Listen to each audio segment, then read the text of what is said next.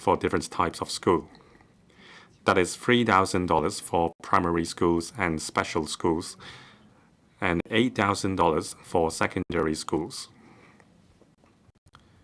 The thresholds were last reviewed by the Education Bureau in April 2009.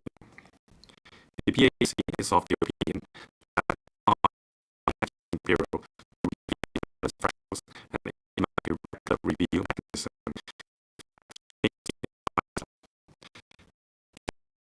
Also,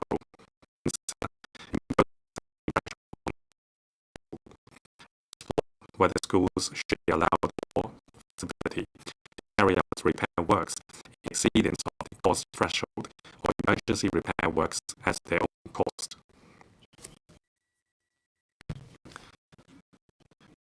Applications for, or rather, during the review process, the ED should consult stakeholders widely and report themselves to the school as soon as possible.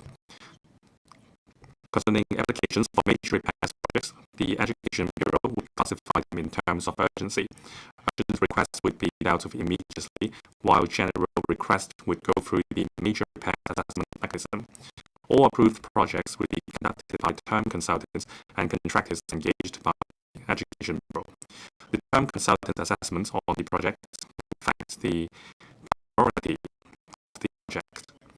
The PAC is concerned that according to the Director of Audit's report, term consultants did not maintain a detailed record of their assessment on the repairs projects in order to justify their assessment.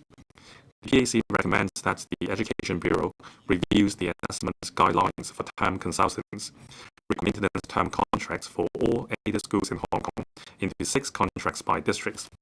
Each contract covers 121 to 166 schools. Between the 2020 and 2022, the 6 maintenance term contracts were awarded to 3 contractors. Each of them were responsible for 265 to 305 schools. To introduce more competition, the PAC recommends that the Education Bureau further split up the contracts and reduce the number of schools under each contract. This will allow more small to medium-scale contractors to join the fray and expedite the progress of works under the contracts. To better coordinate maintenance and improvement works of school premises, the PAC urges the Education Bureau to enhance communication with schools, offer suitable support according to their needs, and to monitor and improve the performance of term consultants and contractors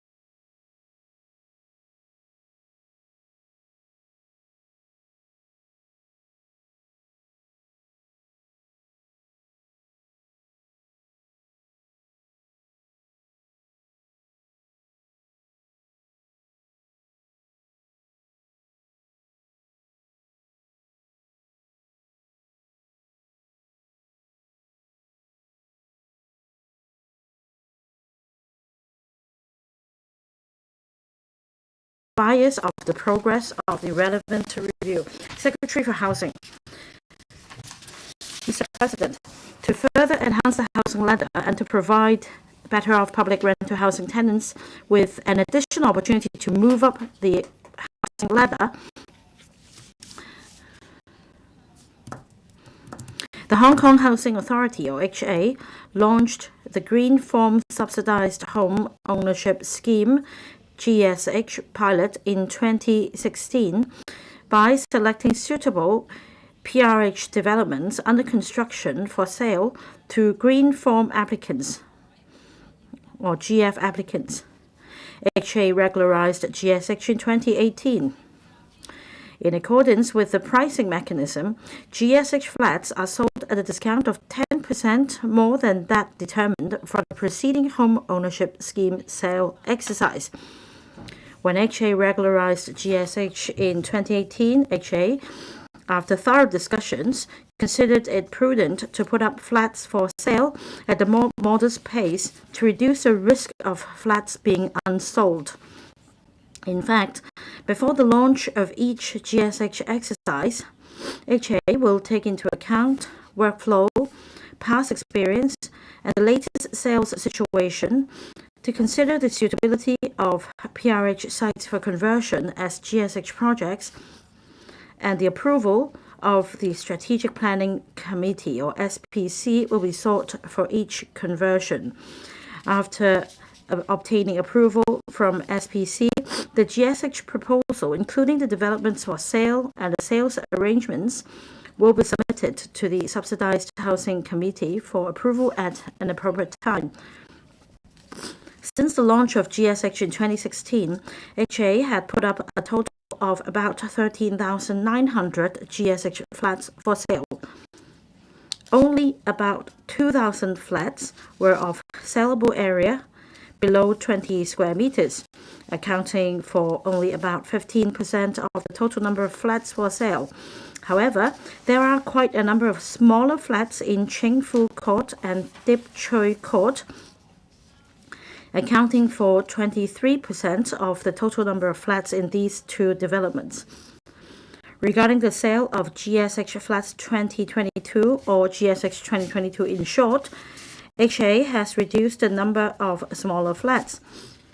Out of some 4,700 flats in the three developments for sale under GSH 2022, there are only about 500 flats with sellable area below 20 square meters, accounting for about 10% of the total number of flats for sale. Although some smaller flats in Ching Fu Court and Dip Choi Court were not sold in the previous GSH 2019 and GSH 2020-21 sale exercises, HA had offered these flats to eligible PRH applicants through Express Flat Allocation Scheme 2022. As for GSH 2022, flat selection commenced in the end of March 2023 and completed in mid-June. 98% of the flats under GSH 2022 were sold, with only about 100 unsold flats, the sellable area of which are below 20 square meters. The unsold GSH flats will generally be put up for sale in the subsequent GSH sales exercises. Past sales experience indicates that GSH flats of smaller size are less popular. HA has reviewed the current design process for conversion of PRH sites as GSH developments. On the one hand, we will allow flexibility in design so as to formulate a more suitable flat mix. On the other hand, we will attempt to select suitable GSH developments as early as practicable before the commencement of construction works. In this connection, HA has revisited potential GSH projects from 2021 and revised the flat mix if technically feasible, thereby reducing the number of smaller flats in the developments under GSH 2022 to about 10%. HA will follow the above approach in the future with a view to formulating a more suitable flat mix in a flexible manner. HA is currently finalizing the number of flats for sale and the flat mix for the next sale exercise, that is GSX 2023, and will announce the details at an appropriate time. As for GSX 2023 and subsequent sale exercises, the Chief Executive announced in the 2022 policy address that the sellable area of all subsidized sale flats or SFFs completed from 2026-2027 onwards will be no less than 26 square meters in general. HA will follow the strategy and direction of the policy address and set a minimum size for the newly built SSFs. Therefore, GSX 2022 is the last batch of developments with flats of sellable area below the 26 square meters. Thank you, Mr. President. Dr. Wendy Hong. Thank you, Mr. President. I'm happy to hear from the Secretary that GSX 2022 will be the last batch of developments with flats of sellable area below 26 square meters. At present, there is interchange GSH and PRH, and there is also interchangeability between PRH and TPS. According to the Housing Authority, interchangeability is allowed to make way for more flexibility in terms of public housing. However, PRH is now comparable to subsidized sale flats in terms of quality, and this is criticized by the public. In fact, the HOS also rolled out the sale exercise last year with nano flats. On average, the smaller flats only had a size of 17.3 square meters. If the situation continues, GSH will not be able to fulfill the role as a rung on the housing ladder. Now, my question is, will the government change the concept of interchangeability of GSH and PRH flats so as to enhance the quality of subsidized sale flats? Secretary, thank you, Dr. Wendy Hong, for her questions. As I mentioned in my main reply, we just concluded the sale exercise GSH 2022, and this will be the last batch of developments with small flats. For GSH 2023 and onwards, according to the undertaking given in the 2022 policy address, for projects completed from 2026 to 27 onwards, the size of flats will not be smaller than 26 square meters. So despite having the phenomenon of nano flats, the policy address announced last year already called this to a halt. Now, for interchangeability, this is a concept we'll continue to embrace. As you know, we have 4 types of public housing. We have the different types from A to D, from the smallest being 14 square meters to D, 33 square meters, the largest type. Now, for type A, in our design, it's usually adjacent to, say, a type B flat. Now, if we want to change this project to a GSH flat, we will convert the A and D flats into 2 C-type flats, and then flexible design will be adopted so that the layout will be modified. In the future, the GSH will no longer provide flats with a sellable area of less than 26 square meters. We'll be able to fulfill this promise. Mr. Chan Hong-fong, in the Secretary's main reply, there are 100 GSH flats with sellable area below 20 square meters left unsold. My question for the Secretary is whether there are ways to sell them so that these 100 flats will not be left idle. Secretary, thank you, Mr. President. Thank you, Mr. Chan. In previous exercises, some GSH flats, such as in Jingfu Court and Deep Choi Court, would be put up for sale in the next GSH sale exercise. So another batch would be sold. If there are still flats unsold, we had offered these flats to eligible PRH applicants through the Express Flat Allocation Scheme. So in the end, all the flats have been sold. In GSX 2022, some 100 GSH flats have not been sold, and they will be put up for sale in the GSH sale exercise 2023. So if the situation allows, these flats will be put up for sale again. In 2021, since the central allocation mechanism until the review in 2022, the Planning Department already reviewed 256 vacant school premises. 40 of them are recommended to be converted for housing purposes in the long run. How many vacant school premises sites will be converted to provide subsidized flats, including GSH and also the public-private subsidized housing scheme? Secretary. Thank you, Mr. President. I do not have figures at hand, but in terms of vacant school premises, the government has been reviewing the situation at different levels. For example, whether the vacant school premises sites can be converted for housing in the long run, and that depends on the suitability of the sites, such as the geographical location, topography, and layout. The other method we can put it to good use is transitional housing. In the past, we had successful examples of converting school sites into transitional housing sites. This could be done expeditiously. Alterations can be carried out in just 6 to 9 months to provide transitional housing. And these projects are welcomed by residents as they come with facilities such as ball courts. However, we're talking about just 120 and 130 flats available in a site. In future, we'll continue to review these sites, and if the parameters are found to be suitable, we will consider converting them into housing sites. Mr. Leung Kwong. Mr. President, it's been observed in previous GSH exercises there are problems. For example, smaller flats cannot meet the needs of PRH applicants. They are left unsold, but I'm happy to hear from the Secretary that the GSX 2022 will be the last batch of developments with nano flats. The government should review the positioning of GSH so that it remains a premium choice for PRH applicants to acquire their own homes.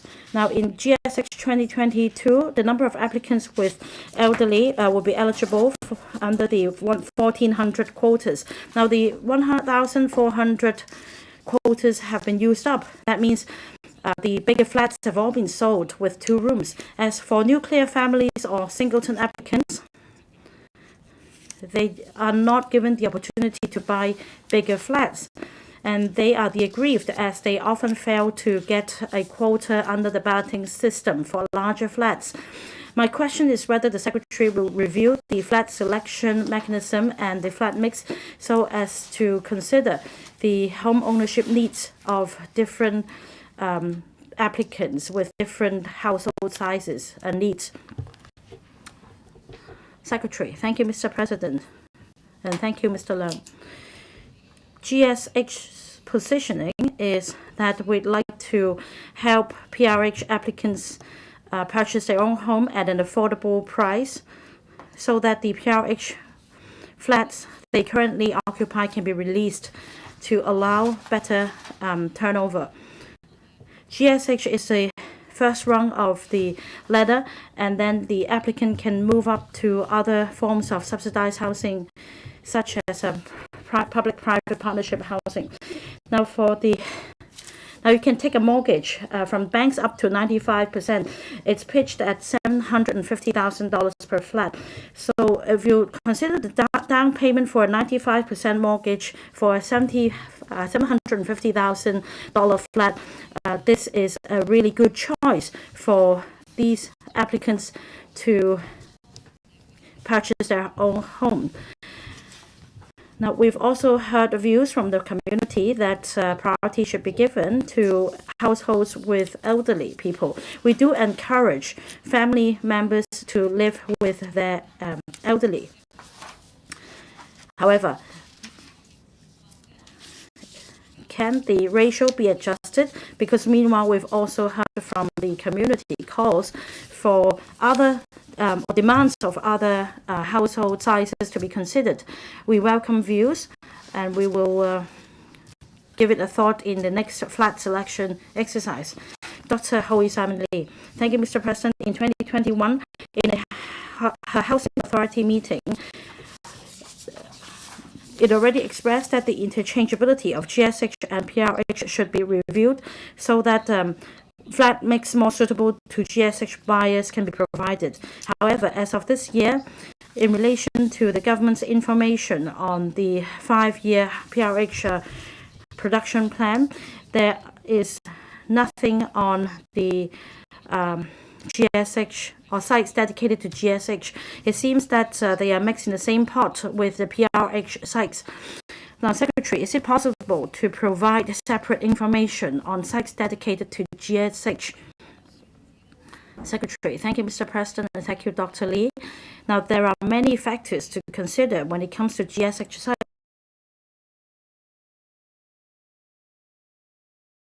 For example, for GSH projects to be completed from 2026 onwards, in fact, we are selling off planned flats starting from 3 years before, that is in 2023. Now, when we first make the announcement, we need to conduct internal studies 2 years in advance of the announcement. We'd like to make an announcement to the public as soon as possible. When it comes to site identification, there are many things to consider, such as the number of flats for selection and whether the site can meet the parameters. There are also community facilities to consider. We wouldn't want the site to provide excessive facilities for future management issues. For GSH, we want to have a standalone site for better property management in the future. So, of course, we understand the aspiration. We'll try to make announcements as early as possible. Mr. Adrian Ho, thank you, Mr. President. In October 2021, when the government announced the updated 2030 plus planning and engineering studies, the government stipulates a target for per capita living space that is 215 square feet and 237 square feet. The Secretary already mentioned the minimum size of subsidized sale flats in relation to the upcoming GSH sale exercise.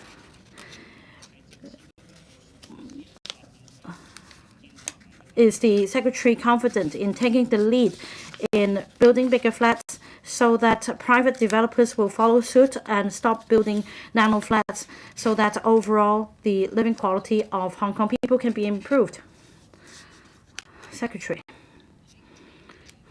Thank you, Mr. President. In the land lease, we've put in a condition for private developers to build flats not less than 26 square meters, and that is 280 square feet.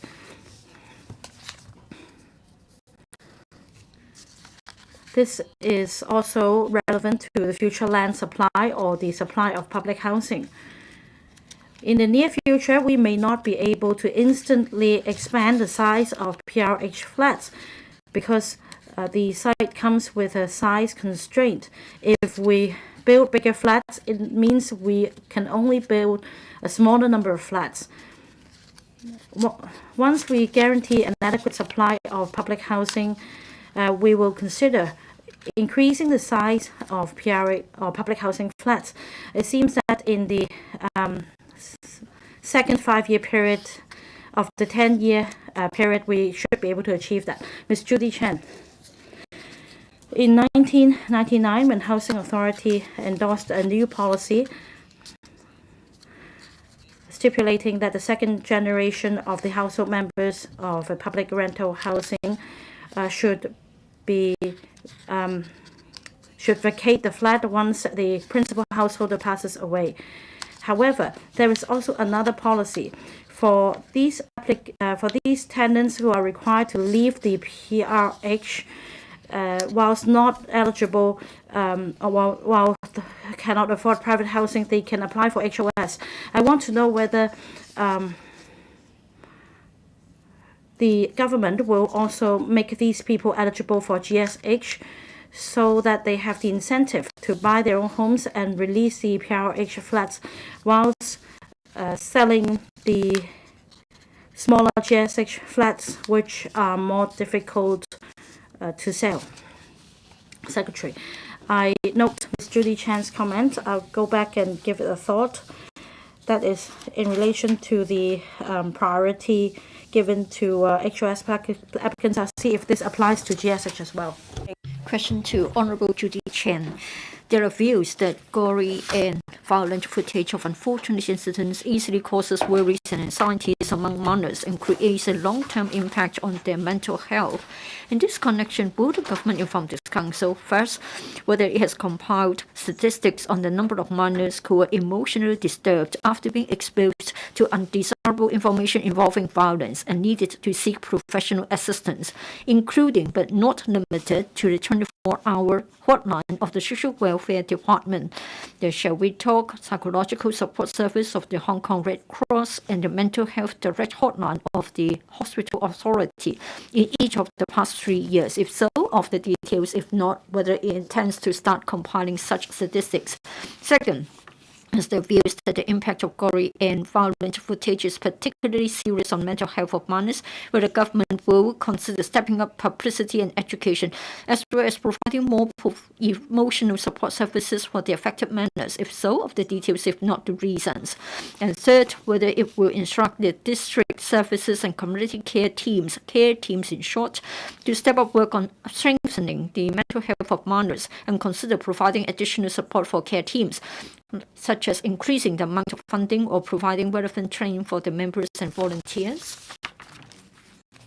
Secretary for Health. President, Ms. Chen and other members, the government attaches great importance to the mental health of the public. Mental health goes beyond medical care, and factors such as the economy, media, education, social welfare, etc., could also affect mental health. For the mental health of children and adolescents, the government adopts an integrated and multidisciplinary service approach, including education, prevention, early identification, as well as provision of timely intervention, treatment, and rehabilitation services for those in need, so as to enhance the overall mental health of minors. The occurrence of unfortunate incidents undoubtedly caused distress among some minors. However, when gory and violent video clips of such unfortunate incidents are shot, it is even worse, and they are widely distributed and disseminated and shared on the internet and in the media. The minors who are exposed to such clips have their mental health severely affected. This is regrettable. To avoid affecting the mental health of minors among the rest of the community, the government appeals to the public to stop sharing gory and violent video clips. We would like to urge the media to exercise self-discipline. They should stop sharing such violent video clips. We urge the public to stop sharing them, and they should take the initiative to care for the minors around them. Pay attention to their mental health needs after watching the video clips, and encourage them to seek professional help as soon as possible if they experience emotional distress. In relation to the question raised by the Honorable Judy Chen, in consultation with the Department of Health, the Education Bureau, EDB, the Home and Youth Affairs Bureau, the Hospital Authority, HA, and the Labour and Welfare Bureau, I come up with this consolidated reply. First, in the past 3 years, the utilization of the HA's Child and Adolescent Psychiatric Service and the HA Mental Health Direct, as well as the SWD's Integrated Community Centers for Mental Wellness, ICCMWs, is set out in the annex. I'm not going to read it out in great details. Bureaus and departments do not keep statistics on the utilization of the Shall We Talk Psychological Support Service hotline of the Hong Kong Red Cross. The HA and the SWD do not maintain statistics on the age profile of people using their service. and whether they seek help because of the undesirable information. The request for mental health services by minors often involves interacting complicated reasons. In addition to being troubled by undesirable information, it could also be due to multiple factors like academic pursuits, family, and interpersonal relationships. It is therefore difficult to simplify the complex reasons behind help seeking and maintain relevant statistics. Second, the circulation of video clips of unfortunate incidents on the internet and in the media did cause fear and anxiety among many members of the public.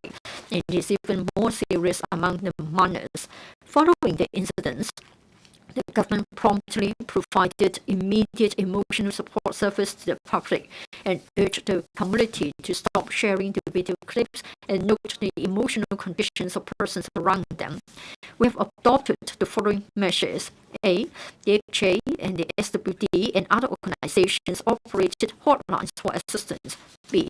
The SWD set up a mobile service counter near the scene of the incident and held emotional support sessions so as to distribute pamphlets to the public and explain ways of coping with emotional disturbances. Clinical psychologists also provided emotional counseling and referral to those in need. And C. The EDB appealed to schools to refer to the guidelines for aftermath intervention and psychological support in relation to a crisis and discuss with school guidance personnel and school-based educational psychologists on ways to provide psychological education to students at appropriate occasions. In addition to prevent children and adolescents' mental health from long-term effects due to exposure to violent video clips, the government has also been providing support to them through other channels. The measures include A. On school support, the EDB assists schools in adopting the whole school approach to promote mental health of students and enhance support for students with mental health needs. For instance, the EDB is committed to providing gatekeeper training for teachers, parents, and students to enable the early identification of and support for students with mental health needs. The Health Bureau, in collaboration with the EDB, the HA, and the SWD, has also launched the Student Mental Health Support Scheme to provide support services for students with mental health needs. The student health service provided by the DH includes annual health assessment services that identify and monitor health issues, including mental health. B. On community support, the SWD provides mental health support to children and adolescents in need through the ICCMWs, Integrated Family Service Centers, and cyber youth support teams, etc. C. On psychiatric services, different professional medical teams under the HA's Child and Adolescent Psychiatric Service provide early identification, assessment, and treatment services for children and adolescents in need. They also provide appropriate treatment and follow-up service to children and adolescents in need, depending on the severity of their medical conditions.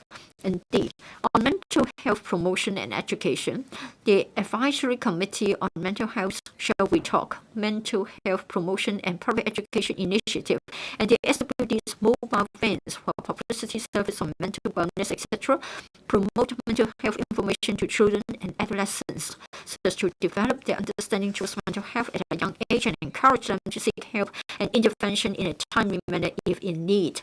Third, the government is progressively launching the district services and community care teams in short, in the 18 districts to mobilize community resources and carry out caring initiatives. For example, visiting persons in need and introducing the government's support services and other community resources.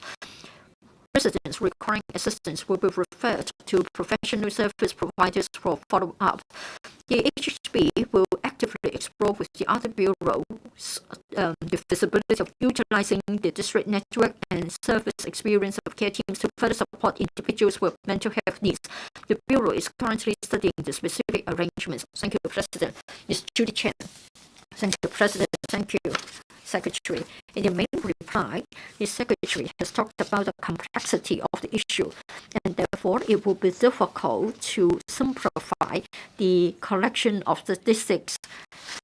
But then, to me, for the HHB as well as the LWB, since you have already been carrying out the gatekeeper training activities in schools, so why can't you conduct a questionnaire exercise in schools? Students and teachers have always been asked to fill out the questionnaires covering different areas. So in relation to the recent spate of unfortunate incidents, if we don't compile any statistics, how can we tell to what extent the minors are being affected by such undesirable video clips? Secretary.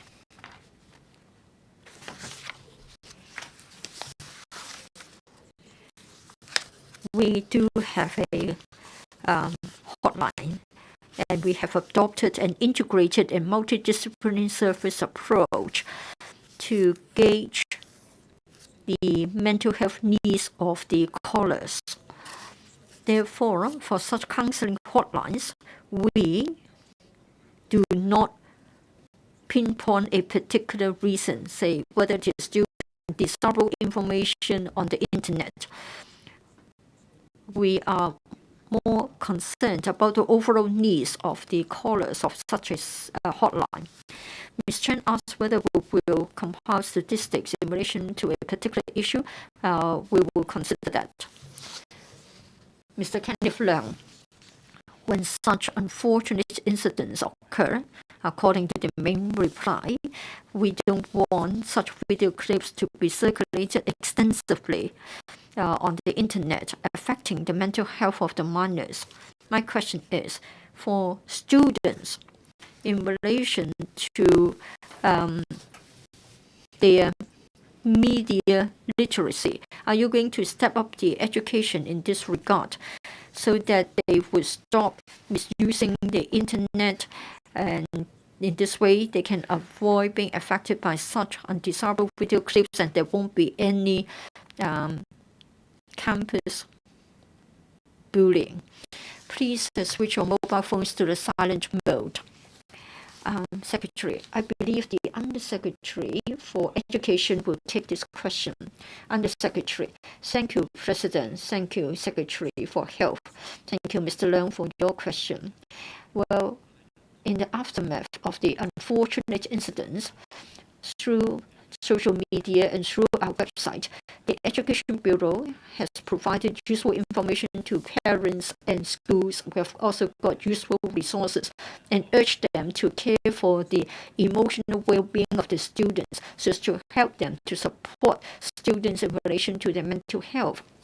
As the Secretary for Health has said in his main reply, we should avoid sharing the relevant video clips again, because they will cause distress among the viewers. Well, as to how we can help students make proper use of their computers and visit the internet, and how to avoid the traps on the internet and to avoid cyberbullying. Well, in fact, the Education Bureau has asked the Hong Kong Playground Association to do this for parents, teachers, and students. We have got hotline and internet assistance schemes. In particular, we want to deal with the following issue. When students come across undesirable information while visiting the internet, they may have an issue. Well, in fact, we have adopted the theme to have an activity for students and their parents, that is walk with you on the internet, so as to disseminate proper information on the use of the internet service. Ms. Lillian Kwok frontline teachers have told me that we have the highest number of students committing suicide. It is a serious issue. Some researchers have told us that 74% of the students have never received any counseling service. But in the United States, 95%, that is almost all the students, have received professional counseling service.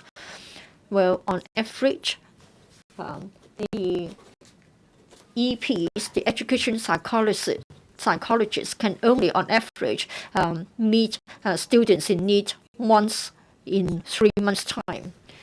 On the mainland, we have got on-site psychological help, and in Macau, again, professionals are being relied upon to help students with their emotional well-being. We have trained many counselors. They are highly educated, they are professional counselors. So in relation to counseling support, in relation to the mental health of minors, at the community level and at the school level, would you consider providing a proper support network? Do you have plans to make it use of the resources available? That is, we have such a good team of counselors. Are you going to send them to schools to provide support? If not, why not? Who will take this question? Undersecretary for Education. I would like to thank Ms. Kwok for her supplementary question. First of all, for schools, in secondary schools, one school, social workers, primary schools, one school, one social worker. That's our current arrangement. And we've also got the whole school approach for counseling, so that we provide comprehensive counseling service to the students. As far as student counseling is concerned, and in particular, students with mental health needs, our support doesn't stop at individual teachers or individual social workers or other student counselors. We believe that the entire teaching staff, as well as allied health professionals, should be called upon to provide professional service in great depth. Now that we have got social workers for schools, in particular, they are there for primary schools as well. I think schools can flexibly use the funding from the government as well as other resources so as to provide the service to the students. They can get the service from professional organizations. In this way, we can step up the counseling given to students. Currently, for students with mental illness, will be regarded as a student with special educational needs. And in fact, schools will get a special grant so that there will be additional resources to render support to such students. Dr. Chong-Min Kwong, it is said that care teams will be set up to help with the identification of minors with mental health needs. I think it's easy for schools to do that. But what about the question of shortage of manpower? We don't have sufficient professionals available, and it easily takes us a long time to wait for our turn to get help. So how are you going to make sure that perhaps you can make an arrangement so that those in need can turn to the private sector for help? Well, currently for the HA, they have got the child and adolescent psychiatric specialist outpatient clinic. They have a triage arrangement to make sure that urgent cases requiring early identification and treatment will be given up an early consultation session. Generally speaking, outpatient clinics will regard such as priority 1 cases. In other words, they are urgent cases. Currently, they only have to wait for a week's time. This way, we can make sure that within a reasonable period of time, they will get treatment. And for less urgent cases, like priority 2 cases, currently their waiting time is within 4 weeks. In the year 2022-23, such a target has already been reached. In other words, the HA can keep the median waiting time as set out for the priority 1 and priority 2 cases. Ms. Lam So Wai, for the mental health of the minors and adolescents, what about the non-Chinese speaking minors? 300 secondary school students of ethnic minority origins were interviewed. It is said that 70% of those interviewed are not aware of the type of help available. Almost 80% of them told us that they did not know how to seek help.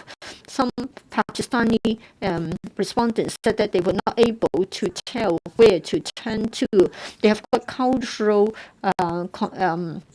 differences and they have a different background, so they may be put off from seeking help. So do you have specific measures to make sure that EM students with mental health needs will know where to turn to for help? Secretary, I'd like to thank the member for her question. Mental health support and counseling for EM students. In the year 2022, our policy address had said that for the EMs, there will be a service center so that in the mother tongue, they will be given emotional support and counseling.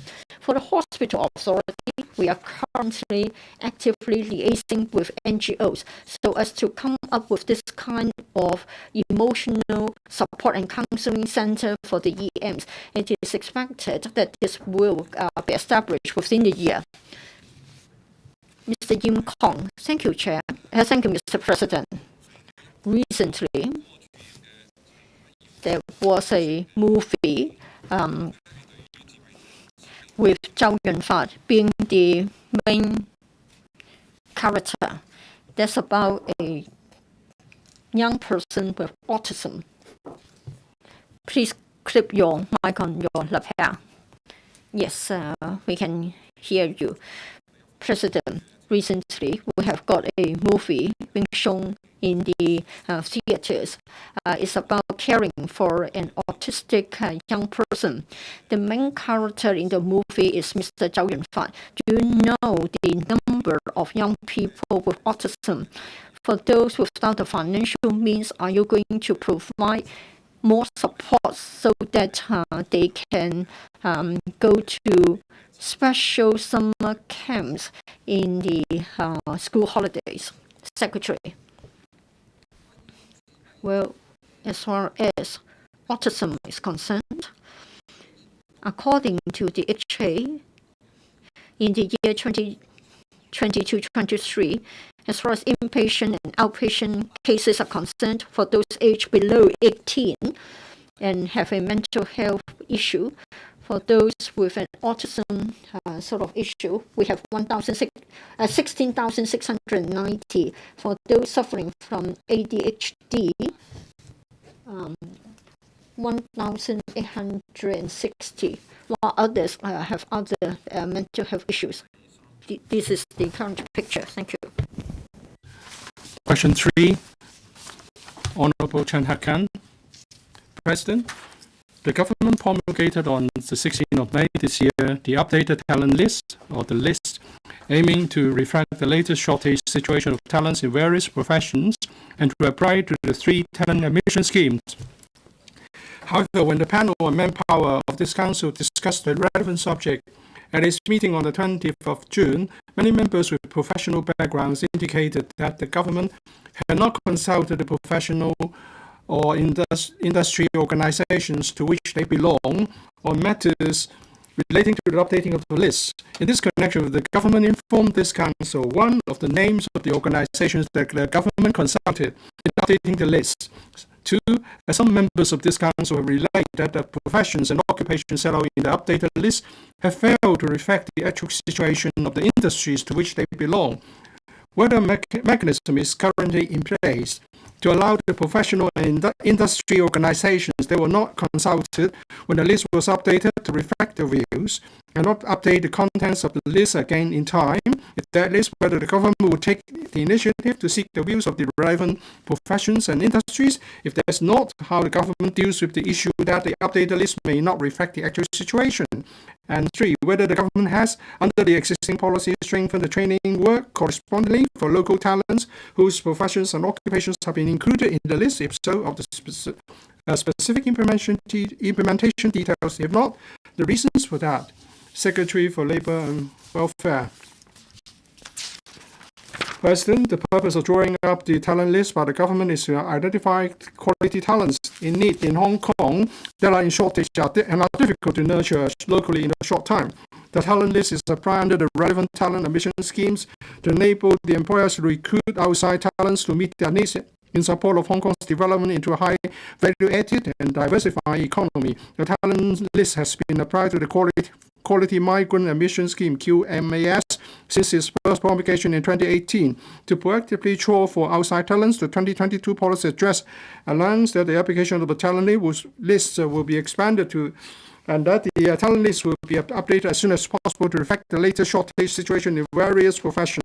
The application of talent list has been extended to General Employment Policy, GEP, and the Admission Scheme for Mainland Talents and Professionals, ASAMTP, since December 28th last year. After review, the government promulgated the updated talent list on May the 16th this year with an expanded coverage from 13 to 51 professions. The expanded list helps us attract more high-quality talents, supporting the high-quality economic and social development of Hong Kong. In consultation with the relevant bureaus and departments, the consolidated reply to the question raised by Mr. Chan Khan is as follows. 1. In order to gather suggestions from various industry stakeholders for updating the talent list, the Labour Welfare Bureau and relevant bureaus and departments consulted stakeholders of industry organizations of various sectors, major business chambers, human resources planning commission, etc. Consultation were conducted in different forms such as meetings, written submission, and interviews to collect views. Industry stakeholders welcomed the review of the talent list in face of severe manpower shortage in recent years. They hoped that the talent list will cover more professions to help them cope with the manpower shortage. Stakeholders from different sectors expressed views on the coverage of the talent list. The government duly considered their views and decided to substantially expand the talent list to cover 51 professions under 9 industrial segments. The organization consulted are listed in Annex. Applying the talent list to talent admission is just one of the initiatives to alleviate manpower shortage. In considering whether a profession should be included, the government is guided by the important principle that 1. Inclusion will support the development of Hong Kong's high value-added and diversified economy. 2. Talents of these relevant professions are not readily available locally. And 3. Talents of the selected profession cannot be nurtured through local training in good time. As a measure to provide immigration facilitation for incoming talents, the talent list must be clear, transparent, and stable for employers to fully understand the relevant procedures and operations so that it can function effectively. The government will review and update the talent list in a timely manner, and for relevant professions may still apply to come to Hong Kong through various admission schemes, even if their respective professions are not covered in the talent list. Relevant bureaus and departments maintain close relations with industrial stakeholders to understand their views on manpower demand. Professions with manpower shortage may be considered in the future review of the talent list. In addition, the government is conducting a new round of manpower projection, and the main findings are expected to be ready in the third quarter of 2024. The findings will be useful for the review of talent lists in future. 3. The primary objective of manpower policy is to nurture local talents complemented by admission of outside talents with a view to enriching the talent pool in Hong Kong and meet our social and economic development needs. For professions on the talent list, the required talents must have specific academic qualifications, professional training, and work experience, and are not readily available in the local employment market. Local training arrangements are generally available for these professions, but however, it takes time to train up local talents, and they may not be available within a reasonable time frame. Bureaus and departments have been providing local training for nurturing talents of their respective industries, including various types of internship programs and training courses, and the provision of subsidies and allowances to meet the manpower needs. If there is an increasing manpower demand arising from the continued development of relevant professions, relevant bureaus and departments will work for local institutions and training organizations to explore offering more training courses with a view to nurturing local talents. Mr. Chan Khan, of course, it's a good thing that we have this talent list so that we can have more outside talents. Mr. Emma Wong has been saying that there's a shortage of accountants, but we don't see anything on accountants in the list. But there's the Chinese medical practitioners is on the list, although the practitioners don't think there's a shortage.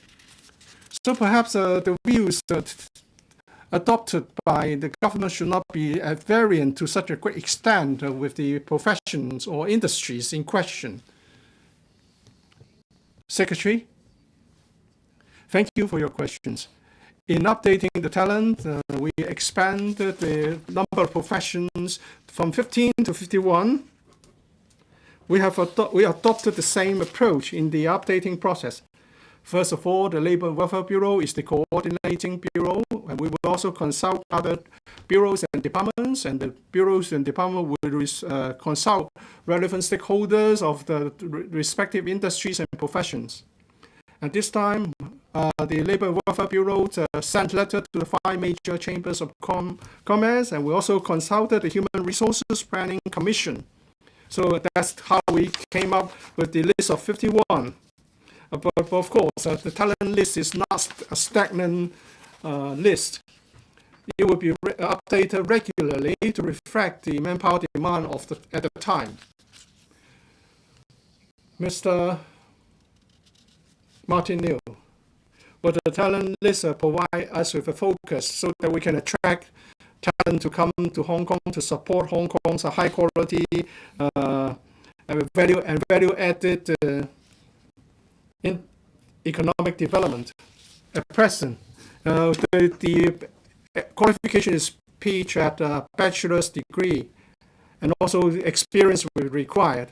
But for new organizations, new industries such as 5G and the metaverse, such a criteria may not be the best to judge their eligibility. So my question is, will the government consult the relevant industries and relax these requirements? Thank you for your question, Mr. Liu. In drawing up the talent list, we do have some criteria to go by, including those mentioned by the member. First of all, the talent must have a bachelor degree or higher. This is the minimum. We don't think there's a need to change this requirement. But of course, for some new and upcoming industries, their practitioners may come from a more diversified source. For example, we have category A for the talent admissions, top talents. Well, if they are working in high-tech industries, they're earning a very high salary, $2.5 million. So they will be qualified under category A of the top talent admission scheme.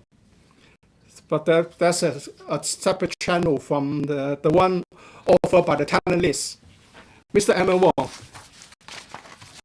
Well, it's said that the relevant, the Hong Kong ICPA was consulted in updating the talent list. I've been asked by fellow accountants, and we are now in a very difficult position, and we'll hire anyone that come our way. So what's the problem? Since the Bureau has consulted the Hong Kong ICPA, we may not know the answer anytime soon. It's said in the reply that there are 3 criteria. First of all, whether the relevant professions will assist in our high value-added economy, and talents are not available locally, and then whether it cannot be nurtured through local training in good time. So for my profession, for my constituents, at least they will meet 2 of the 3 criteria. So are you going to wait until we are entirely short of professional accountants before we act to do something? Undersecretary for the Treasury and the Financial Services.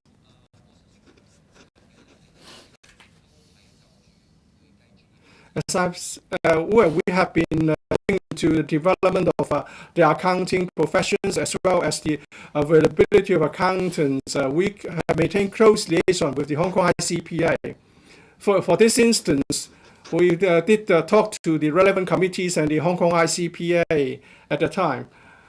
We were given to understand that although the number of accountants are increasing all the time, but because of the prospect and other factors, some qualified accountants opt not to work as an auditor. Therefore, for some firms, they may have difficulties in recruiting auditors, especially the less experienced qualified auditors.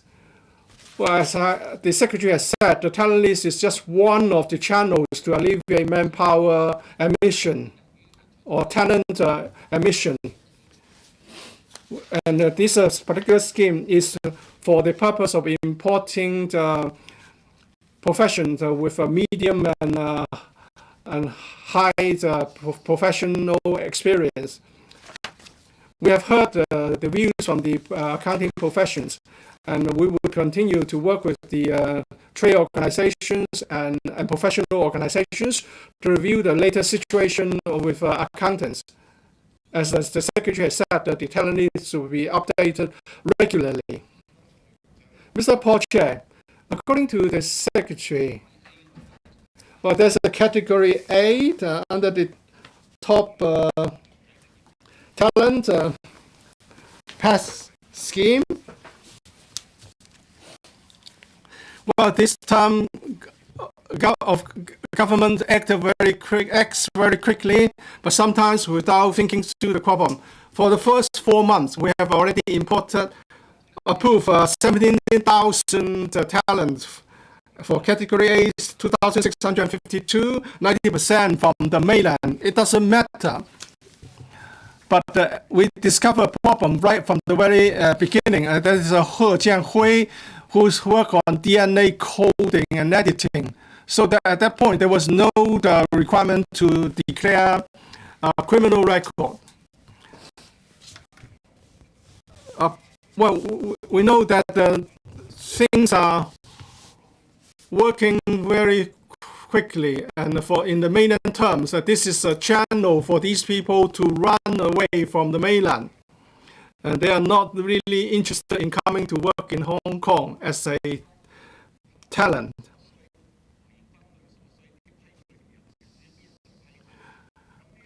And the government also doesn't look into the categories of the professions for the particular industries. It seems that there's a loophole in that the requirements are not specified. So will the government compile the statistics on the talents admitted to Hong Kong and what are they doing here, instead of doing some shadow boxing in the dark without targeting the right question? The talent list is not just about labor importation. The talent list is applied to our labor importation schemes such as the QMAS, and also there's a general employment policy and the admission scheme for mainland talents and professions.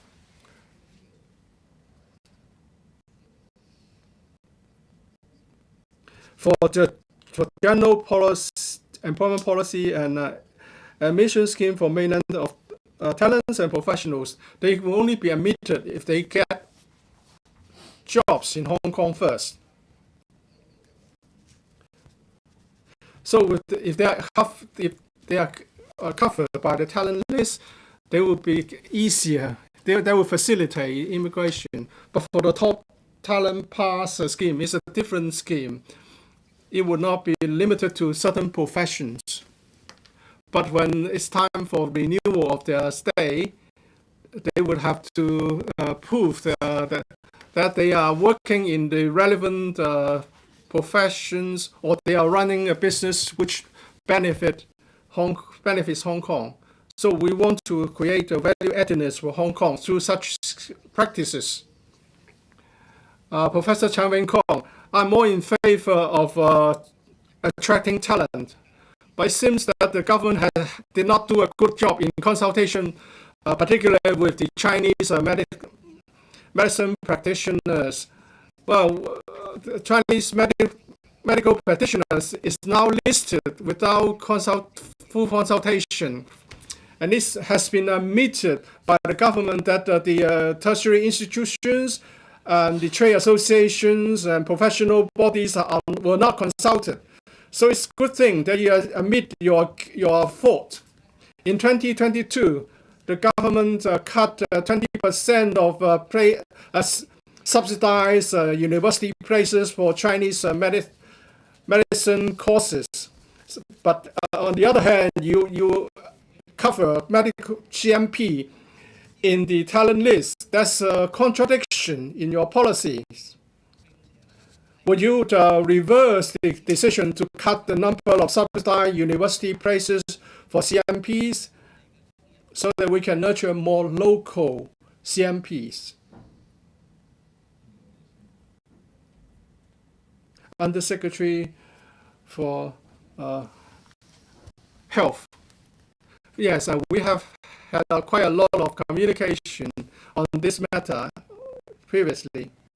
On the question of the number of subsidized university places, I have some figures to inform members.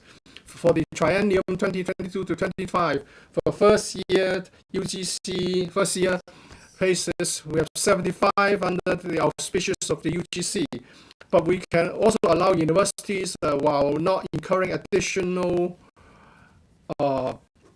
expenses, to enroll more CMP trainees to their courses. So as a matter of fact, there will be 84 graduates for the triennium 22-25, which is more than what it was previously. As for whether it's a successful measure, there will be a review in due course. Apart from the undergraduate places, there are other training courses for CMPs.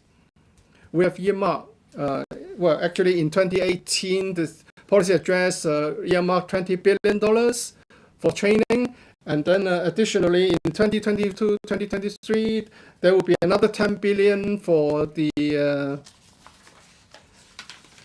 some projects to train up more CMPs. That's a facilitation for training.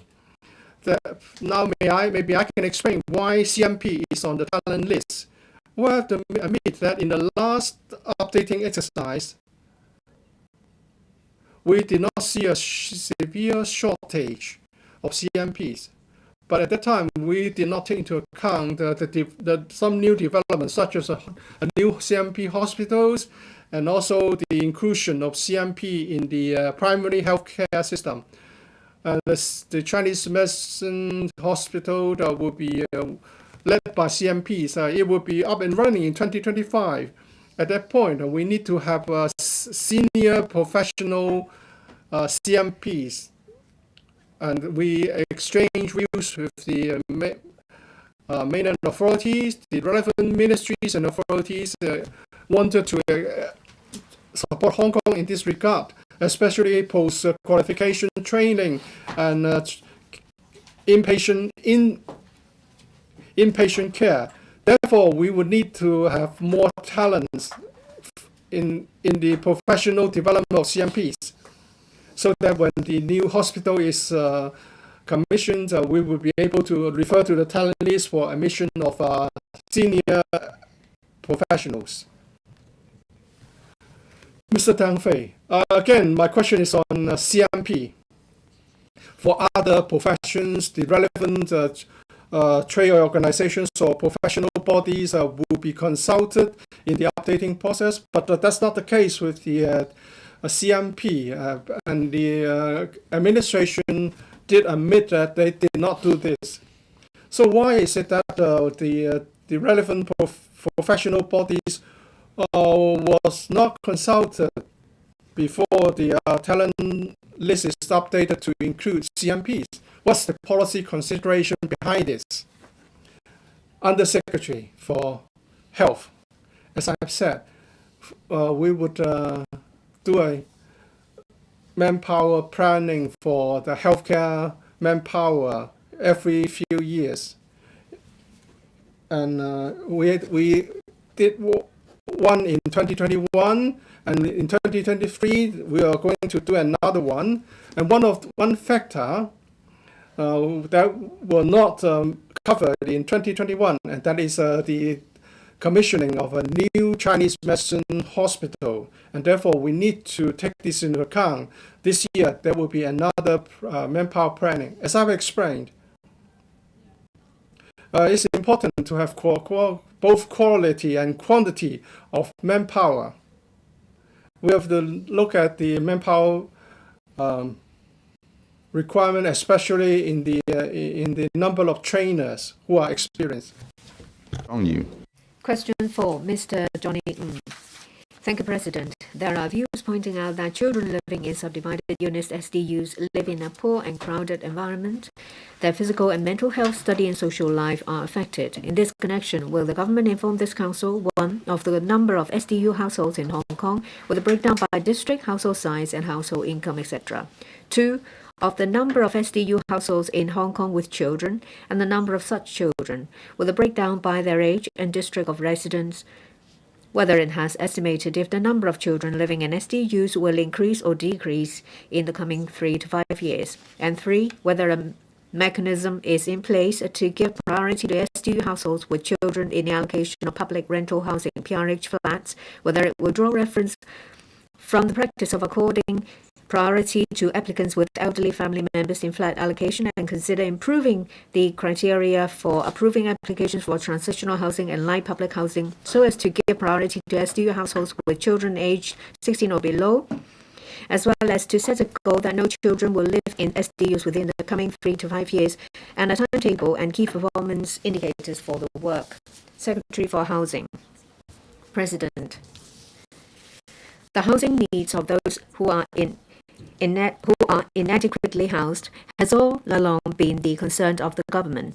The current term government has proposed measures including the construction of about 30,000 light public housing (LPH) units to provide more options for households on the waiting list for PRH for more than 3 years and are currently in subdivided units with a view to improving their living environment. After consulting with the Census and Statistics Department, CNSD, our reply to the question is as follows. CNSD collected information on the population living in SDUs and their socio-economic characteristics in the 2021 population census. According to the census result, there were about 107,000 households living in SDUs in 2021, with an average household size of 2 persons and a median monthly household income of about 15,000. The number of households living in SDUs by district council district, by household size, and by monthly household income are at Annex 1. There are about 34,000 children persons aged below 15 living in SDUs in about 25,900 households. The statistics by age group and by district council district are at Annex 2 and 3 respectively. Over the 5 years from 2016 to 2021, the number of children living in SDUs reduced from 37,500 to 34,000. The proportion of children among persons living in SDUs, excluding foreign domestic helpers, also decreased from 18.1% to 15.9%. As the government gradually increases the supply of traditional public housing, coupled with the additional short-term supply from LPH and transitional housing, we believe that it will bring changes to the SDU market and help reduce the number of children living in SDUs. The Hong Kong Housing Authority (HA's) objective is to provide PRH to low-income families who cannot afford private rental accommodation. The HA handles eligible PRH applications under various categories according to the allocation policy. Given the limited PRH resources and the persistent high demand of PRH, the eligibility for these applications and priority of allocation for families with children are the same as ordinary families. As far as the current situation is concerned, if more priority schemes are set, the quota for each scheme with priority will be reduced. Therefore, we consider that the current arrangement has struck the balance among the different needs of applicants under different categories. We will keep an open mind and closely monitor the situation. For transitional housing, operating organizations should allocate not less than 80% of the units to persons who have waited for PRH for not less than 3 years, that is, Category A tenant. Organizations may formulate detailed criteria having regard to their service features and reserve not more than 20% of the units for other categories of applicants, that is, Category B tenants. For example, families who have waited for PRH for less than 3 years but with imminent housing needs. Operating organizations can apply to the Housing Bureau to adjust the tenant ratio according to the actual circumstances of projects. In selecting Category B tenants, operating organizations will consider a basket of factors. For example, whether the applicants have imminent housing needs, their current living environment, family situation, say whether there are elderly members, children, persons with disability in the family. As different projects and organizations are different, for example, the location and service target, we allow flexibility for each organization in the allocation of units to SDU households. The current practice has balanced the needs of various types of applicants while allowing organizations flexibility to adjust and make suitable arrangements according to the actual needs of each case. Taking the two large-scale projects, that is Yuen Long United Court and Pok Oi Kong Hawaii Village, as examples, as at June 2023, about 379 households which used to live in inadequate housing have children. Priority will be given to family applicants of LPH. Some in the community consider that some categories of applicants, for example children, should be accorded priority. We will keep an open mind and fully consider different views. We're now formulating the allocation principles of LPH in details to ensure that LPH could help those with the most imminent housing needs under an objective yardstick.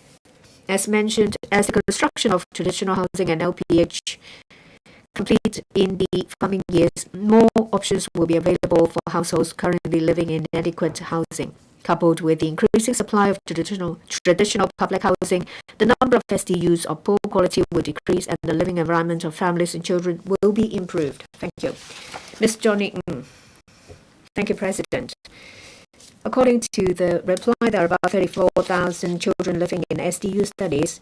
4.5% of Hong Kong population live in SDU studies. 1 out of 4 in a number of districts, mostly in Sham Shui Po and Yau Chin Wong. And we would like to expedite the allocation of PRH units to them. Currently, there are a number of family-friendly allocation schemes under the Housing Authority. Why is priority not given to families with children to solve their needs? Thank you. We noticed that there are a lot of SDUs in Sham Shui Po or Yau Chin Wong. Regarding LPH, traditional public housing and transitional housing, of course we would like to identify more sites in the urban area. But Hong Kong is well developed. It is not easy to identify sites in urban areas for LPH or transitional housing. We found land for transitional housing from government land and from private developers. We are thankful for that.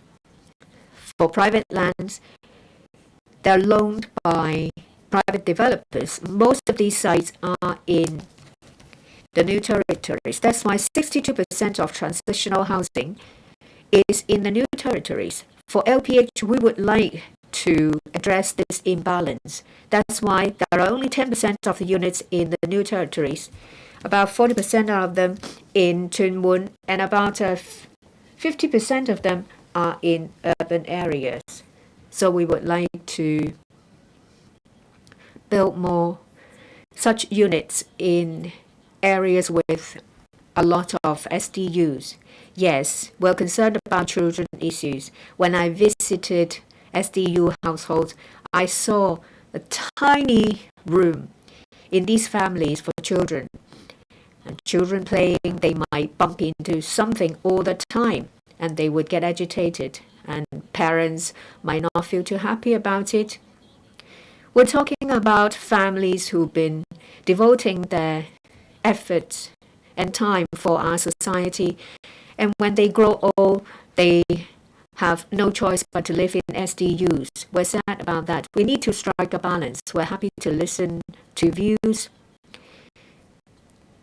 We would like to make the most reasonable allocation between children and people with disabilities.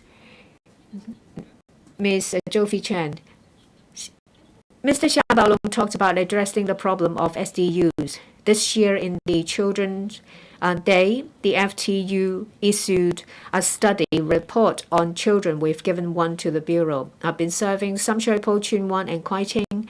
I have been in contact with a lot of children living in SDUs, and they all shared with me that they would like to have their own desk so that they don't have to crouch over their bunk bed to do their homework. Well, I provided free tuition classes when I was a district councillor.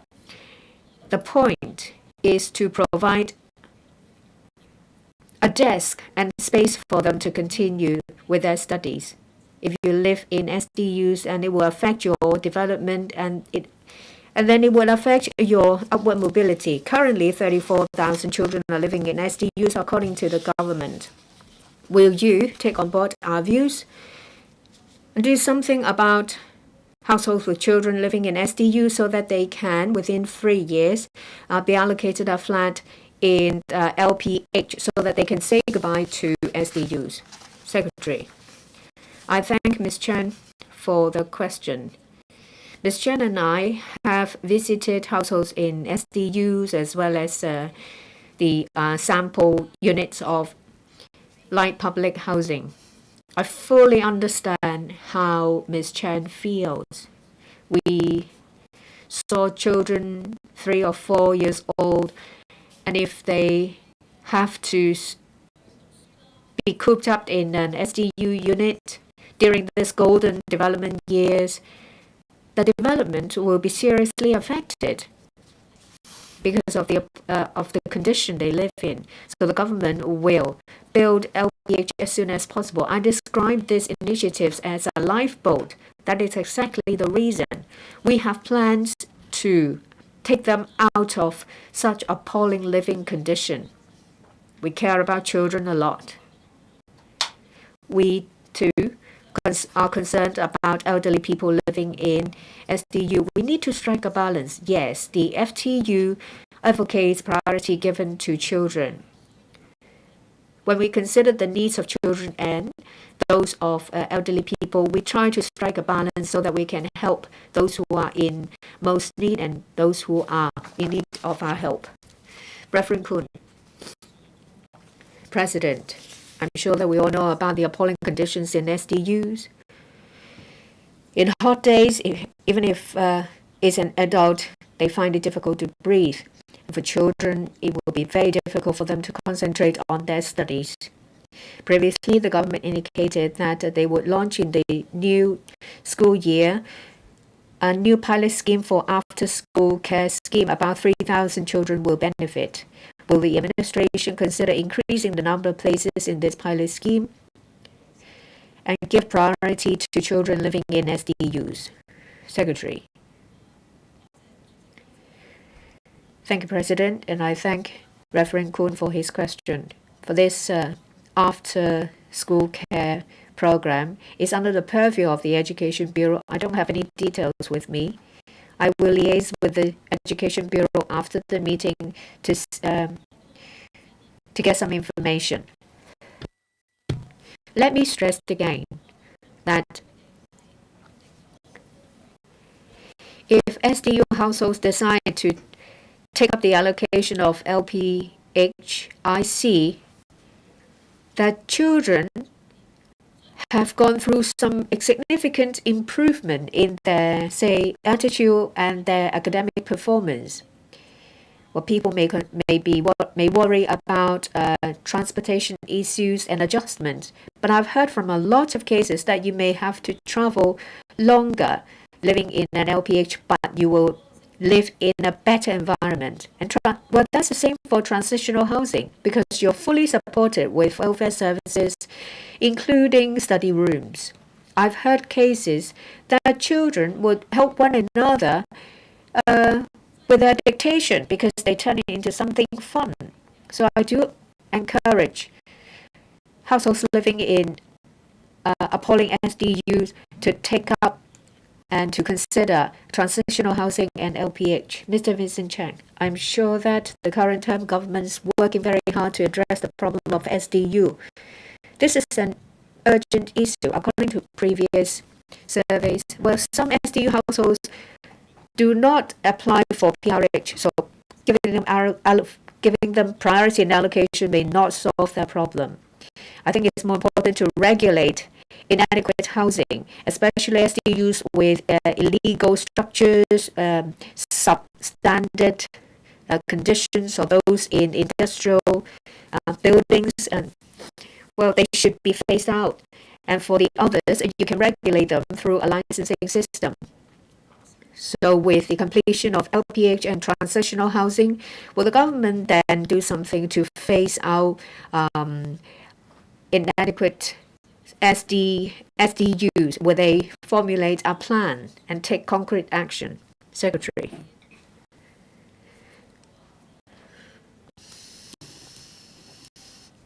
In areas with a proliferation of SDUs, let's say in Sham Shui Po, departments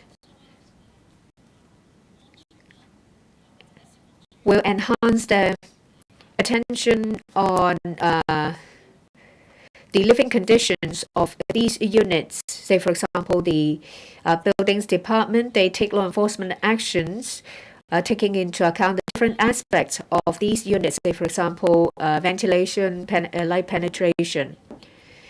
For light public housing, transitional housing, and an increase in traditional public housing, we will have more room to find ways to regulate units in appalling conditions and to find ways to phase out these poor living these units with poor living condition. Mr. Ma Fong Kok, President. Well, to help junior secondary school students to broaden their horizons and explore more opportunities. Previously, there was this Strive and Rise scheme. Under the scheme, grassroots students from P1 to P3 will be covered. The aim of this scheme to help children in poverty, but the target group is only P1 from secondary 1 to secondary 3 students. Some people think that if you do something about it, it will be best done before a child reaches the age of 5 because that is the golden period of development. So will the government consider lowering the age threshold of the Strive and Rise scheme to kindergarten students or primary school students to help them? Mr. Ma, I think the question itself is about housing. It's not for the Secretary here to answer, but anyway, Secretary for Housing, do you have anything to add? Well, for the Strive and Rise scheme is under another bureau.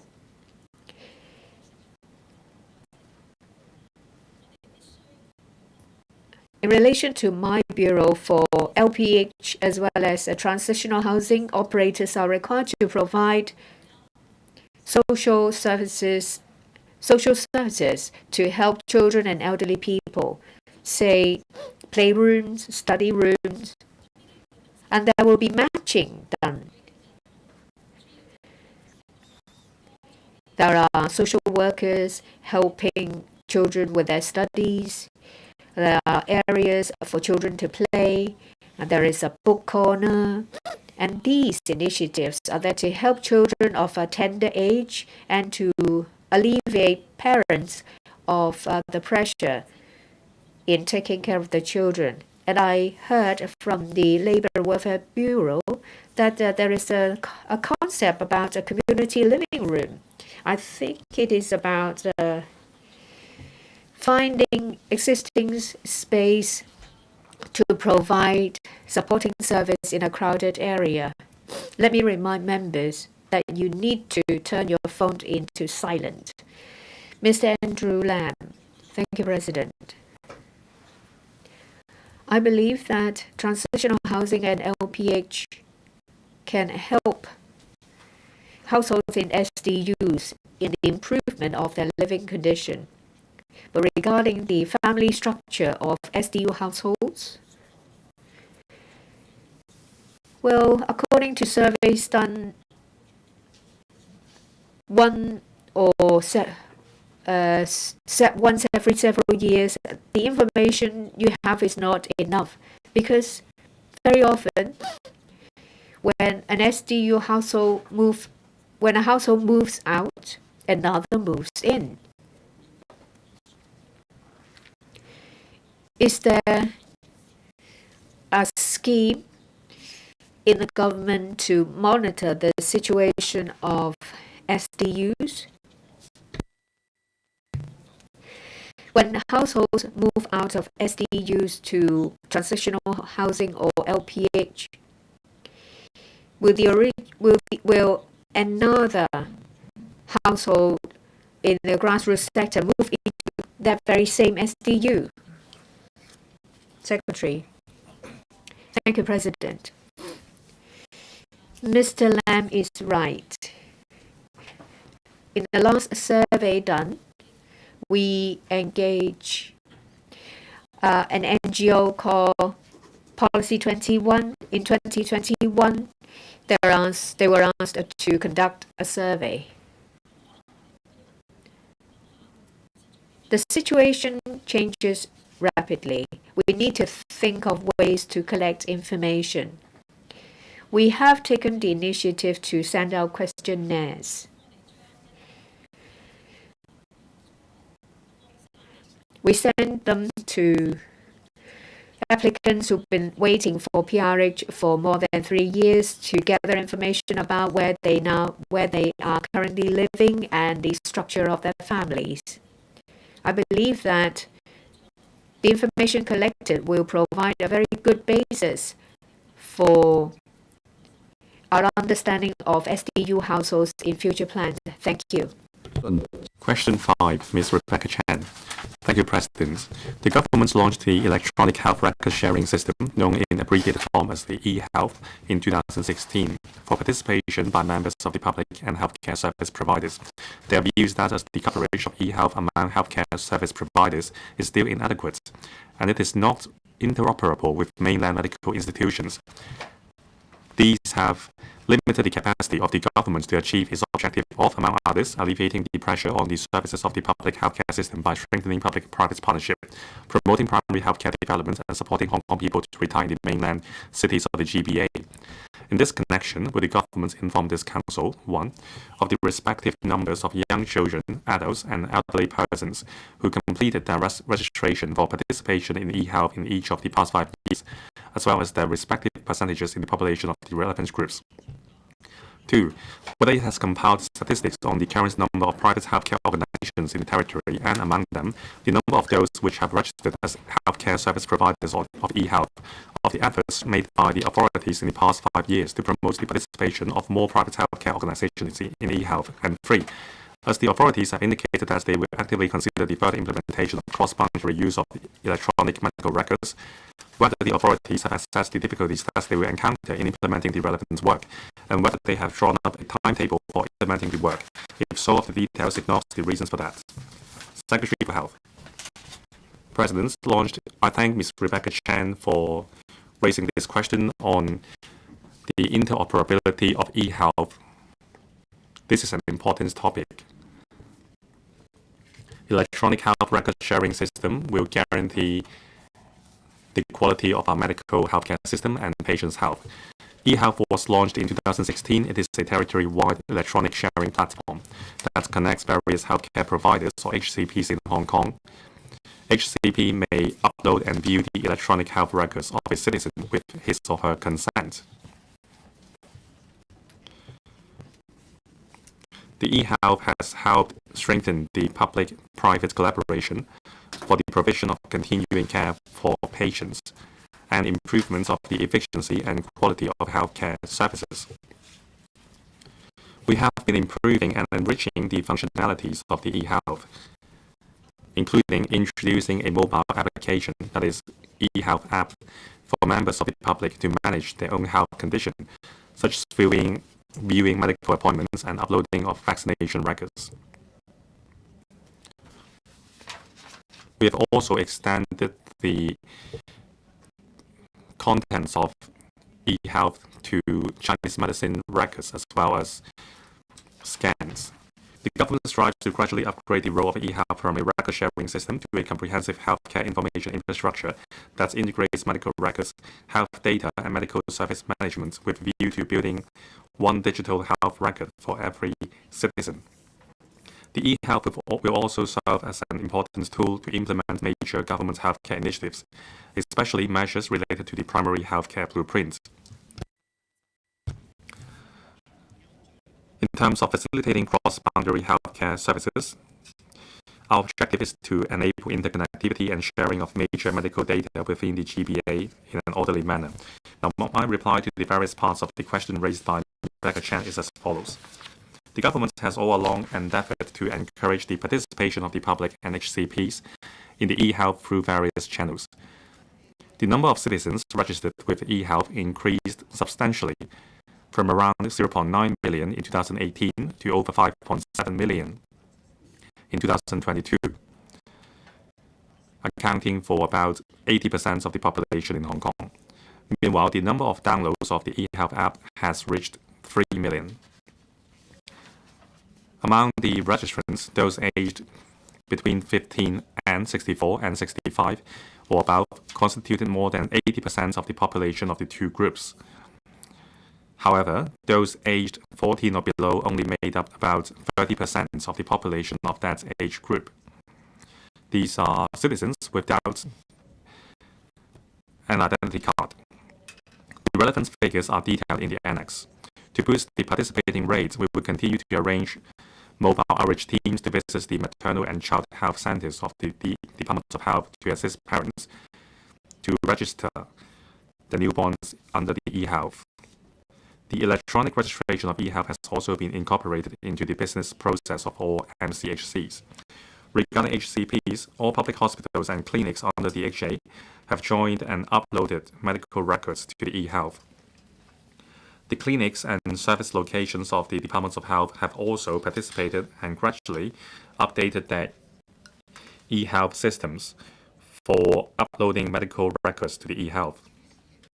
As far as the private healthcare sector is concerned, as at the end of June this year, 13 local private hospitals and over 2,800 other private healthcare institutions are registered HCPs of the eHealth, covering some 4,700 service locations.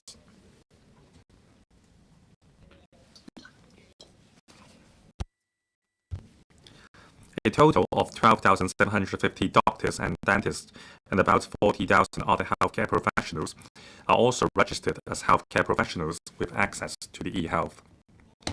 Over the past 5 years, we have rolled out a series of measures to encourage private healthcare institutions to use the eHealth and upload medical records to the system.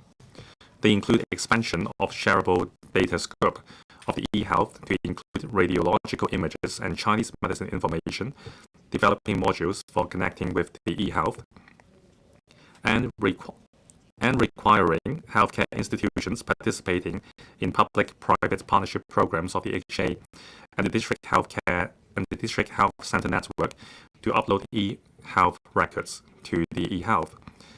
We have also provided the latest updates about the eHealth via briefing sessions, promotional videos, and regular newsletters to encourage patients and healthcare providers to enroll on the e-health. At present, over 3 billion medical records have been shared on the e-health. In the past 3 months, the monthly average electronic health record viewed and monthly e-health app login frequency have reached over 160,000 and 600,000 respectively. However, as most of the medical records came from public healthcare institutions, the vision and potential of the e-health in connecting the electronic health record of the public and private sectors have not been fully realized.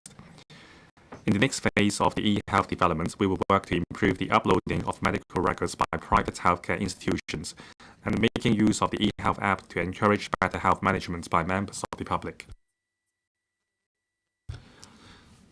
We will launch beta projects with private healthcare institutions and health information technology solution partners to foster technical exchange and collaboration and to garner more practical experience, so as to lay a solid foundation in the technical aspects for data sharing and enhancing further integration between private healthcare IT systems and e-health.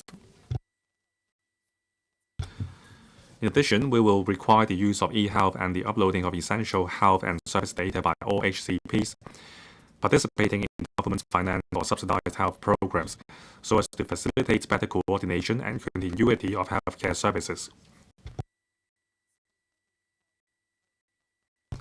We will also explore the feasibility of mandating the upload of important medical records through legislative means, so as to allow key health data be shared among HCPs, thus reducing duplicated medical examinations and medication errors. On question 3, cross-border application of e-health records.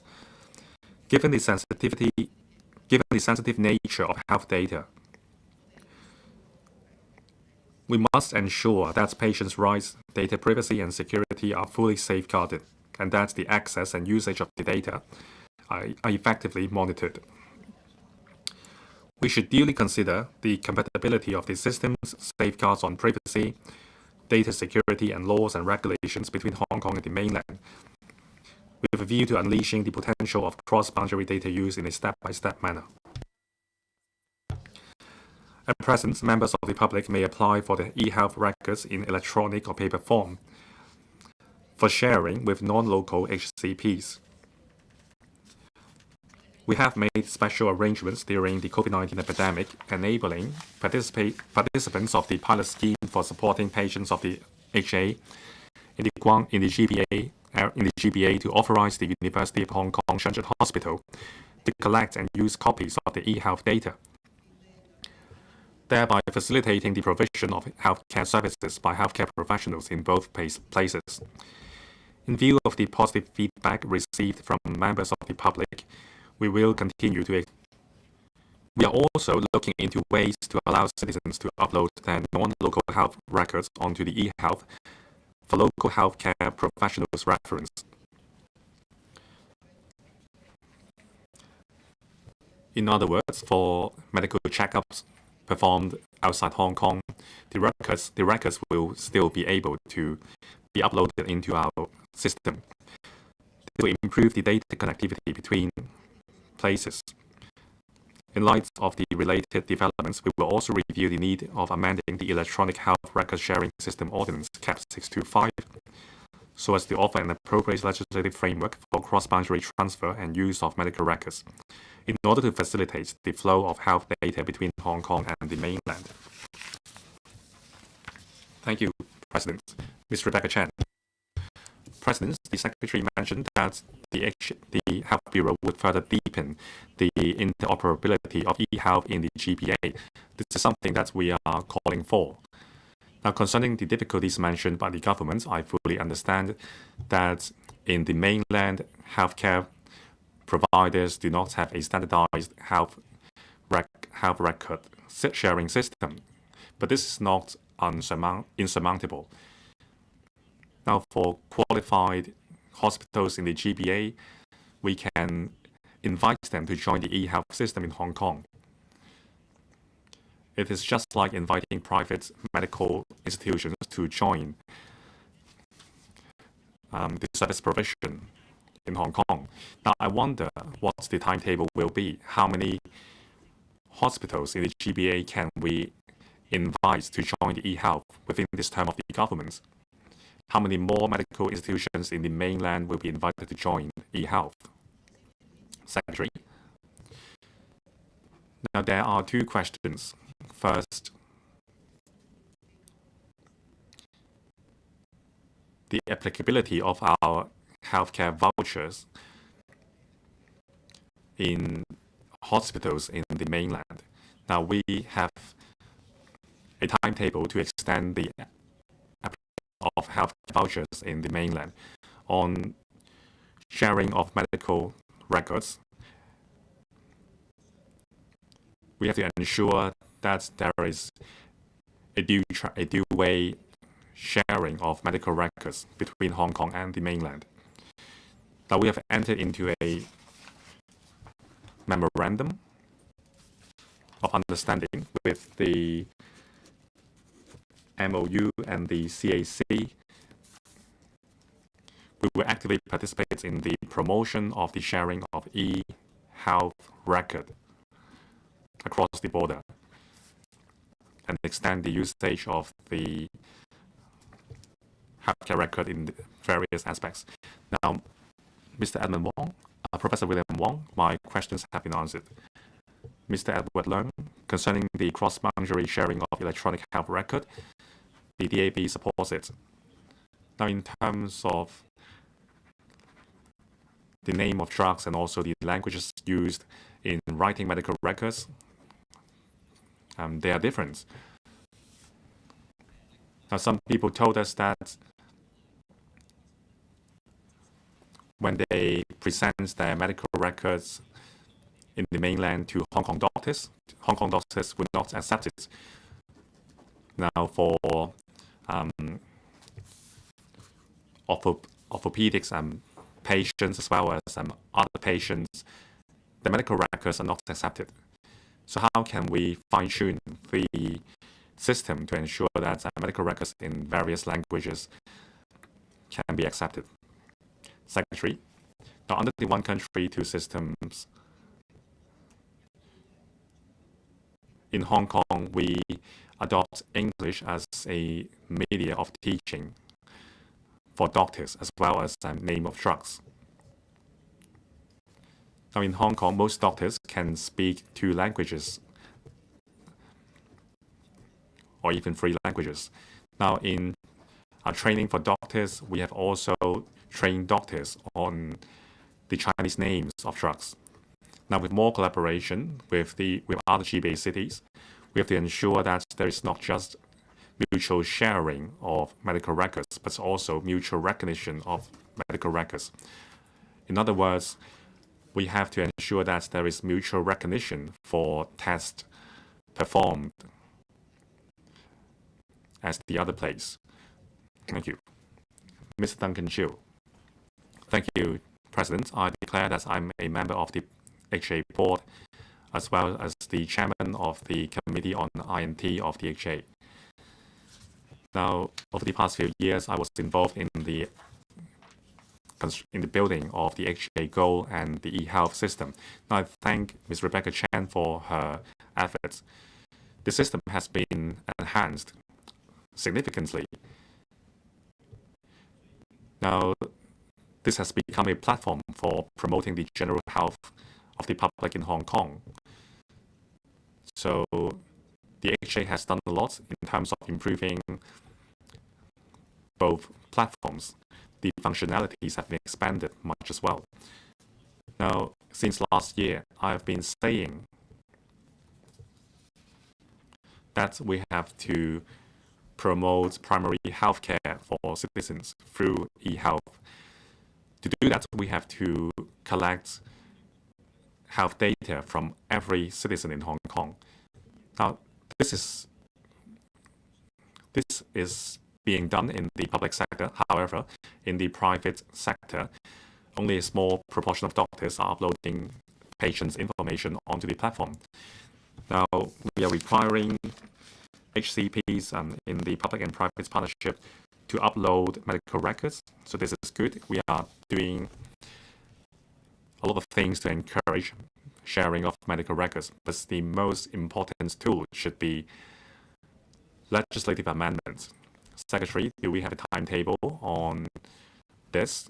We have done a lot to encourage the private sector to upload medical data to eHealth. Now, if in 2 years' time we still don't have comprehensive sharing of medical record, it would affect further progress. So would you consider legislative amendments by that point? Secretary, we would give priority to incentivizing the private sector to make use of the eHealth system. We would encourage service providers and medical institutions to join eHealth and upload patients' records.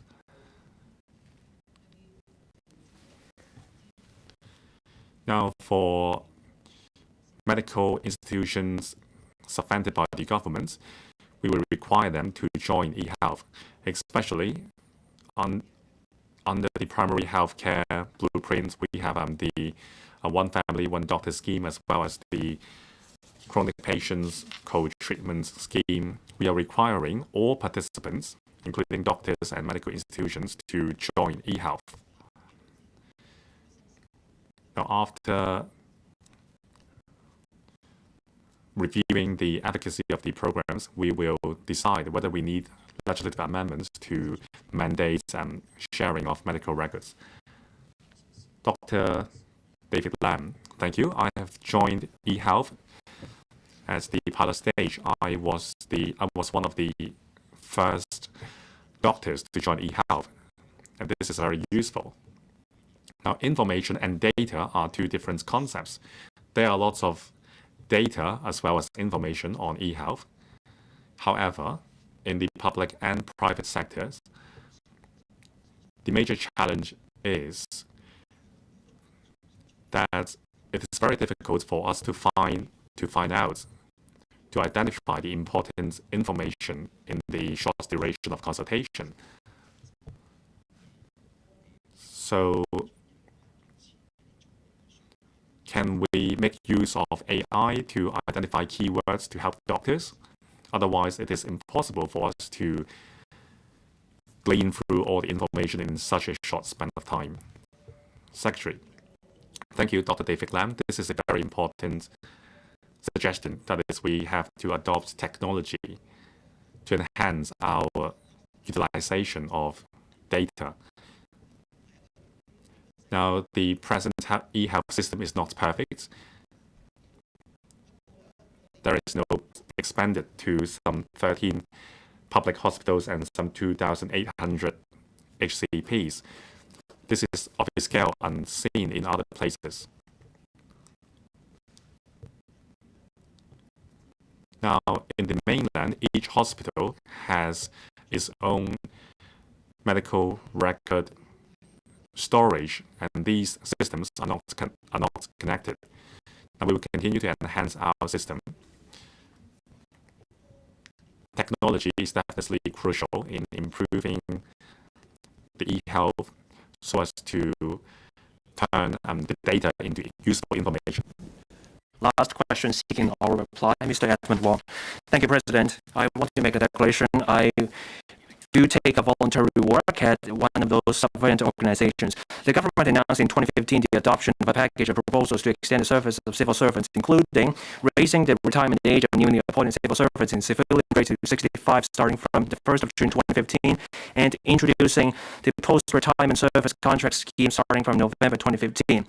As for the relevant arrangements for subvented organizations, will the government inform this council first whether it has promoted the launch of measures by subvented organizations to raise the retirement age of new recruits to 65? If so, whether it knows the state of subvented organizations' implementation of such measures, if it has not, of the reasons for that, and whether it has found any staff succession problems in such organizations.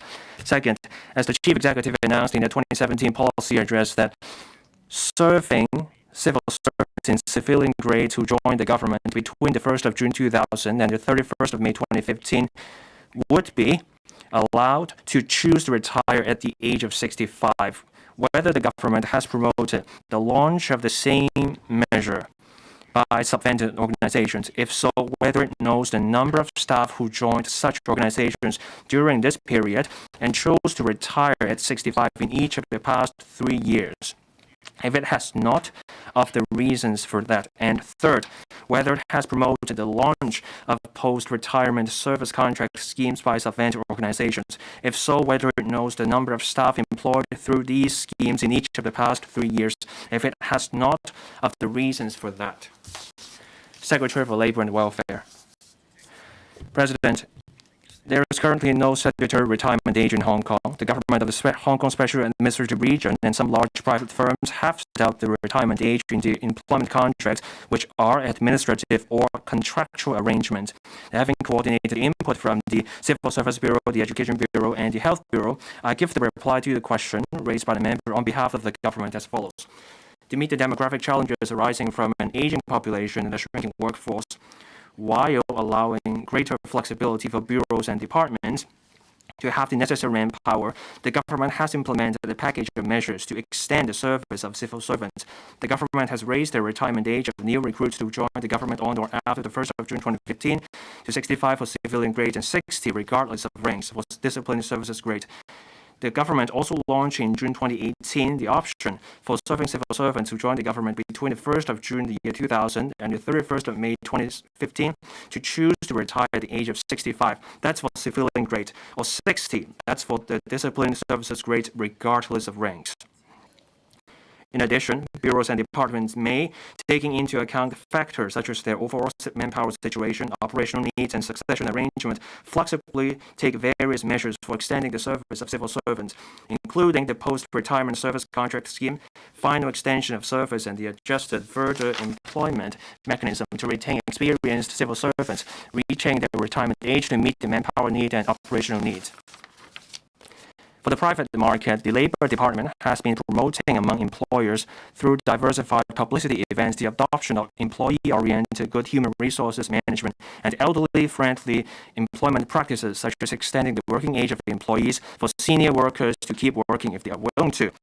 Subvented organizations are the employers of their respective staff members. They devise their own human resources policies and management measures, including the terms of employment and retirement policies, taking into account factors such as resources, overall manpower, and actual and operational needs. In response to the manpower development needs of their respective sectors or subvented organizations, bureaus and departments may consider whether to encourage subvented organizations under their purview to adjust their retirement policies where appropriate. I will now outline the general practice of subvented organizations under the 3 areas which account for the largest portions of government expenditure, namely social welfare, education, and medical services as examples. On social welfare, the Social Welfare Department provides subventions and subsidies to non-government organizations for running welfare services and enters into agreements with these NGOs. Subject to their compliance with the service agreements and the relevant statutory requirements, NGOs may hire suitable staff to provide relevant services based on their actual operational needs and human resources policies. The SWT does not set the retirement age, qualifications, and conditions for appointment of the employees of these service operators and does not collect such information or data. On education, the EDB has always been closely monitoring the staffing of teachers in public sector schools with timely and appropriate measures taken to ensure the quality of education and smooth running of schools. Among them, the teachers and principals within the staffing establishment of government schools are civil servants. Therefore, the retirement age of teachers and principals who joined on or after the 1st of June 2015 has been raised to 65. As for teachers in aided schools, the EDB has reviewed the relevant policies and regulations on their retirement age. This includes considering the extension of the retirement age for newly joined teachers in aided schools from 60 to 65. Since the demand for teachers involves many uncertainties such as changes in the school-aged population and socioeconomic development, the EDB needs to consider the long-term teacher manpower needs involved in the relevant policies and latest social conditions in balancing multiple factors. The operation of schools is smooth in general, and schools have enough qualified teachers to take up the teaching duties. Aided schools may submit an application to the EDB for extension of the service of teachers and principals beyond the retirement age under the existing mechanism. If an incumbent teacher or principal is about to retire, but the school cannot find a replacement after making every reasonable effort, with a shrinking school age population, the demand for teachers is expected to fall accordingly. The EDB will keep monitoring the situation and to review it when necessary in light of the actual situation. On medical services, the hospital authority devises suitable human resources policies based on its actual needs. In the light of the aging population and shrinking labor force, and in view of the government's employment policy, the HA has raised the retirement age to 65 for new recruits starting work on or after the 1st of June 2015 to meet long-term staffing need. For workers who joined, there are civil servants who joined before the 1st of June 2015, the HA has in place the policy of extending employment beyond retirement to rehire suitable retired or retiring staff for easing the HA's manpower shortage and succession gaps. The policy includes early engagement of retiring staff to ascertain their commitment of extending employment after retirement through suitable screening. This policy also comes with flexibility for retirees to choose the timing and duration of further employment up to the age of 65. Retirees may also consider various employment options, such as part-time work or low-income employment based on their own plans. Under the relevant agreements with the Health Bureau and legislation, the Prince Philip Dental Hospital is responsible for providing facilities for training dentists and other persons in professions supplementary to dentistry. The PPDH may devise its human resources policy based on its operational needs. The retirement age is 65 for staff employed on or after the 1st of July 2015, while that for staff who joined before this date is 65 without an option for extending the retirement age of 65. Thank you, President. Mr. Edmund Wong.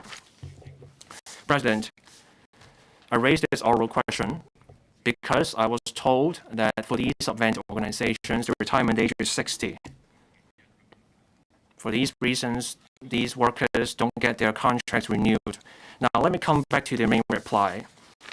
Departments and bureaus look at their own needs and then encourage the subvented organizations under their purview to adjust the retirement policies. For some subvented organizations, they are left to their own devices. The Policy Bureau does not tell them whether to adjust their retirement policies. We now have a dire staffing shortage, so these subvented organizations are helpless.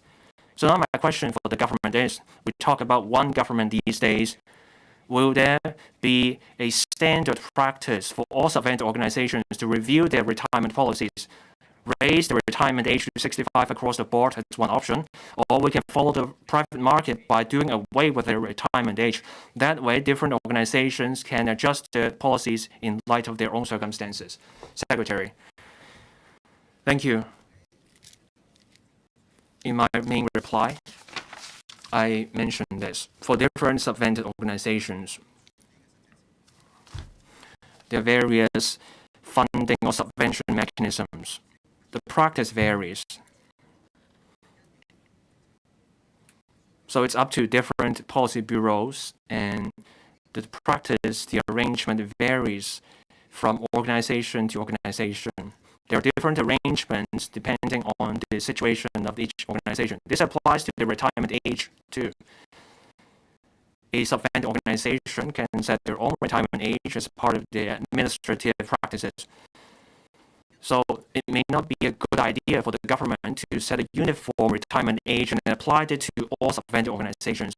We can stick to the current practice, so each bureau or each department can talk to their subvented organizations and come up with a suitable arrangement. Mr. Lam Chun Sing.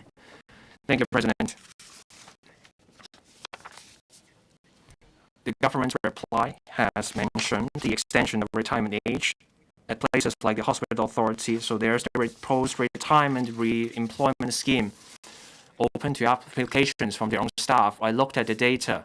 For the hospital authority, when you look at the supporting staff grade, we're seeing a rise in post-retirement service contracts. There are workers beyond the age of 60. They may have other family commitments. So full-time work is not appealing to them. So will the government encourage these bodies to offer part-time options for retirees? That way, you can get more senior workers to keep working. Secretary. President.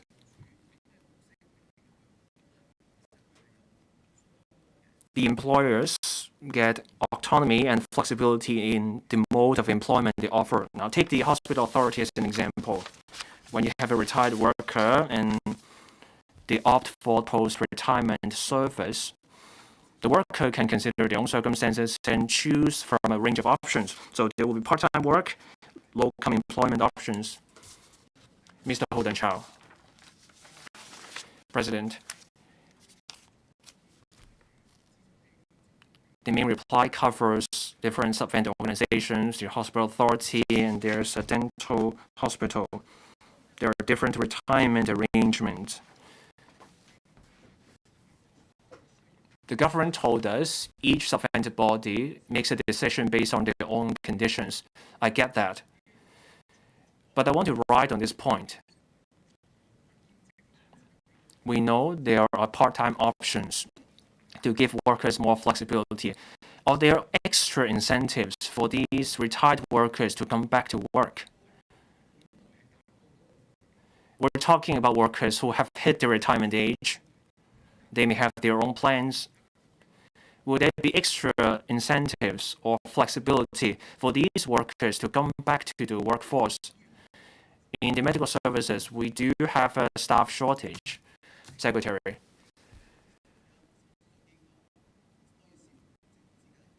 Now, this is about the service agreements between the sub-vendor organizations and the government. Let's look at social welfare organizations. The organizations have a great degree of autonomy. They can look at their own needs and decide on the post-retirement service agreement. So they have much autonomy in that regard. Mr. Dennis Leung. Thank you, President. I want to make a declaration. I sit on the committee on the Provident Fund for aided schools. Now, for aided schools, there's currently no plan to raise the retirement age of these teachers from 60 to 65. This point was discussed in the past. For these schools, the Provident Fund goes like this. They serve for 10 years, the government makes a 10% contribution. For 15 years of service, 15% contribution. So when you make changes to these years of service, the teachers want to see the government adjust its contributions accordingly.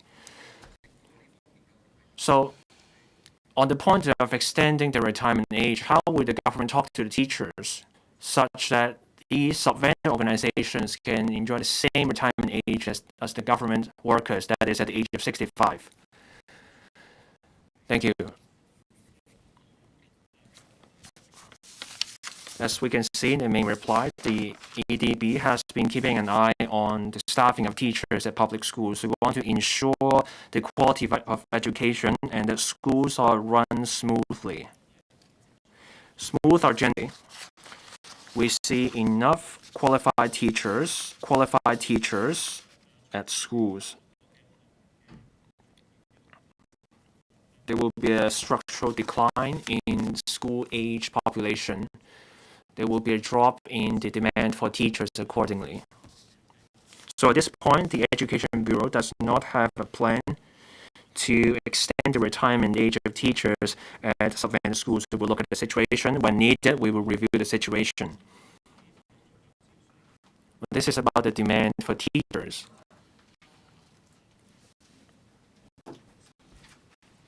So the CSPF is not part of the consideration, as mentioned by Mr. Dennis Leung. Government bills. First reading. Regional Flag and Regional Emblem Amendment Bill 2023. Road traffic legislation. Enhancing personalized point-to-point transport services Amendment Bill 2023. Taxi driver offence points bill. Second reading. Secretary for Constitutional and Mainland Affairs.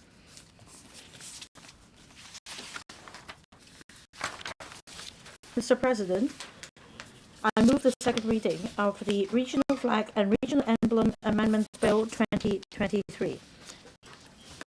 The Regional Flag and Regional Emblem Ordinance came into operation in July 1997 and has since then been in effect.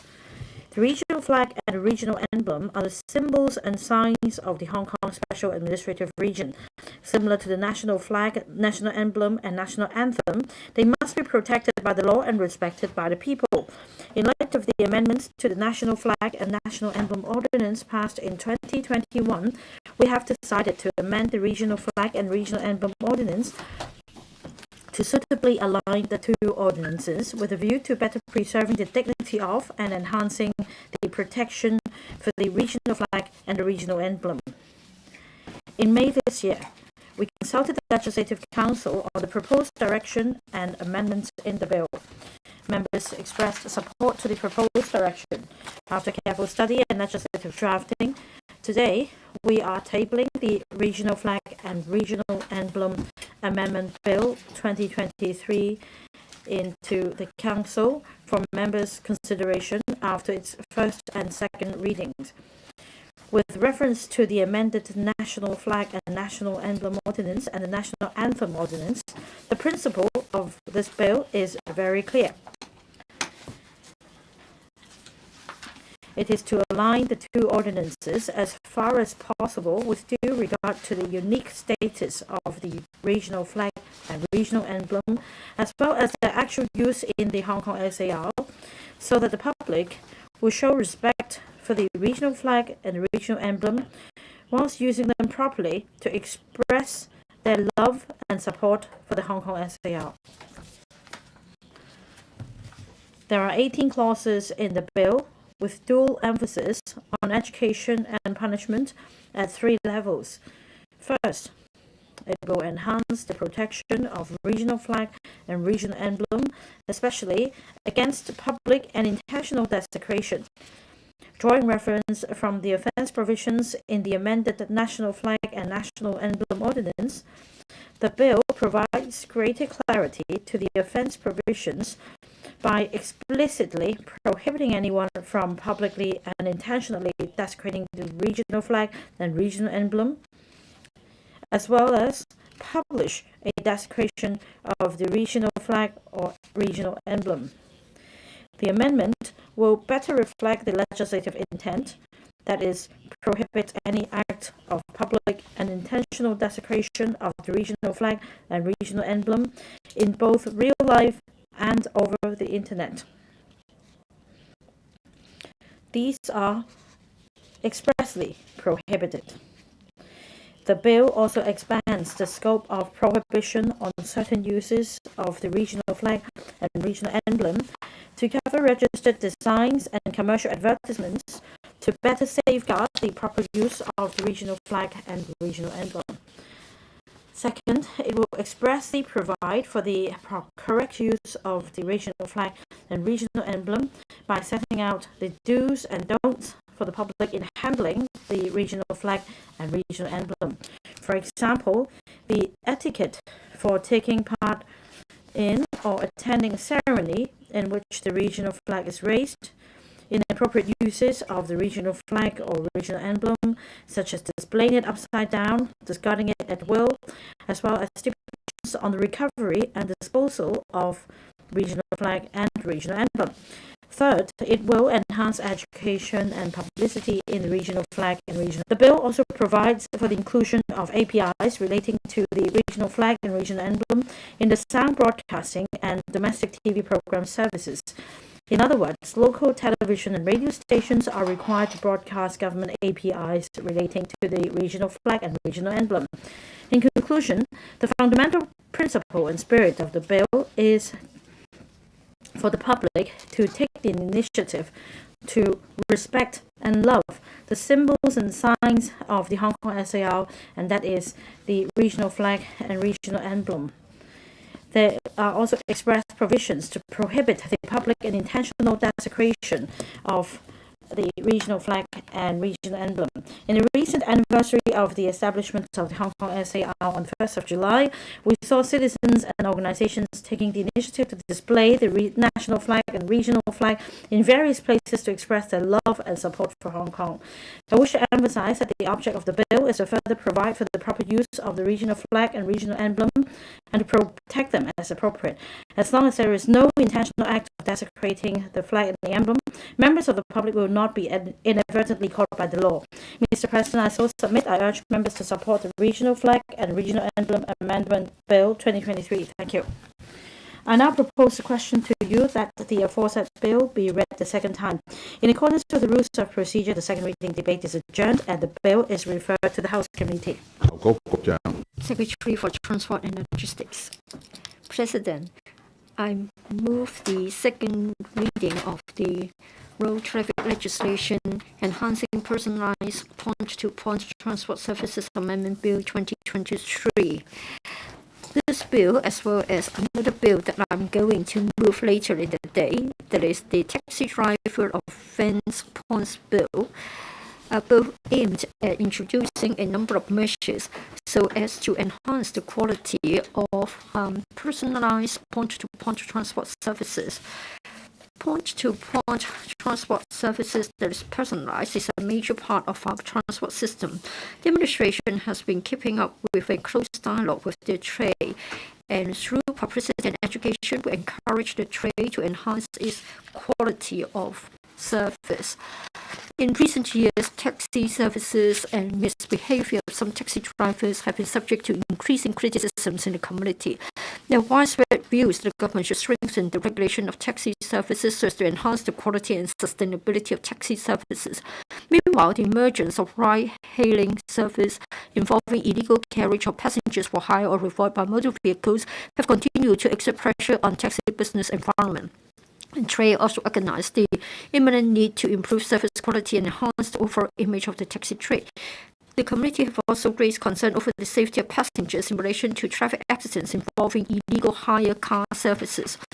In view of the expectation of the general public and the situation of taxi trade, the government has reviewed the overall taxi operation management and proposed to take forward a series of initiatives to enhance the overall quality of personalized point-to-point transport services and promote the healthy development of the taxi industry in the long run, 4 of which are to be introduced by way of this bill. First, introduction of a taxi fleet regime. By introducing a licensing regime for the operation of taxi fleet regime, under which existing taxi owner may assemble taxis to form a fleet and apply to the Transport Department for taxi fleet license to provide quality services through professional fleet management under a regulated platform. We intend to amend CAP 374, and we propose to confer on the Secretary for Transport and Logistics the power to make regulations to provide for the regulation of the operation of taxi fleets. Will empower the Commissioner to grant applications for a fleet license, and the Commissioner may impose on the license any conditions he or she considers appropriate, like the size of the fleet, types and age limit of fleet taxi, certain number of wheelchair accessible taxis, more luxurious taxis, safety related devices and facilities, including e-payment facilities, and as well as requirements concerning taxi drivers as well as customer services.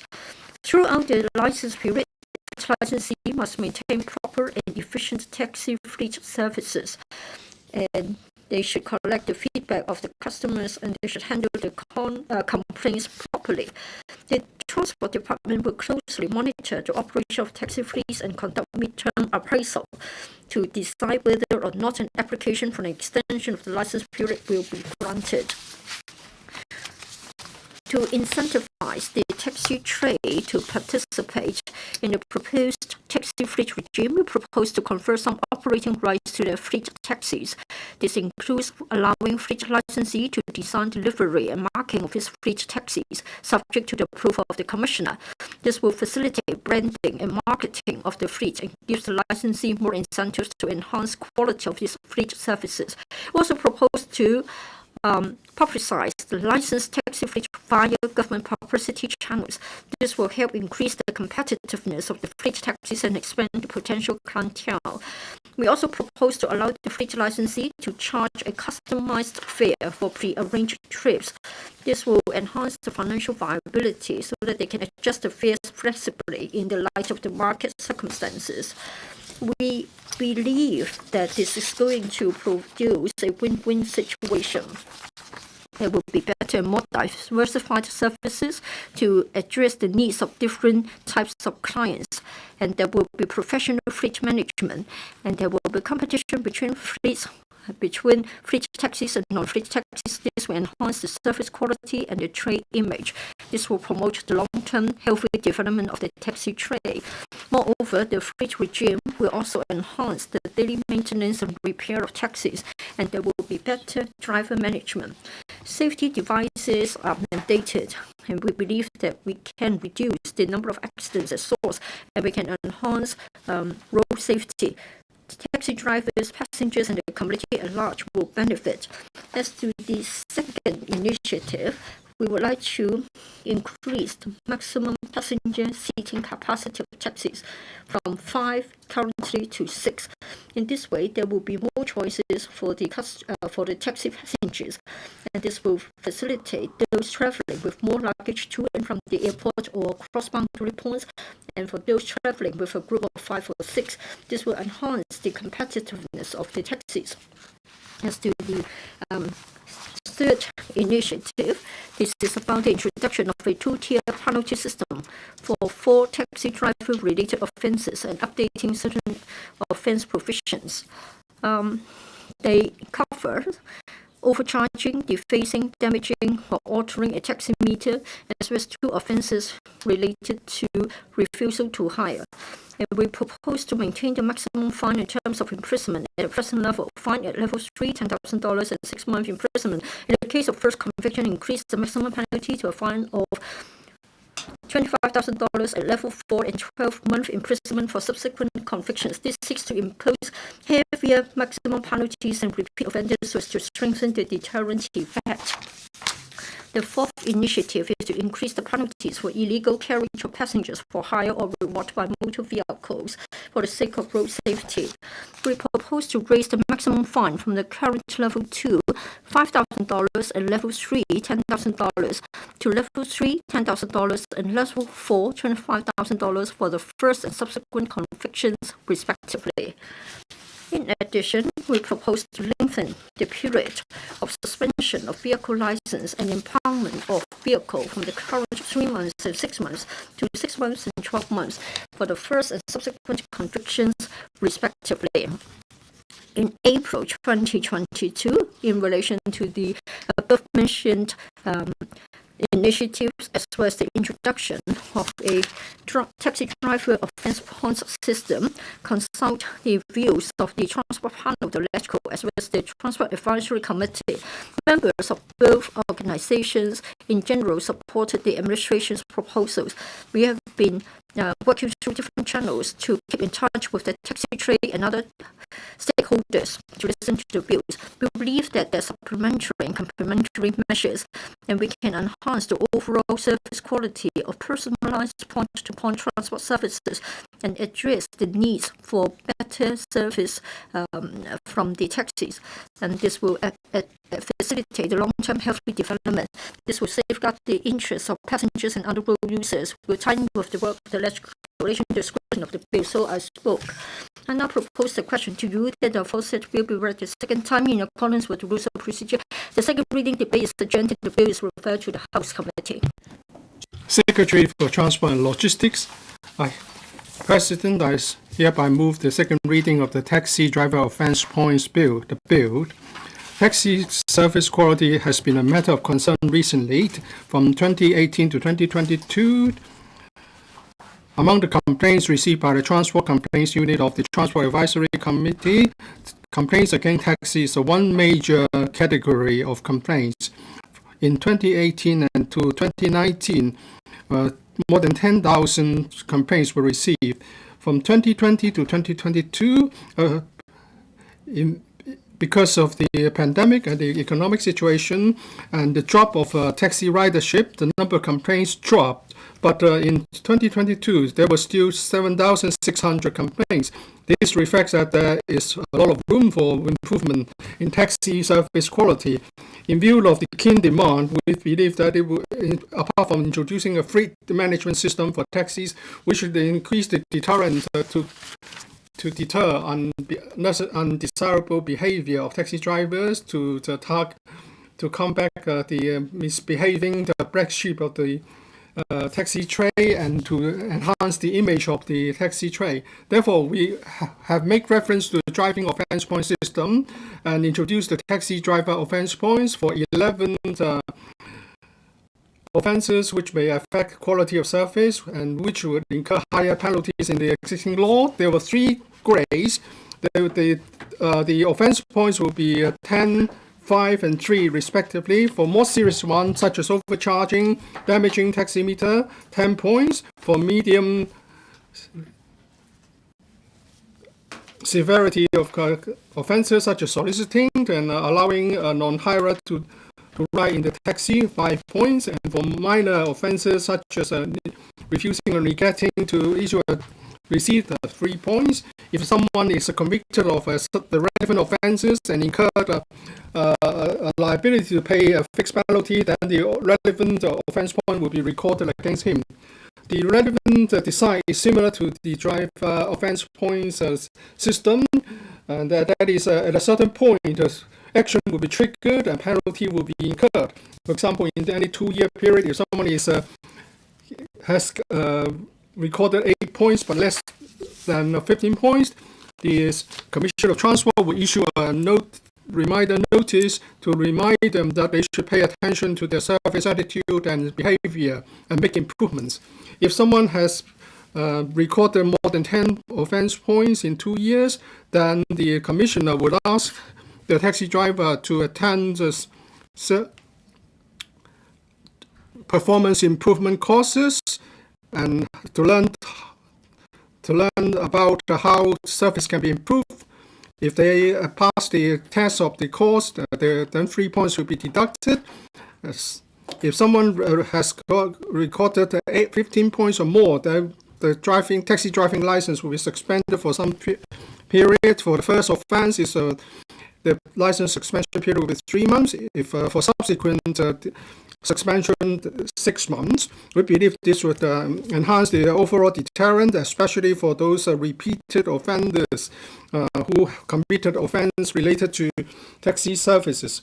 This mechanism and the taxi driver offense point system is not just about punishing the misbehaving taxi drivers, it's also about educating them and reminding them to improve their service so that they will not commit the same offense again. We understand that the taxi trade is very concerned about the taxi driver offense point system. We have taken on board their views and have reduced the number of offense points from 10 or 5 to 5 or 3 for some minor offenses. This would also balance the views of the community to deter the misbehaving driving taxi drivers. Well, I have to stress that this system is there to deter the black sheep of the taxi trade. It will not affect the law-abiding and taxi drivers. We want to send a message that the community wants to see improvement, and the taxi trade should have the image improve and enhance. We will continue to communicate with the stakeholders over the relevant point-to-point transport service improvement measures, including the offense point system. President, through the introduction of the offense point system and other measures to improve point-to-point transport services, we believe that this would enhance the overall image of the taxi trade and will have positive effect on both drivers and drivers. I hope members can support the bill, so I submit. I now propose the question to you that the aforesaid bill be read the second time in accordance with rules of procedure. Second reading debate is adjourned and the bill is referred to the House Committee. This Council resumes the second reading debate on the Criminal Procedure Amendment Bill 2023.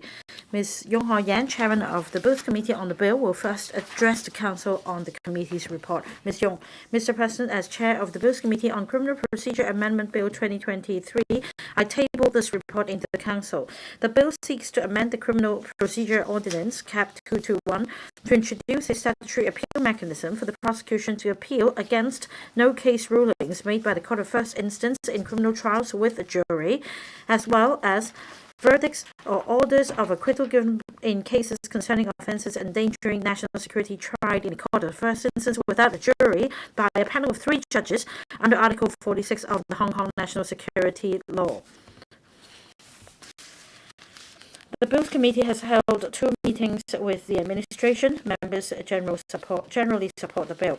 Some members, however, consider that the administration's publicity and explanation on the bill is of paramount importance in gaining support from the general public, especially when the bill concerns criminal cases involving offences endangering national security, which are sensitive from the public's perspective.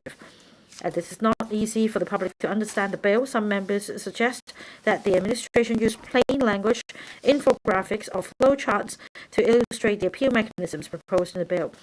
It is also suggested that the administration provide statistical data, precedents, or foreseeable cases to illustrate the seriousness of the miscarriage of justice which may take place in the absence of the appeal mechanisms proposed in the bill.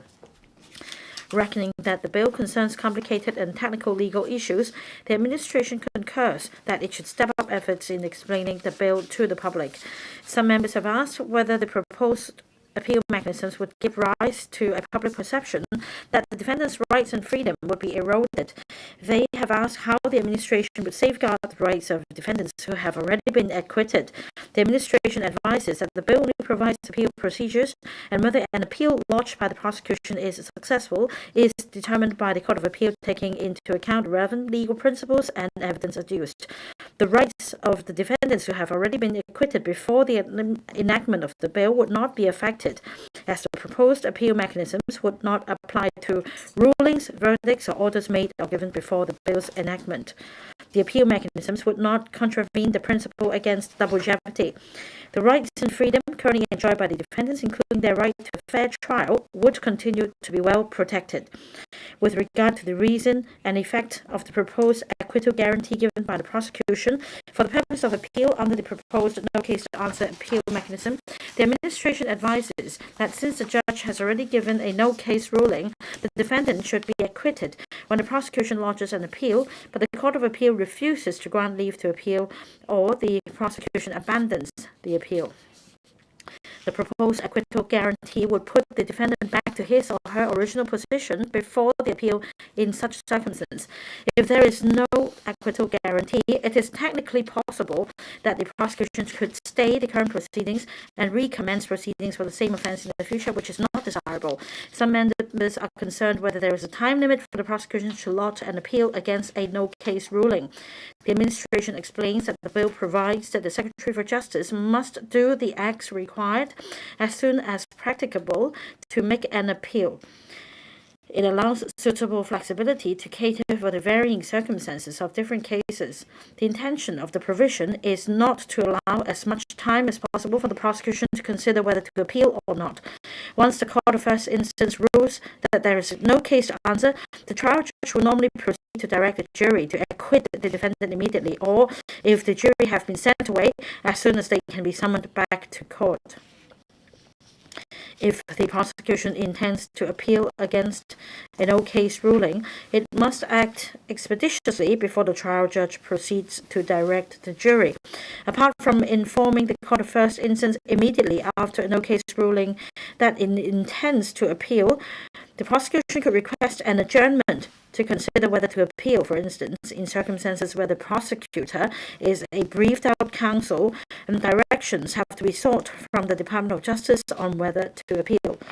The proposed provision stipulates that the court must grant an adjournment until at least the next business day, and the no-case ruling would have no effect until the expiry of that period of adjournment. Since the no-case ruling would resume its effect once the adjournment expires, thus leading to an acquittal by the jury, there would be an urgency for the prosecution to decide whether to appeal. On no case to answer appeal mechanism, some members have queried the need to restrict the reports of appeal proceedings, how the proposed restrictions would apply if the person publishing the report is not in Hong Kong, whether reports published on the internet would be covered, and whether there are existing statutory provisions that mandate the removal of such a report from the internet. The administration explains that the intention of imposing such restrictions is to ensure that the jury would not be exposed to information about the appeal against no case ruling if the defendant is retried before the same jury after the appeal, so that fairness of the trial can be guaranteed. The bill provides that a report containing certain basic information of the appeal are allowed, while grounds on which a no-case ruling may be erroneous are not allowed to be reported. If a person outside Hong Kong publishes such a report and enters Hong Kong afterwards, enforcement action can be taken. If the jurisdiction where the person is located when they publish a report has an agreement for surrender of fugitive offenders with Hong Kong SAR, the case will be handled according to the agreement. Written report covers also materials on the internet.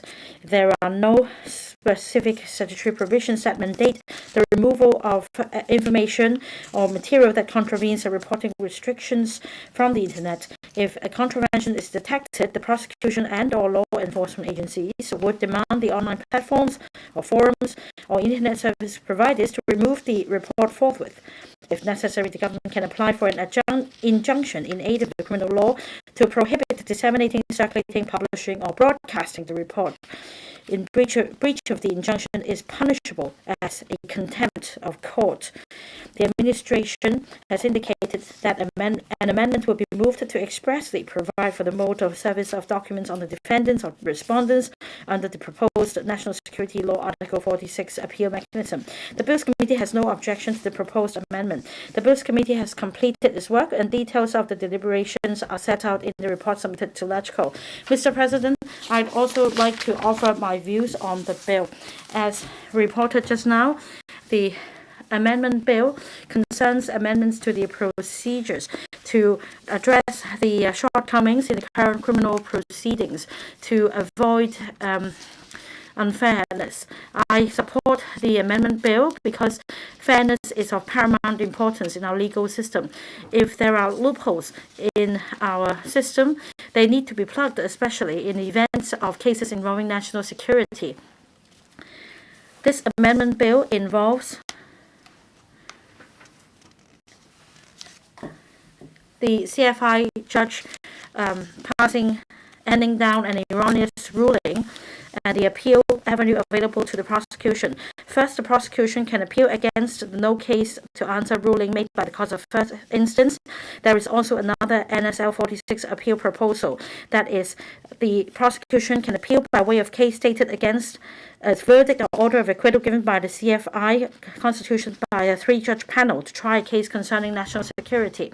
I think that the Secretary on his website has provided infographics to illustrate these principles, and let me reiterate them. The guarantee of a fair trial.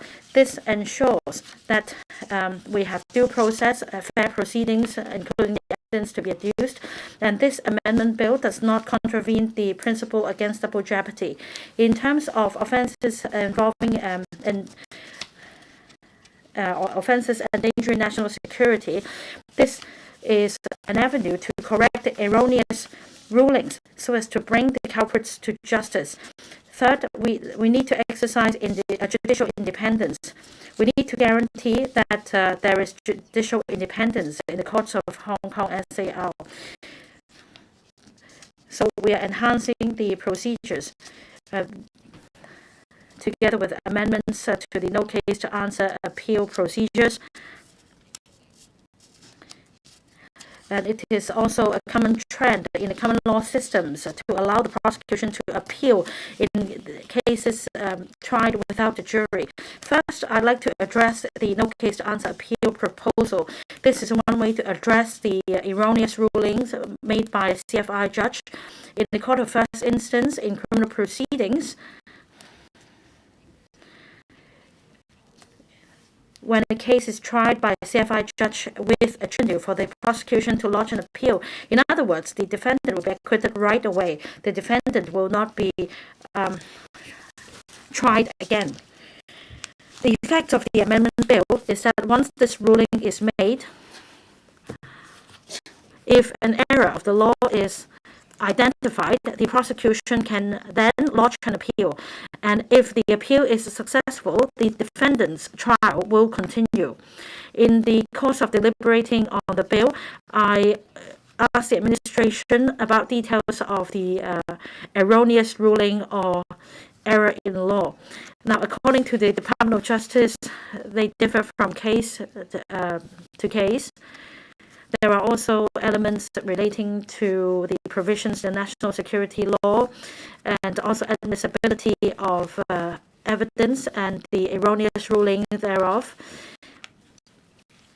In some cases, the court may also make the ruling such that it was unreasonable for the judge to have made. So in such circumstances, the prosecution should be allowed to appeal. And under the appeal mechanisms, the prosecution should indicate to the court that it intends to appeal the no case to answer ruling. Now, in such cases, an acquittal guarantee will be provided by the prosecution. In other words, if the prosecution cannot successfully obtain leave from the Court of Appeal to appeal or abandons the appeal, the defendant will be acquitted under the acquittal guarantee. Now, there is also another proposal on restrictions of reports of the appeal proceedings under the no case answer appeal proposal. The name of the judge, witnesses, defendants, the relevant offences, bail arrangements, for example, etc., can be reported, but the grounds on which the prosecution is lodging the appeal cannot be reported. I think this is one way to avoid causing prejudice to the defendant and avoid affecting the jury. The other proposal relates to national security cases. For a trial by a panel of 3 judges at the CFI without a jury, if the defendant is found not guilty before the amendment bill, the defendant will be acquitted because the prosecution cannot lodge an appeal. And under the principle against double jeopardy, the defendant will not be retried. And under this proposal, the prosecution can indicate their intention to appeal, and then meanwhile, the defendant may be granted bail or remanded in custody. Within 14 days, the prosecution should, by way of case dated, lodge an appeal with the Court of Appeal, and then the ruling can be confirmed, reversed, or varied by the Court of Appeal. Before the bill is proposed, if the judges made an error in the ruling, there is no avenue for the prosecution to appeal, and this is unjust. Now, during the deliberation, the Bills Committee considered the principle against jeopardy and whether this appeal mechanism goes against this principle. The Department of Justice has given a clear explanation in relation to Hong Kong Bill of Rights, Article 11 and Article 5 of the NSL. No one shall be liable to be tried or punished again for an offence for which he has already been finally convicted or acquitted in accordance with the law and penal procedure of Hong Kong. This is the principle against double jeopardy. The crux of the matter is whether the defendant has already been finally convicted or acquitted. Now, in the CFI stage, it is not regarded as a final conviction or acquittal. In other words, principle. And in fact, this is not something new.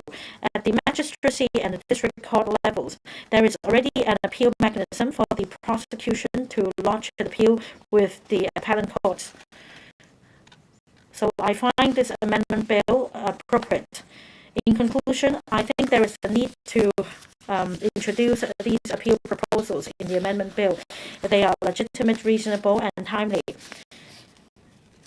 Now, if there is an apparent error in the judge's ruling, at present, there is no legal avenue for the prosecution to lodge an appeal. This loophole should be plugged.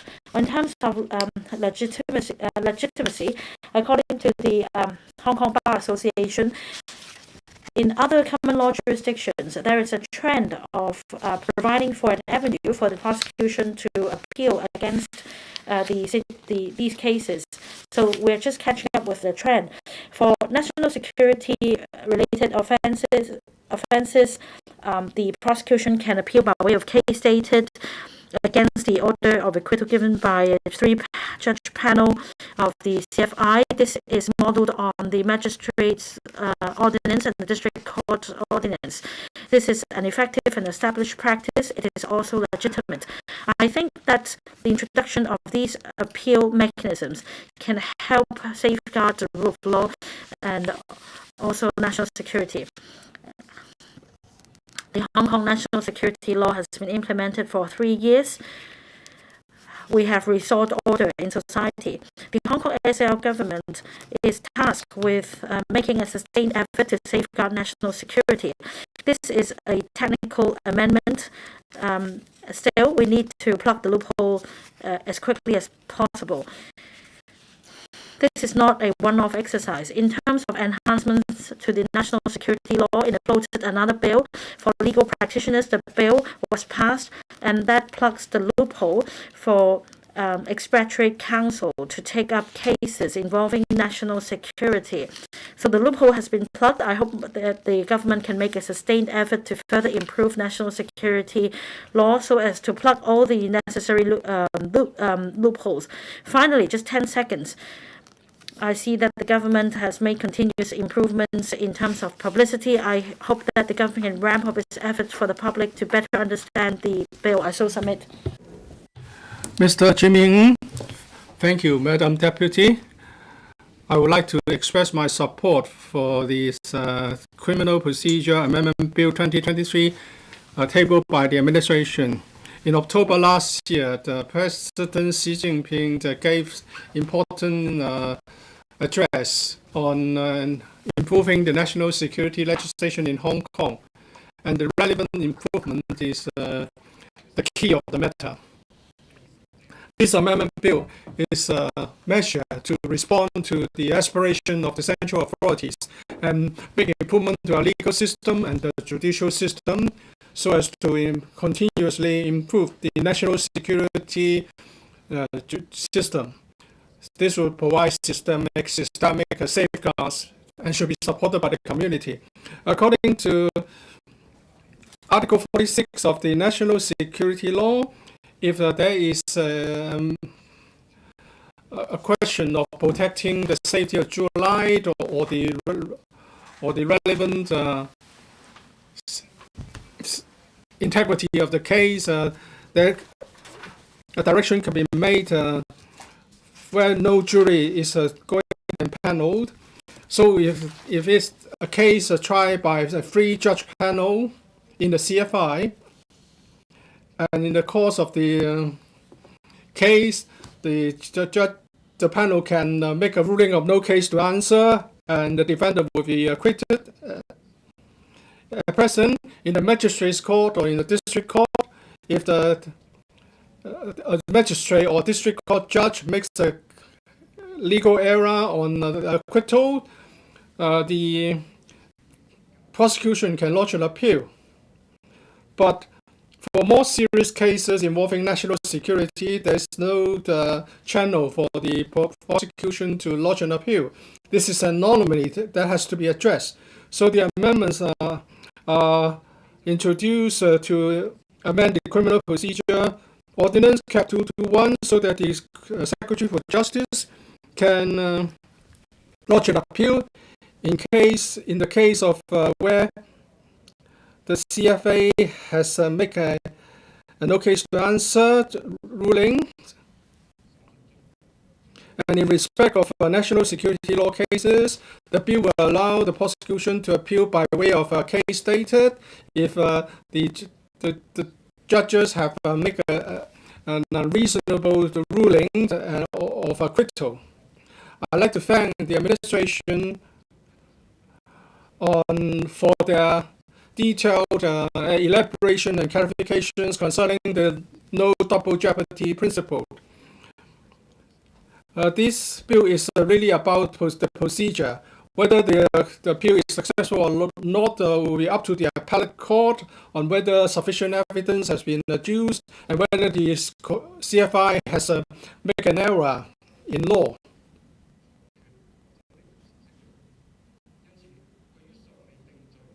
Therefore, for those who are not yet the defendants who are not yet convicted, their rights to a fair trial and other rights will be safeguarded.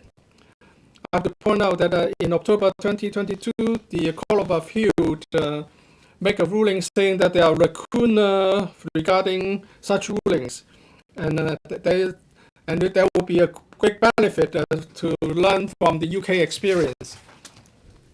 The Secretary for Justice, in view of the difference in our judicial system, we did not copy all the measures in the 2003 UK Act concerning such appeals. This has demonstrated that our system does have Hong Kong characteristics. I'd like to thank the Secretary for Justice for introducing this bill to bring about more justified system and to enhance judicial fairness. The amendments would certainly enhance international investors' confidence in Hong Kong's legal system, and they will be more willing to invest in Hong Kong. With this remark, I support the bill.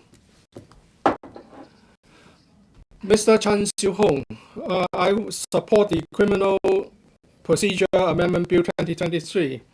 Well, this bill is about the introduction of an appeal system for certain cases. The prosecution under this bill would be able to lodge an appeal against ruling of no case to answer. And also, in respect of a case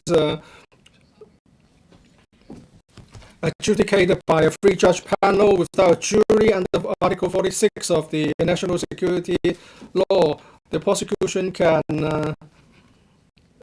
appeal by way of case stated for an acquittal. And since these are very serious offences, under the existing system, the lack of an appeals mechanism would create lacuna which can be difficult to address. And the acquitted defendant under these circumstances cannot be tried again. And therefore, under the current system, the prosecution is not allowed to lodge an appeal even if the three-judge panel has made an error in law, and there will be a lacuna.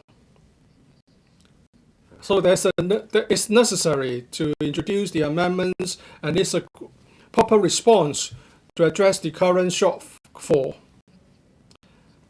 As for the suggestion that this is against the double jeopardy principle, I think such criticism is unfair. Under the BORO, the section 11(6), anyone who has no one shall be liable to be tried or punished again for an offence for which he has already finally convicted or acquitted in accordance with the law and penal procedure of Hong Kong. But this is an important legal principle.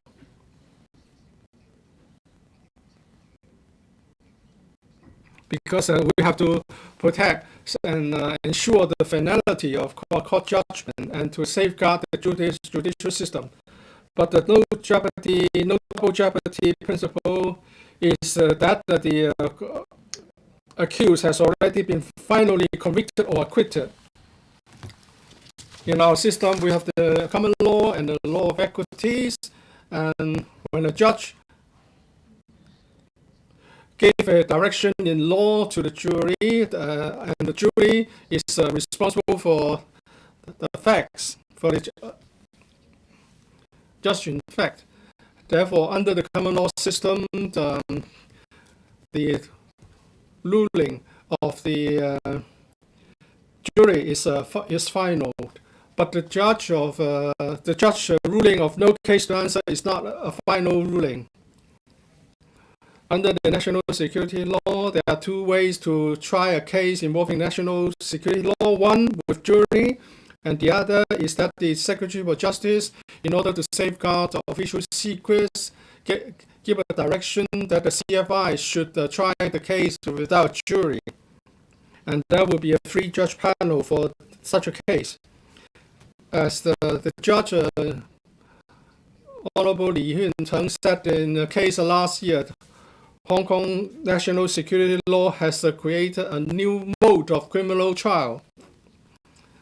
That is to say, the CFI three-judge panel will be responsible for both the facts and the law. But whether the no case to answer ruling made by such a panel is final is not clear. At present, in a criminal case tried in a magistrate's court or criminal law, the prosecution can lodge an appeal by way of a case stated, so that the CFI or Court of Appeals view can be sought on questions of law. But in the current criminal procedure ordinance, there is no such procedure for the CFI. So if there is a nominee, and then the prosecution is unable to lodge an appeal on question of error in law, there will be a lacuna. So also for national security law cases, they are new to Hong Kong. And also the appeal is really going to be handled by the appellate court. There's no way of getting second bite at the same cherry. I support the bill. Mr. Elizabeth Court, the report to the 20th National Congress provides a dedicated chapter to modernize the law-based governance and safeguard national security. In terms of national security, it is not just about risk assessment. The country's sovereignty, security, national interests, they are of paramount importance. One of the objectives of this amendment bill is to provide for an appeal mechanism for cases involving the NSL for Article 46 for cases tried by a three-panel judge at the CFI without a jury on offences endangering national security. The prosecution can appeal by way of case stated against a verdict or order of acquittal. I think this is a necessary and legitimate amendment to the legislation.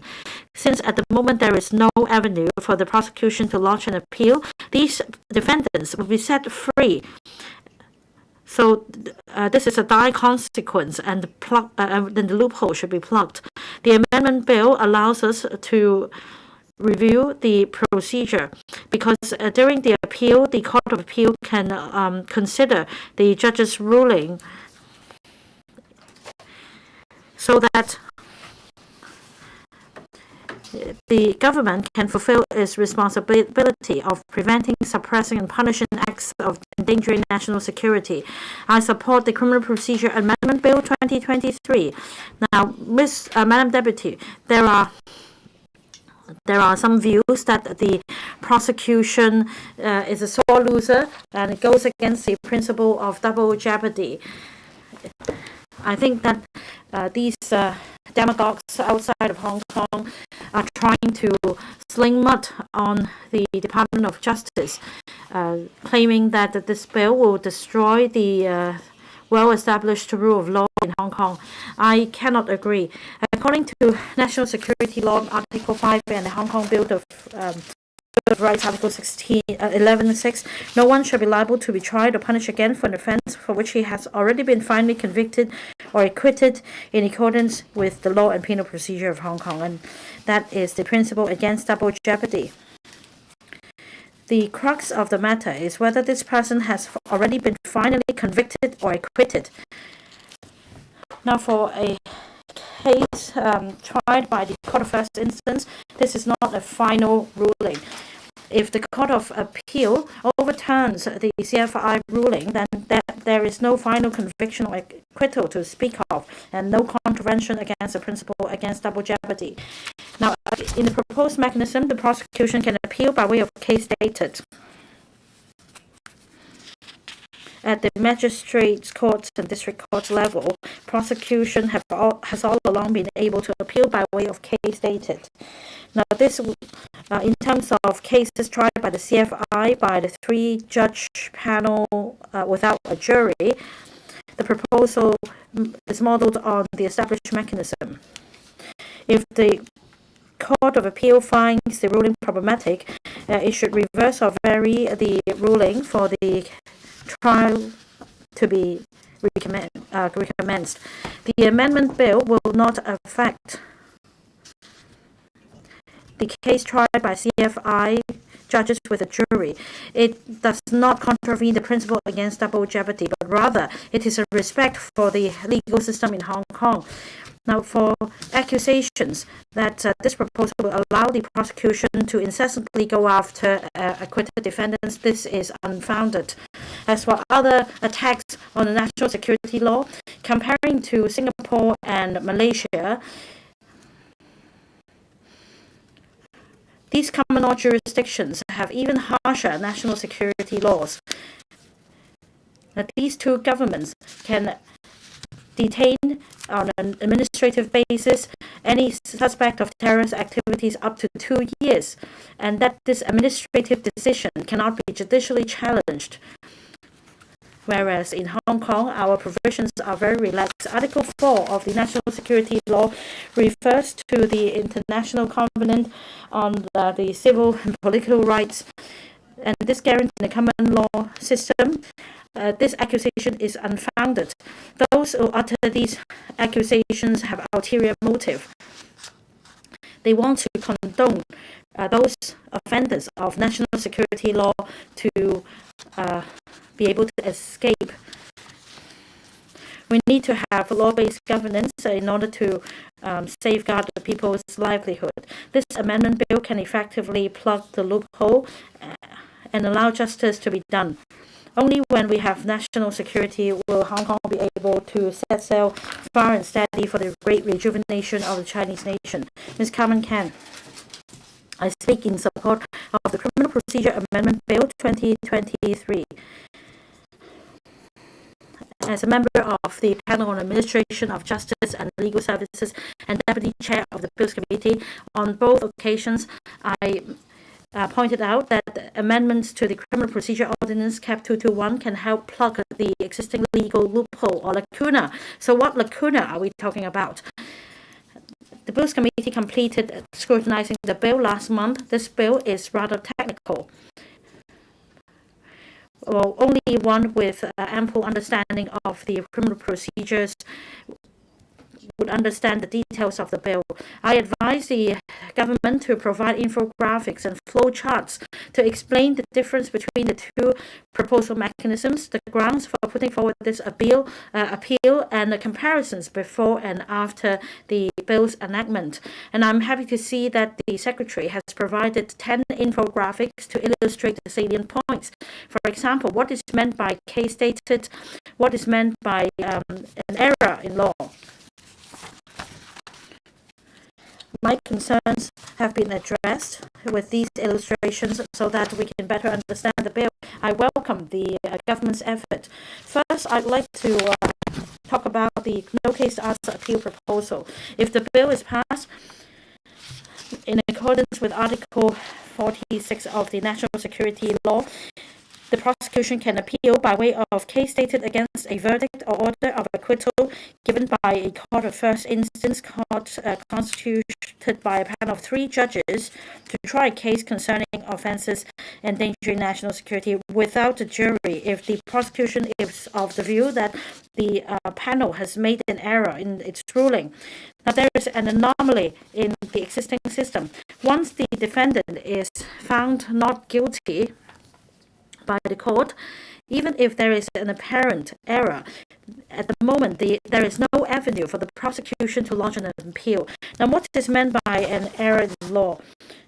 or an error of law. For example, an error in the interpretation of legal provisions or wrong admission of inadmissible evidence, so on and so forth. These are errors of law. As you can see, there is a need to rectify the problem. Now, this is also in line with District Court Ordinance CAP 336 and also CAP 105 Magistrates Ordinance. There are established mechanisms for the prosecution to appeal by way of case status against an erroneous ruling made by a judge at these two levels of the court. There is an absence in the court of first instance procedures. So this is a stark contrast. Why is it that for the lower courts, the prosecution is given an avenue to appeal, but not so at the high courts? At the Bills Committee meeting, the Department of Justice explained that in order to uphold justice, the prosecution should be allowed to lodge an appeal so as to allow the Court of Appeal to review the decisions made by the Court of First Instance judge in trying cases involving national security for the effective prevention, suppression, and punishment of acts endangering national security. Madam Deputy, I want to emphasize that with the Bills Committee's deliberation and feedback from the two legal professional bodies, the Department of Justice has explained to us that there is no prejudice against the principle against double jeopardy, the rights and freedom of the defendant, and the defendant's right to receive a fair trial. The bill has no retroactivity. It only applies to proceedings commenced after the bill's enactment. I'd like to turn to the next appeal proposal in the bill, and that is no case to answer appeal proposal. In February, the Department of Justice at the AJLS panel put this proposal forward so that this appeal mechanism can be established in normal criminal proceedings when the Court of First Instance judge made a no case answer ruling. The prosecution will be given a chance to appeal. Now, let me explain the background. On the 28th of October last year, Ray Secretary for Justice's reference number 1 to 3, the Court of Appeal made this ruling. The Court of Appeal overturned the ruling made by two CFI judges. Now, it is of the view that the judges usurped the function of the juries and incorrectly withdrew the cases before their respective juries could consider them, thereby causing serious miscarriage of justice. However, because of the absence of a timely appeal mechanism, these two defendants acquitted already left Hong Kong. Now, at the moment, because of absence of this appeal mechanism, it leaves much more to be decided. The Department of Justice consulted the stakeholders, including the two legal professional bodies. They support this amendment bill. They've also provided views in relation to different matters, and at the committee stage, the Department of Justice will be moving an amendment. This is a technical amendment on the surface of documents to safeguard national security and safeguard judicial independence. As Deputy Chair of the Bills Committee, I took a very serious view in scrutinizing the bill. I also support the Department of Justice to address this anomaly as quickly as possible. The Department of Justice should also ensure important principles can be safeguarded, such as presumption of innocence until proven guilty. Last year, the presidency delivered key remarks on the 1st of July. In the 4 musts that he put forward, he mentioned the common law system. In terms of safeguarding our unique advantages, he said that we should safeguard the common law system. The report to the 20th National Congress also speaks on the same point. Now, what is meant by our common law system? The common law system is a live system that will allow for continued address the issue and amend the ordinance. And this is the feature of the common law system. However, if there is still infighting and filibustering within this council, how can we give play to our unique advantages? Even if the Court of Appeal judges has made these observations, that we will not be able to plug the loopholes. Now, with the improved electoral system, the Legislative Council can effectively scrutinize the bill, and this is how we give play to our advantages in the legal system. In order to take forward development in all respects in Hong Kong, we need to safeguard the advantages of the common law system in Hong Kong so that we can give play to the advantages of the system, such as flexibility and continuous improvement, so that in the era of patriots administering Hong Kong, we can give play to the advantages of common law system to ensure stability and prosperity of Hong Kong. I so submit. Mr. Kwok Chen, Madam Deputy, I speak in support of the Criminal Procedure Amendment Bill 2023. The Secretary has proposed to amend Cap 221 Criminal Procedure Ordinance so as to fill the legal lacuna, and he has come up with two specific provisions concerning appeals.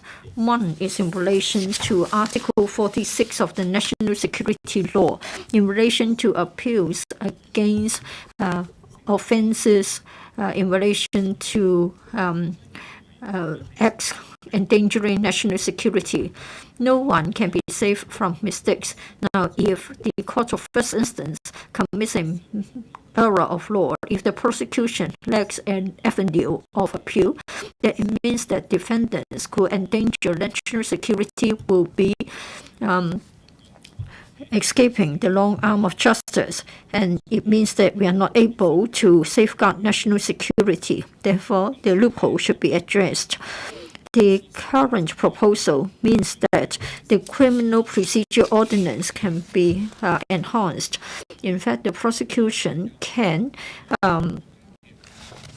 lodge an appeal in relation to the no case to answer appeal, and we can more effectively prevent and suppress conduct endangering national security. It means we are taking the initiative to address the shortfalls in our legal system. In other words, we are filling the lacuna. It shows that we are trying to make sure that we can administer justice. It is reasonable and timely. Well, we would like to safeguard national security. We want to safeguard the one country, two systems. We want to protect the community at large. When the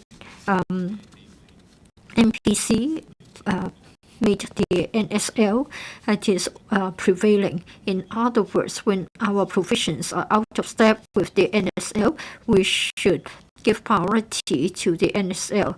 The SAR government should take the initiative to make sure that local laws are enhanced so that they are consistent with the NSL. In the year 2020, the NSL was promulgated, and the government has been examining our existing legislation to make sure that our laws are in line with the NSL. Therefore, I believe that the DOJ's proposals to amend the law are in line with our legal system. It is a matter of protecting our legal system and reasonably, legitimately fill the lacuna that we have identified in the implementation of the law, and we make use of the system to address the difficulties that we face. This is to improve the criminal procedures in relation to appeals, making sure that the criminal justice system is fair. And for the controversial NSL cases, we are providing an effective avenue of appeal. So I spoke. Mr. Martin Leong, Madam Deputy, let me declare, first of all, that I'm a practicing barrister in Hong Kong in accordance with the existing law. At a court of first instance, when there's a criminal case with a jury, before the jury has the opportunity to consider the facts of the case, the judge may say that there is no chance that the evidence would convict the defendant, will make a ruling that there's no case to answer, and the defendant will be acquitted. This is regarded as a final acquittal. Even though in the course of the hearing there might have been an error of law and the prosecution can never have a chance of appeal. In other words, this is an irreversible miscarriage of justice. Well, this is a miscarriage of justice. It did happen last October in relation to 3 cases concerning international drug trafficking. CFI judges made a ruling of no case to answer, and then the CA decided that there was an error of law. That is, the case was withdrawn before the case was referred to the jury. And the CA was of the view that there was an urgent need to reform the relevant provisions. And in fact, for the United Kingdom, which also practices common law, as early as 2003, has already reformed the criminal procedures in relation to the no case ruling made by a judge. The prosecution may appeal immediately. In order to prevent miscarriage of justice, we must fill the gap as soon as possible. On the other hand, the prosecution cannot, in relation to a CFI panel formed of 3 judges, hearing cases concerning offences endangering SL, the prosecution cannot appeal against that, even when there is a verdict or order of acquittal. Well, in such cases, including NSL cases, if there is a verdict or order of acquittal, on other occasions, the prosecution may, by way of case stated, lodge an appeal that refers to the district court and the magistracies. It has been long established, and I don't think in relation to the High Court, in relation to CSI panel of judges, should be made an exception. Well, when there is an error of law, and if the defendants in an NSL case is to be acquitted, there will be serious consequences. We're not able to sort out the facts, we're not able to clarify the legal position, and in fact it will jeopardize our national security. This should be rectified ASAP. Madam Deputy, I have full trust in the professionalism of our judges, but then no human beings can avoid making mistakes. Therefore, in order to make sure that justice is done, we would like to see the proposals carried out. For the Criminal Procedures Amendment Bill 2023, the aim is to address the existing lacuna so that for the no case ruling made by CSI, as well as a verdict or order of acquittal made by CSI panel of 3 judges, the prosecution may lodge an appeal. In other words, for both the defense and the prosecution, they will equally enjoy an avenue of appeal. The prosecution, of course, can only lodge an appeal under specific circumstances. In other words, we are enhancing the procedural justice in criminal cases, and it means that we are moving with the times and we are filling the gap. At the same time, the bill has already imposed reasonable restrictions on the 2 mechanisms. For the first one, the prosecution must provide an acquittal guarantee. That is, if the leave to appeal is not granted, or if the DOJ is to abandon the appeal before a determination is made, then the defendant must be acquitted. And then if there is a question of law or there is an error of law or principle, then the original ruling can be reversed or varied. And then after the prosecution has informed the court of the intention to appeal, then within 14 days or within a longer period as granted by the court, then a case-dated appeal would be allowed. Madam Deputy, allowing the prosecution to make an appeal, to lodge an appeal, because there's an error of law or principle. I think this is in line with the legal reform in common law jurisdictions. Well, many stakeholders, including law schools, are in support of the proposals. The two amendments are procedural in nature. There's no retrospectivity. It doesn't go against the principle of a principle against double jeopardy, and I don't think our independent adjudication powers are affected. Some people have said that with this amendment, under the NSL regime, 100% of the cases will be will have a result of conviction. I think this is unjustified, unsubstantiated. It is a procedural matter. We are not targeting at any specific defendant. When the CFI or the CFI panel commits an error of law, then there will be a grant of leave to appeal. If the CA doesn't believe that there is sufficient ground to appeal, then there will be no leave to be granted, and then the defendant will not be sort of affected. Well, I believe that it is necessary, timely, and legitimate. It is there to safeguard our good reputation as far as our legal system is concerned. And then for criminal cases in relation to NSL, they are of course sensitive in the eyes of the public, and they are more professional and technical. Members of the public may find it difficult to understand. The administration should enhance the publicity and explanation about the provisions. Madam Deputy, I support the bill so I spoke. 主席，2023年刑事訴訟程 Mr. Teck Chi Yuen, Madam Deputy, the introduction of the Criminal Procedure Amendment Bill 2023 has caused some concern. At first, some people were worried that this would affect the existing legal system, and also our rule of law would be adversely affected.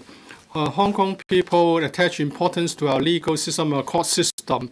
Hong Kong is an international financial center. Investors must get sufficient safeguard for their investment, and legal consequences of our law should be foreseeable and certain. Therefore, certainty of our law would promote our economic development. And the rule of law is an important element of our prosperity. This would ensure people's compliance with the law and confidence so as to achieve social harmony and to prevent the deterioration of social atmosphere into chaos. According to the basic law, the rights of Hong Kong people are well protected. The rule of law ensures that our rights will not be infringed upon. Therefore, when the government tries to change the legal system and the law, people are rightly concerned. In the face of changes to our complicated legal system, caution should be exercised by the administration. There should be better communication and thorough explanation offered to the public so as not to complicate things unnecessarily. The bill would empower the Secretary for Justice to lodge an appeal in certain cases. There were certain queries raised at first. First, whether it will violate the double jeopardy principle. Second, would the amendments change the principle of innocent presumption? And also, whether this will affect the court's judicial power. Members raised some concern during the deliberation in the Bills Committee. I believe that the officials did give very elaborate and detailed explanation. The bill would allow the Secretary for Justice to lodge an appeal in certain cases. Whether the appeal is upheld is up to the court. If the court thinks that the appellate, the reasons to support the appeal are not good, there will be no retrial. So this will not go against the double jeopardy principle.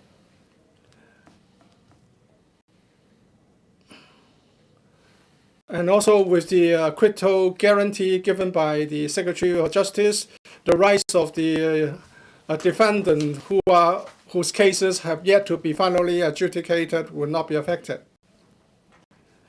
As for the national security law, the 46 appeal cases, the right to appeal, the right to bail will not be affected, or the bail system will not be made straighter.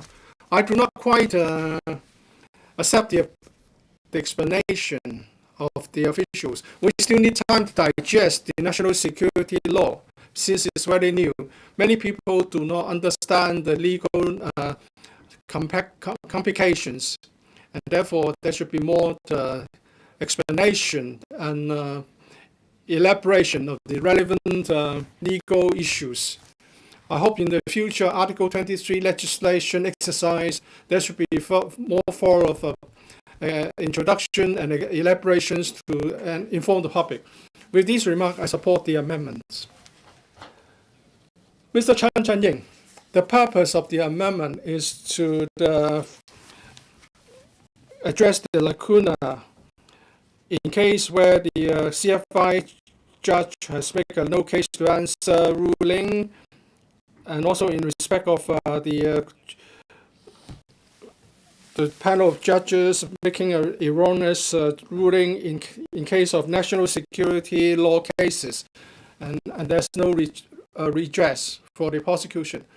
At present, when the case is tried in the CFI with a jury, the judge will make directions in accordance with the law and direct the jury to come to a conclusion, to convict, or after the direction is given to the jury, if there is a no case to answer ruling is made, there is no way that the prosecution can lodge an appeal.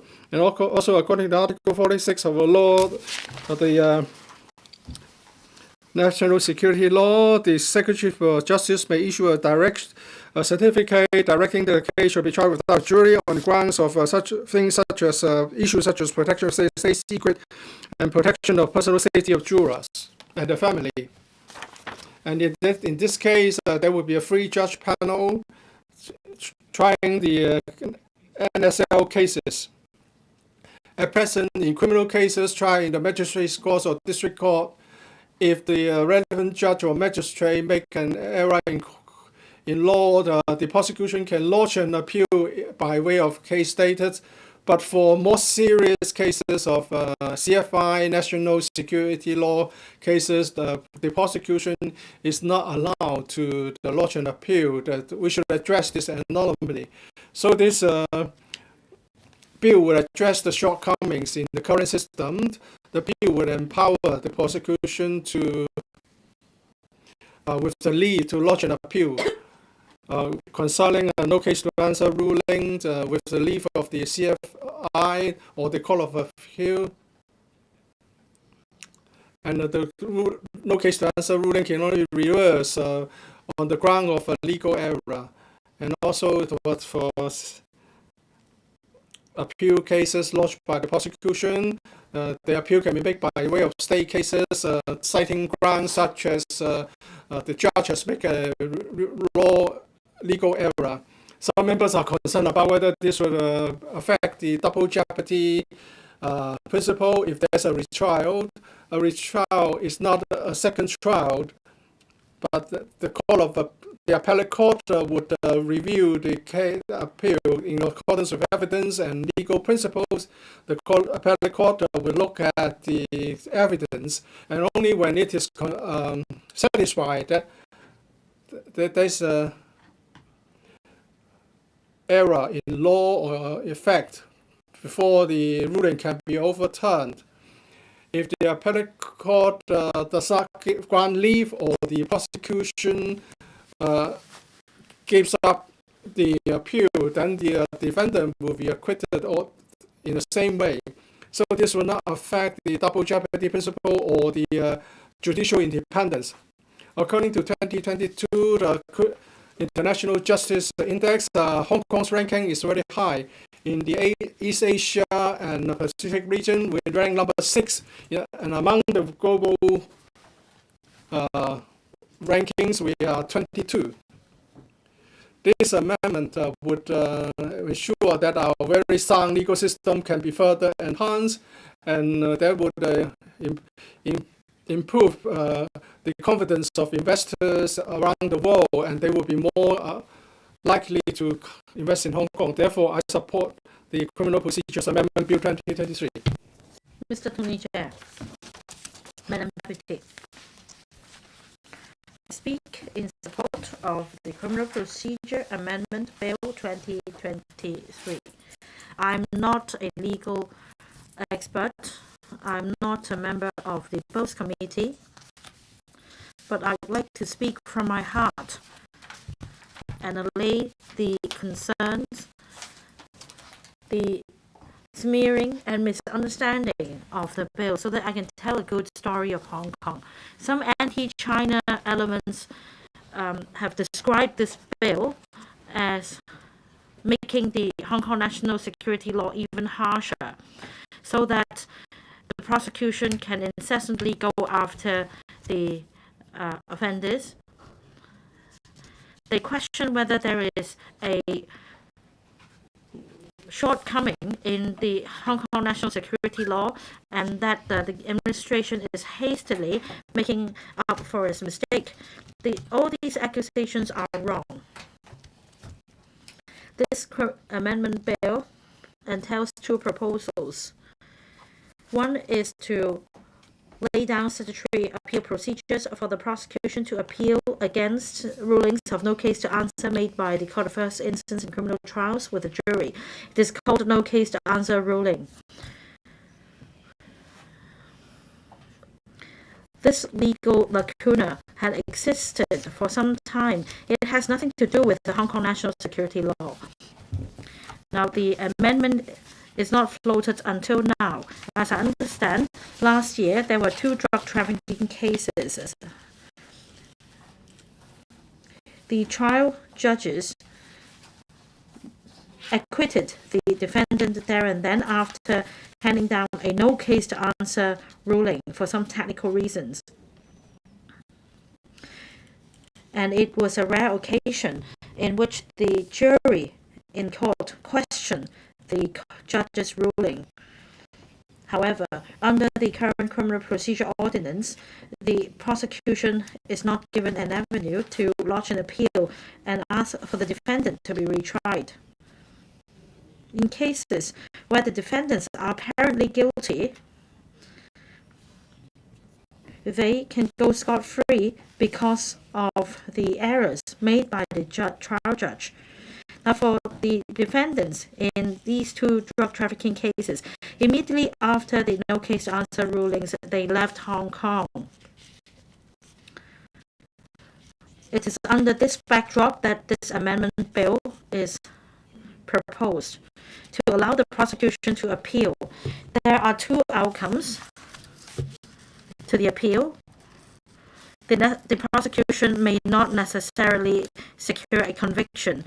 However, this at least provides another safeguard instead of leaving the matter with just a single trial judge to give a final ruling. I support this amendment bill. As pointed out by the administration, the Criminal Procedure Ordinance is modelled on the UK Act, but the UK Act has been amended long ago to plug this loophole. This amendment bill is now floated to address the lacuna in the ordinance, so the accusation is unfounded. The second part of the bill has a similar appeal mechanism. Now, for court of first instance cases, they're usually tried with a jury, and the prosecution can launch an appeal for a ruling with an error. And the Court of Appeal may direct that the case be retried without contravening the principle against double jeopardy. However, for national security cases tried only by CFI judges without a jury, then for whatever reason, if the judge finds the defendant not guilty, there is no avenue for the prosecution to appeal against this decision. Only the convicted can lodge an appeal, in other words. Now, even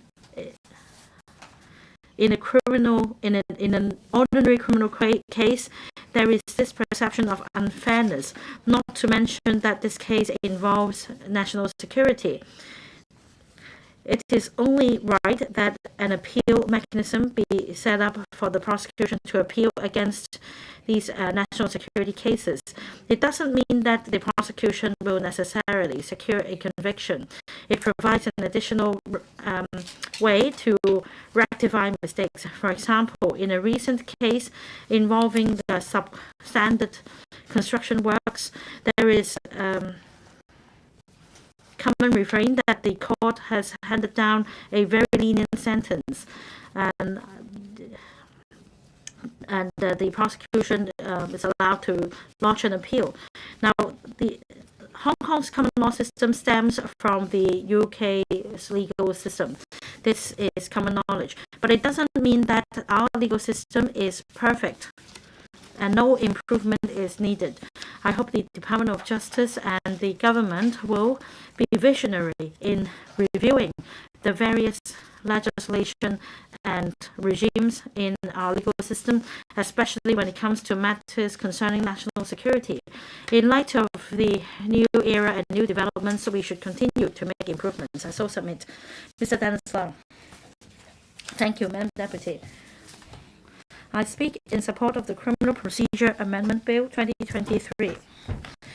I'm a member of the panel on Administration of Justice and Legal Services. I'm also a member of the Bills Committee. The truth always prevails. The legal system in Hong Kong should always be kept abreast with the times. Improvements should be made, mistakes should be rectified if necessary. Our system should be able to allow us to be impartial, just, and be able to punish those who are in the wrong. Well, we have 4 levels of court: Court of Final Appeal, Court of Appeal, Court of First Instance, District Court, and the Magistrates' Court. In the eyes of a layman, there should not be a departure in the procedures adopted by different court levels. Now, this amendment bill highlights exactly this departure or anomaly. This anomaly provides a stark contrast. In other words, the defendant is prejudiced. The system is skewed. The amendment bill seeks to address this legal lacuna. This is not an amendment bill that will deprive the defendant of their rights or make sure that they are convicted. I hope members of the public will understand the reasons for this bill. Now, this bill addresses 2 important legal lacunae. I am not a legal professional. It took me some time to read through the details of the bill. Now, for ordinary citizens, they may find the amendments really difficult to understand. In the Bills Committee, I mentioned that everyone should be able to understand the law in order for people to abide by the law. I urge the Department of Justice to prepare infographics to illustrate the details of the bill. I heard from Ms. Eunice Yung just now that the Secretary for Justice has already provided infographics in his blog. I welcome this effort. We need to act in the interest of our next generation. Actually, I prepared 3 slides to help myself understand the details, such as no case to answer appeal proposal, the NSL 46 appeal proposal, the salient points relating to the amendment bill. I tried to help my fellow party members understand this bill. The next step is for everyone to tell good stories of our legal system so that we all understand the laws of Hong Kong, so that we can make a joint effort in building Hong Kong into a regional IP training center and a center for international legal dispute resolution in the APEC region. On the 22nd of May, the AJLS panel had a meeting. The Secretary for Justice already explained the bill, and then in the second reading of the bill at the Council meeting on the 31st of May, the Deputy Secretary already also explained this bill. We had 2 law schools, government departments, and other organizations providing their views on the bill. The majority of the views are in support of this amendment bill. They consider this amendment timely, legitimate, and reasonable. Members of the public should be reassured. They should have confidence in our legal system. The administration should not interfere with the judiciary.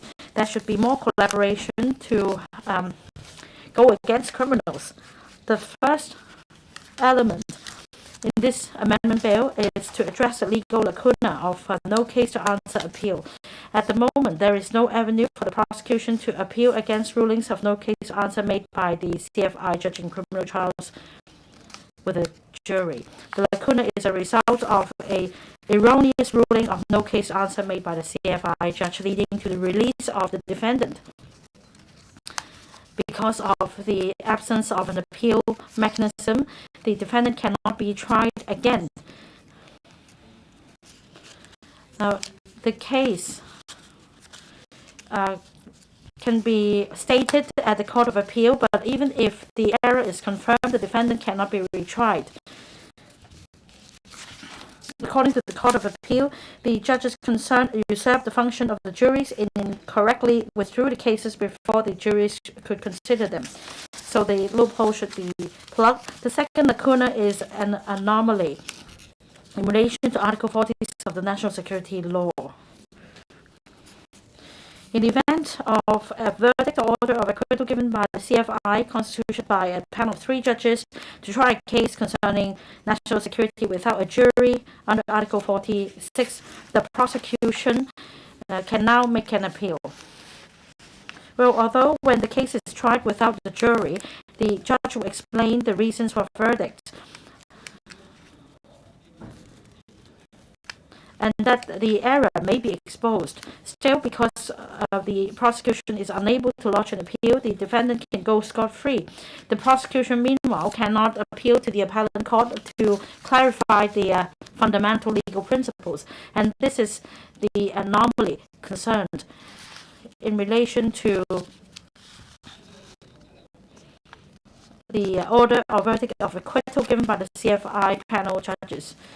In order to uphold impartiality and to effectively prevent, suppress, and punish acts endangering national security by the judiciary, the prosecution should be given this power to appeal so as to rectify the mistakes. Simply put, the Court of Appeal will be allowed to be the gatekeeper so that the proceedings will not just stop at the lower court, because this will, a wrongful ruling will bring a more negative impact to society. But we're in a new era that the national security law is something new. There may be problems in its implementation. To make sure its implementation, local legislation should be amended in a timely manner so that with local legislation, we can resolve problems arising from the implementation of Hong Kong national security law. I'm grateful to the SAR government for its effort. We had some really hard times, and now order has been restored. The truth always prevails.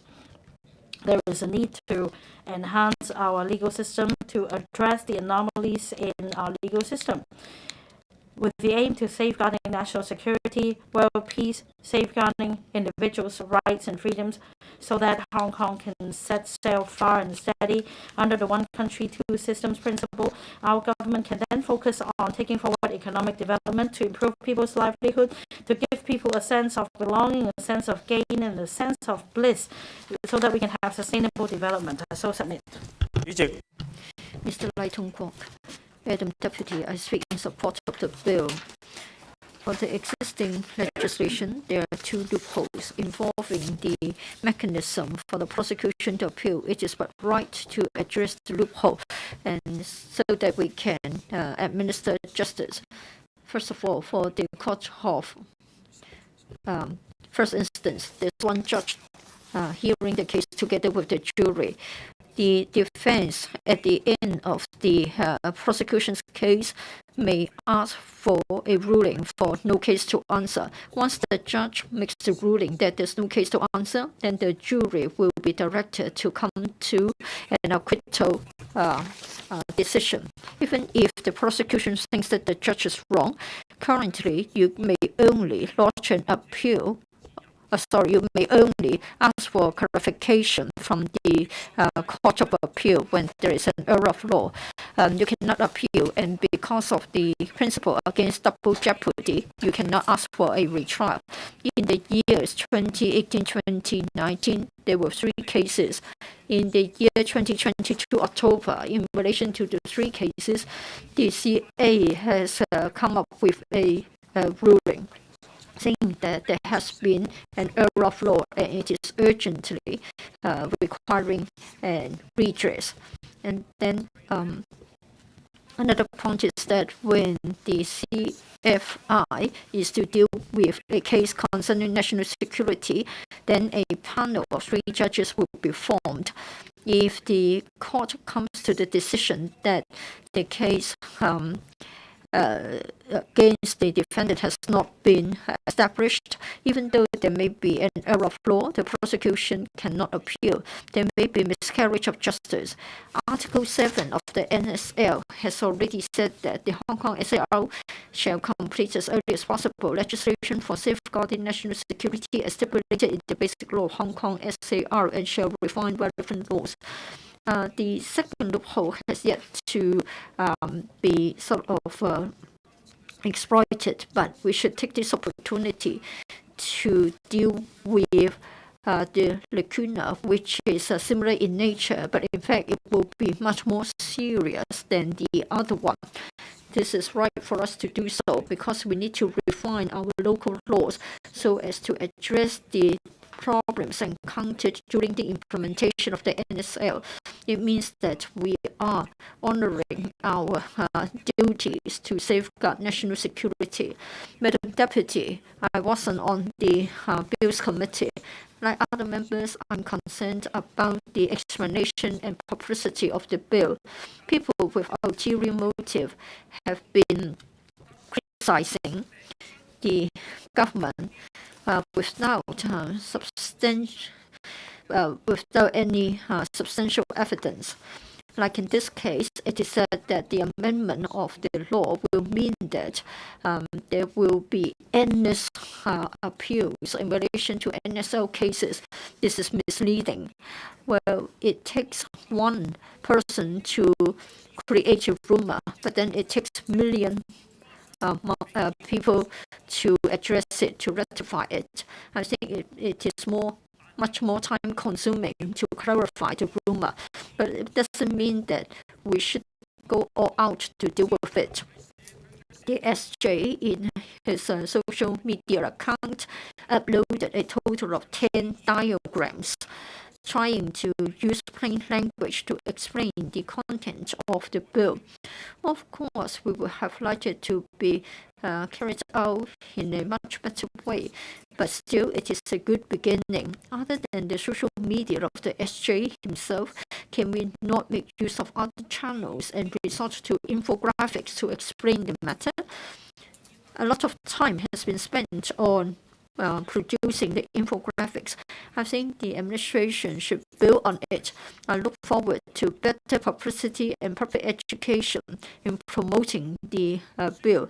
There should be breakthroughs. You should try your best to spread the right messages so that we won't allow such wrong messages to be spread. Thank you. Dr. Priscilla Leung.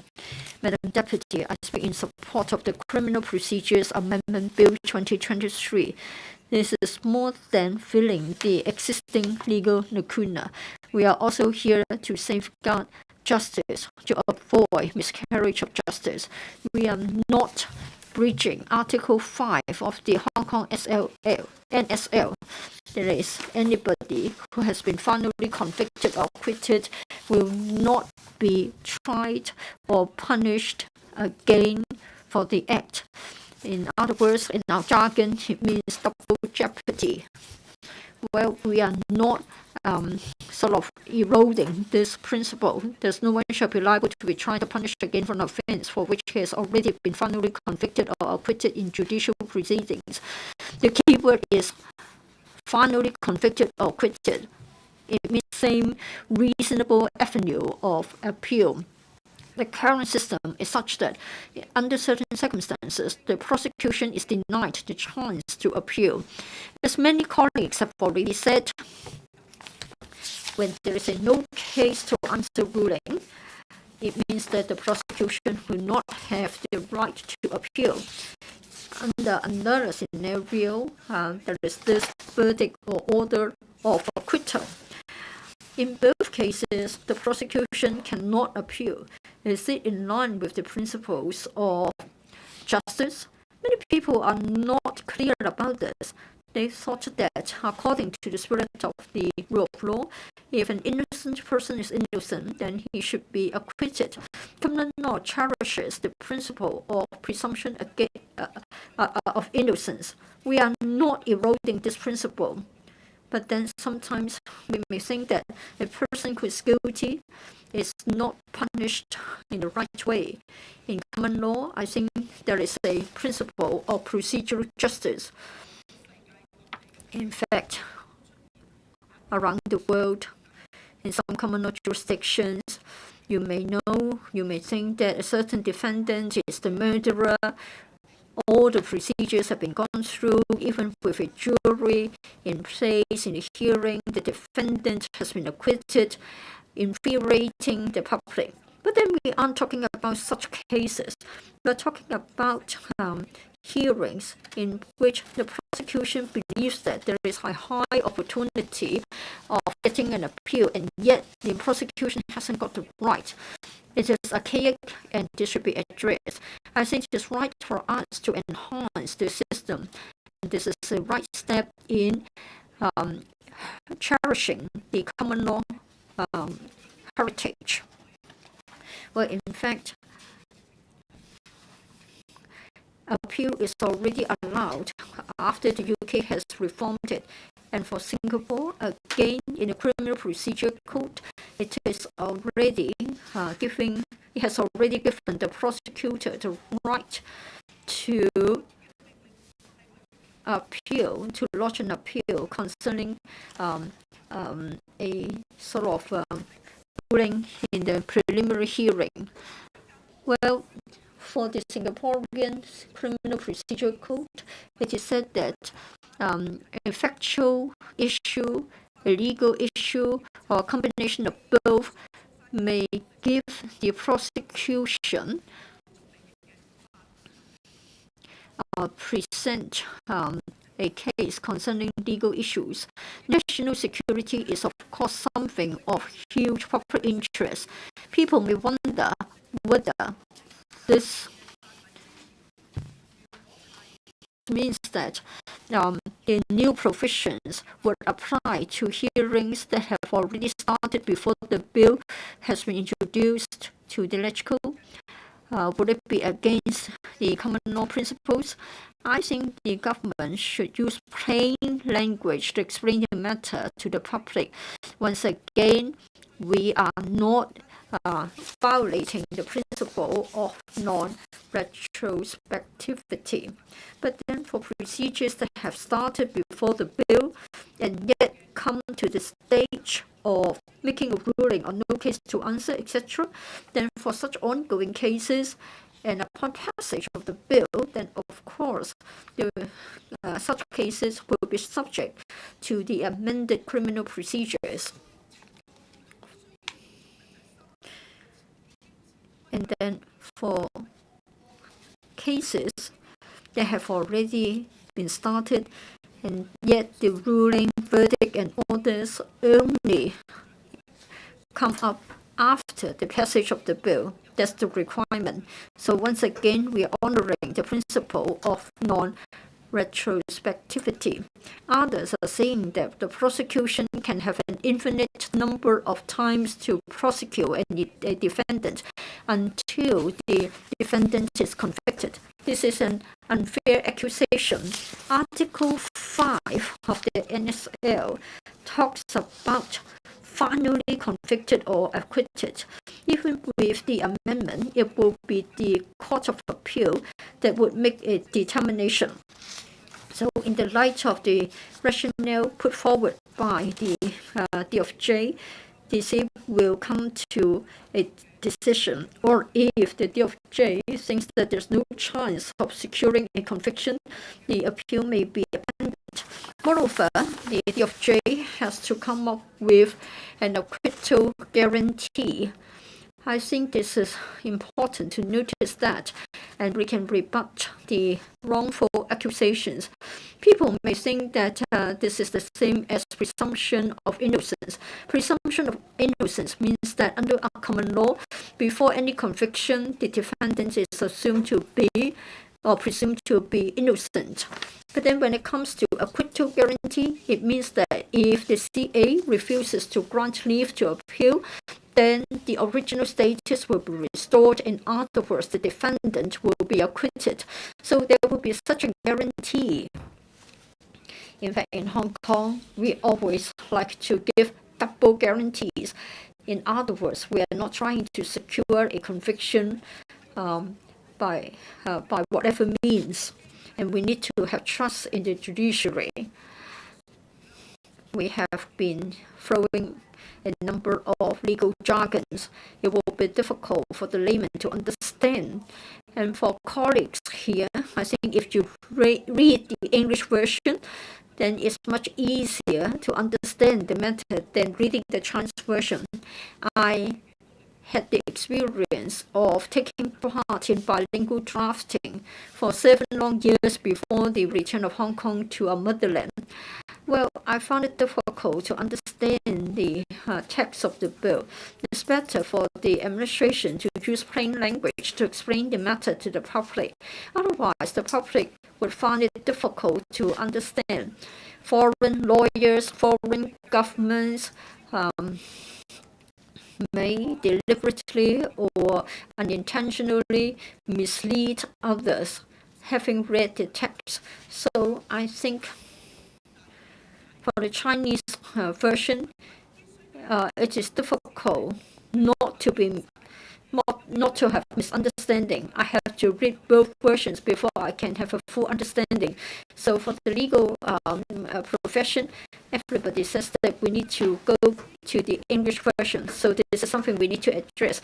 So we're upholding justice. For those that are innocent, they will be acquitted. For others who are guilty, they will be convicted.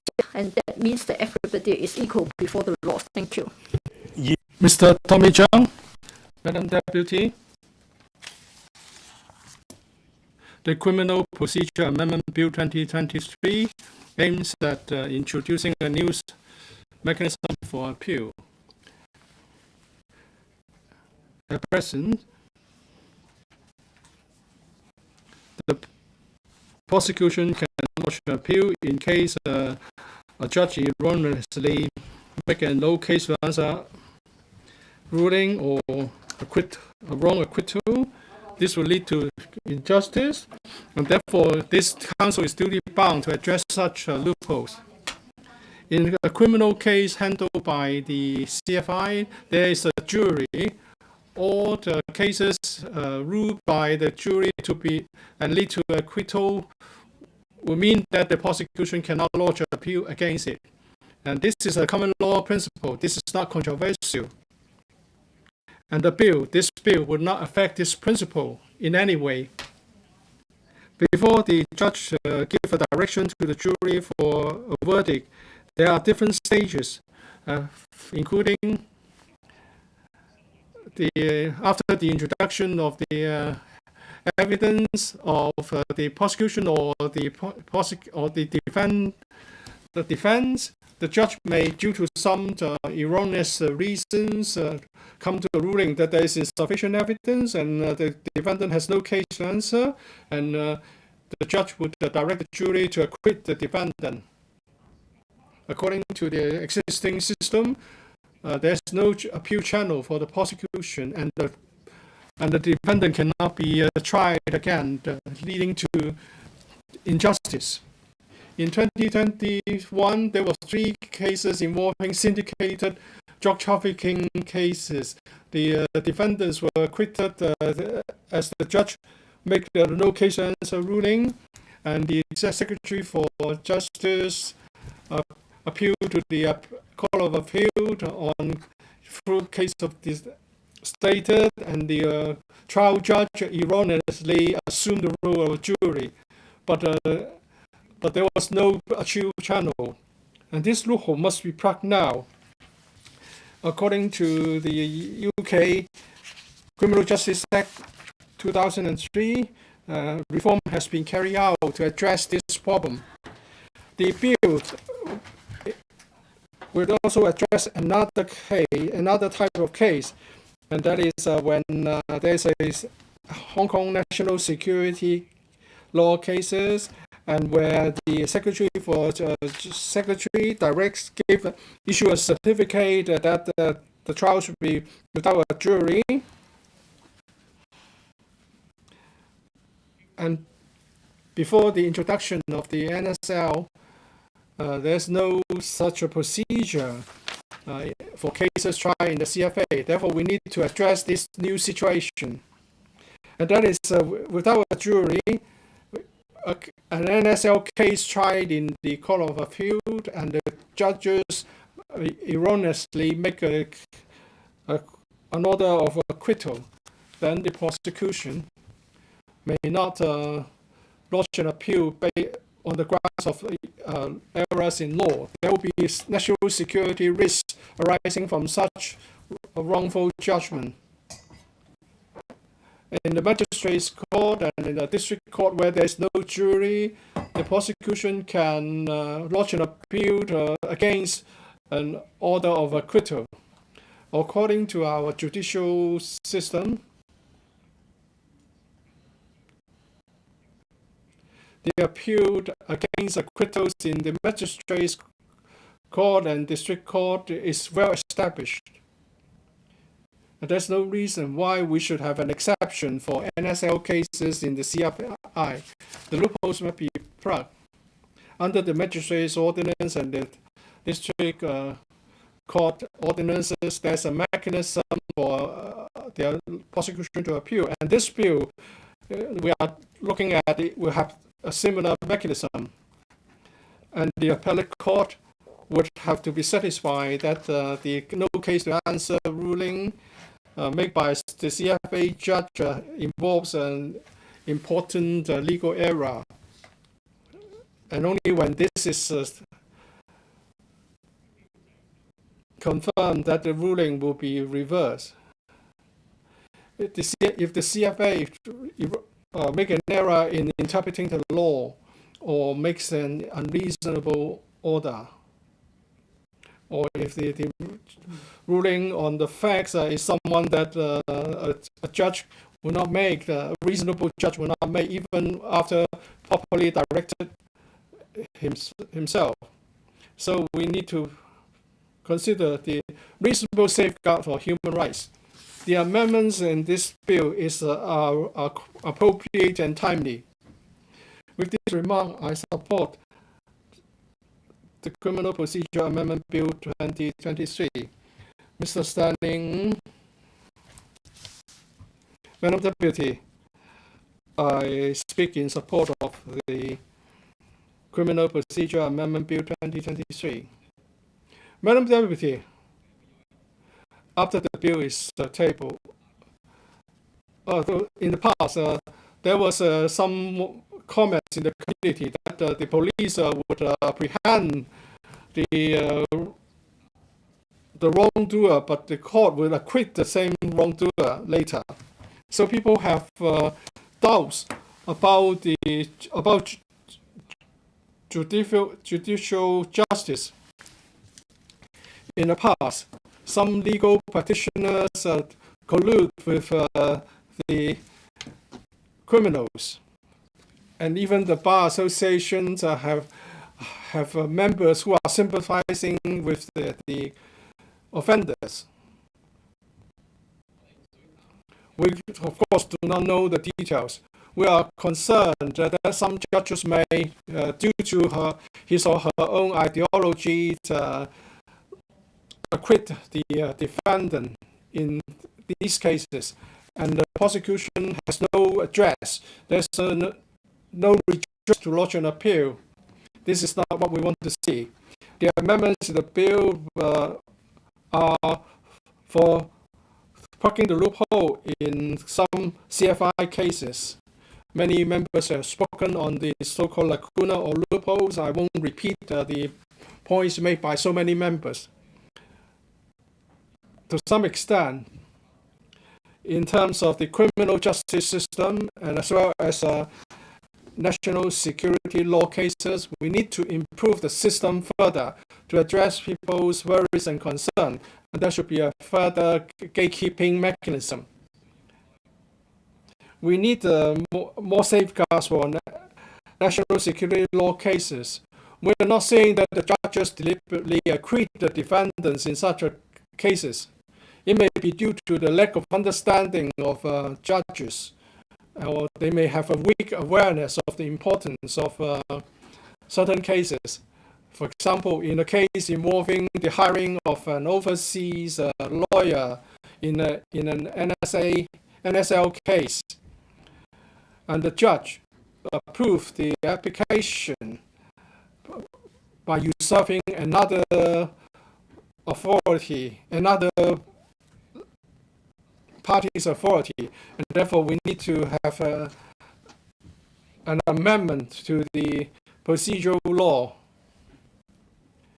As a matter of fact, for cases tried in the district court, the prosecution does have an appeal channel for acquittals.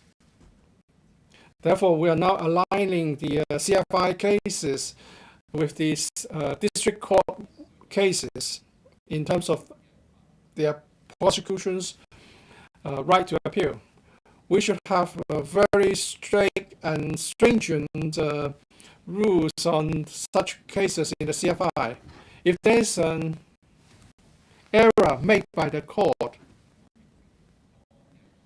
and if an NSL case defendant is acquitted due to an error in law, there will be a threat to the national security, and amending the law after the acquittal is not helpful.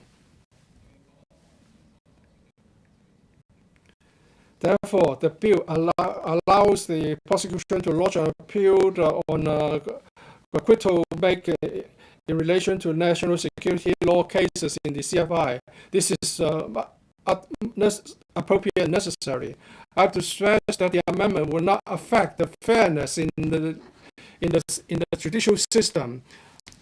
The right to appeal by the prosecution is not going to interfere with the court's independence. In fact, the appellate court can take another look at the relevant ruling that would improve the system and also the quality of the judgment of NSL cases. FTI and I fully support the bill. We need to plug the loopholes and improve the NSL system. I hope members can accept the amendments. So I speak. Mr. Andrew Lam. Madam Deputy, rule of law is key to safeguarding national security, ensuring social stability, and supporting economic development. So that under one country, two systems principle, Hong Kong can maintain its edge.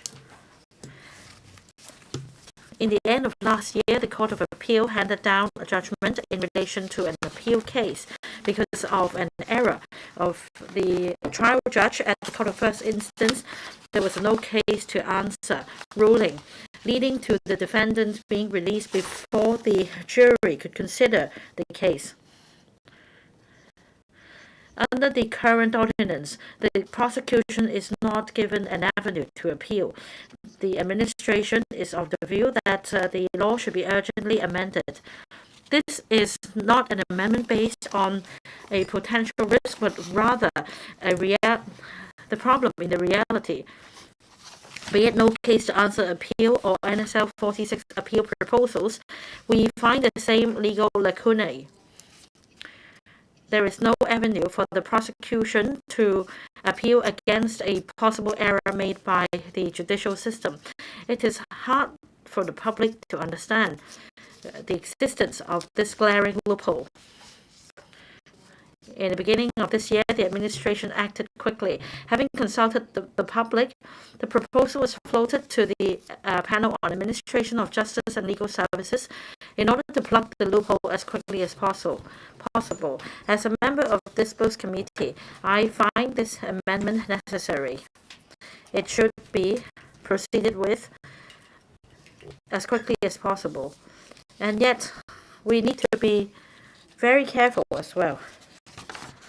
Apart from considering the details of the bill, including the drafting aspect, we also need to consider whether an undue and disproportionate impact will be brought on the rights of the defendants.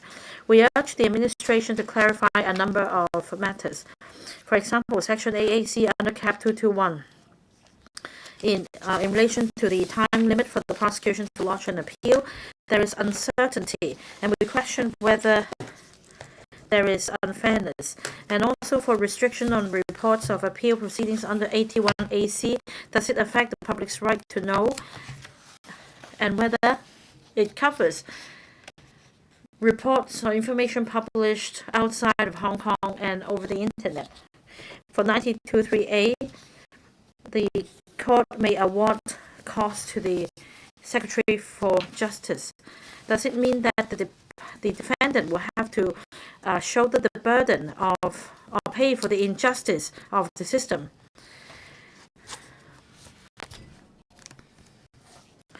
Through the effective conduct of the both committee meetings, the Department of Justice was able to address all these issues directly and provided us with answers. The bill has made reference to the other common law jurisdictions and provided comprehensive safeguards, and also the safeguard of the principle against double jeopardy, so that justice is seen to be done in the criminal procedures in Hong Kong. This is an important step in our legal system.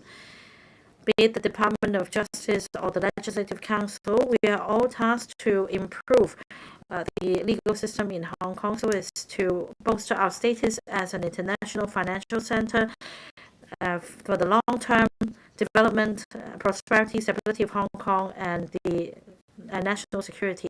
I so submit. I support the Criminal Procedure Amendment Bill 2023. Mr. Edmund Wong, Madam Deputy, the principle against double jeopardy, the presumption of innocence. These are important principles safeguarded by the Hong Kong Bill of Rights. However, there are also people with ulterior motive smearing the Criminal Procedure Amendment Bill 2023, the bill we're currently discussing. They say that they sling mud against the appeal proposals in the amendment bill. They accuse the amendment bill of contravening the principle against double jeopardy, so that the NSL offenders will be sought after by the prosecution and that they will be tried again and again until a conviction is secured. We need to condemn these unfounded accusations and protect the government. First, when the Hong Kong national security law was enacted for the protection of state secrets, in protection of safety of jurors, prevention of injustice, Article 46 of the Hong Kong NSL provides that the cases may be tried without a jury by a panel of 3 judges in the court of first instance if the case involves danger to national security. Now, for a case tried with a jury, and the defendant, if convicted, can lodge an appeal against either the conviction or sentencing. But if the defendant is acquitted, there is no mechanism for the prosecution to lodge an appeal against this decision. This amendment bill provides an avenue for the prosecution to appeal against an order of acquittal by the panel judges at the CFI concerning NSL offences, so that both parties can enjoy the same level of rights.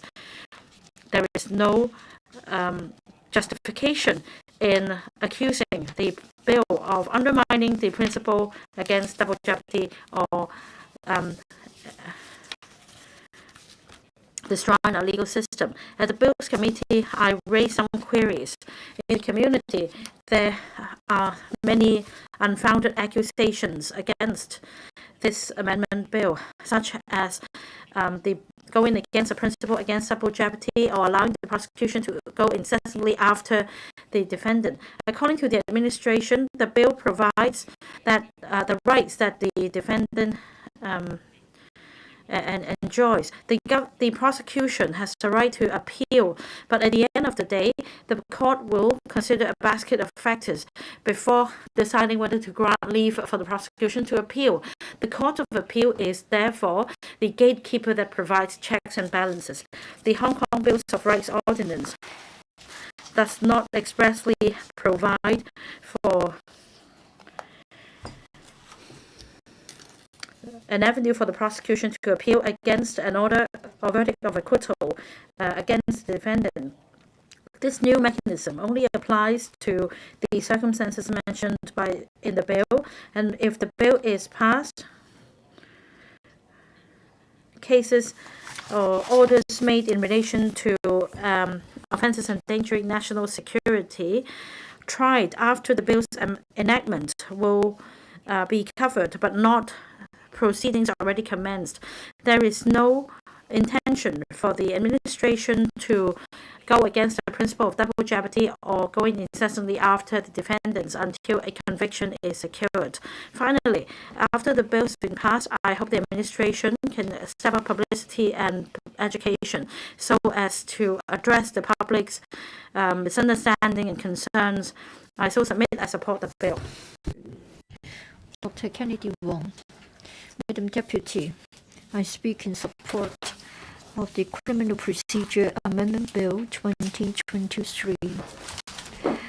The bill seeks to amend the following so that the prosecution may, in the case of a CFI with a jury, comes to a no case to answer ruling in a criminal case, as well as in the following scenario, that is, a CFI panel without a jury comes to a verdict or order of acquittal. It is necessary to have this amendment. Now, if the CFI judges come to a wrongful ruling of no case to answer, then a defendant acquitted by the jury will not be asked to stand trial again. This is a loophole in our criminal justice system. According to the government's information, I think the practice was inherited from the UK. As early as 2003, there was an amendment to plug the loophole. Last year, there was an appeal case, and the court has noticed such a scenario and suggested that we should plug the loophole. According to the existing criminal procedure ordinance, Cap 221, if we have got a CFI panel of 3 judges that rule that a defendant should be acquitted, even though there is an error of law, the prosecution cannot appeal against the verdict or order.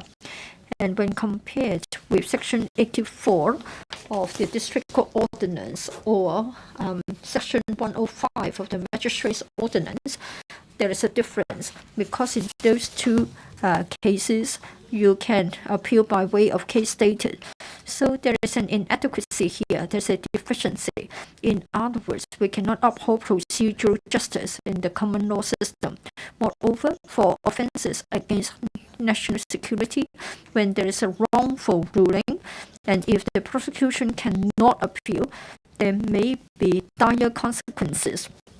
For the proposed NSL 46 appeal proposal, we can plug the loophole. Generally speaking, the public may not be too clear about the criminal procedures, in particular those involving appeals. Foreign governments, foreign politicians, and organizations may want to make criticisms because of ulterior motive in relation to our legal system. And in fact, there have been some NSL cases being tried in courts in order to prevent such untrue accusations misleading the public. The government should clarify the position. Now, the prosecution will now have the right to appeal, but still it will be the Court of Appeal that will give consideration to evidence, legal principles, etc. Before granting the leave to appeal. And the mechanism would only apply to rulings or orders made after the passage of the bill. Rulings and orders made before the passage of the bill will not be affected. Therefore, the rule of law in Hong Kong will not be affected. But in fact, we are upholding the fairness of our system. Therefore, I spoke in support of the bill as well as the relevant CSAs. Mr. Benson Luke. Madam Deputy, I am a member of the Bills Committee on Criminal Procedure Amendment Bill 2023. I speak in support of the Criminal Procedure Amendment Bill 2023. In the bill, we note that there are 2 proposals so as to plug the legal lacuna, so as to address the possible question of miscarriage of justice. First of all, in relation to criminal hearings with a jury in the court of first instance, a no case to answer ruling can be appealed against. And then under Article 46 of the National Security Law, when we have a court of first instance panel of 3 judges without jury, when there is a verdict or order of acquittal, then by way of case stated, the prosecution may appeal against the order of verdict. I understand that the current law is that if there is a no case to answer, and if the judge is to direct the jury to acquit the defendant, even though there is an obvious error of law, the position of the law is such that the prosecution cannot lodge an appeal. It means that there will be a irreversible miscarriage of justice. The DOJ has come up with a very important argument. That is, miscarriage of justice may arise from the acquittal of the guilty no less than prosecution of the innocent. And this is particularly so when we are talking about NSL cases. Now, we should give utmost priority to national security.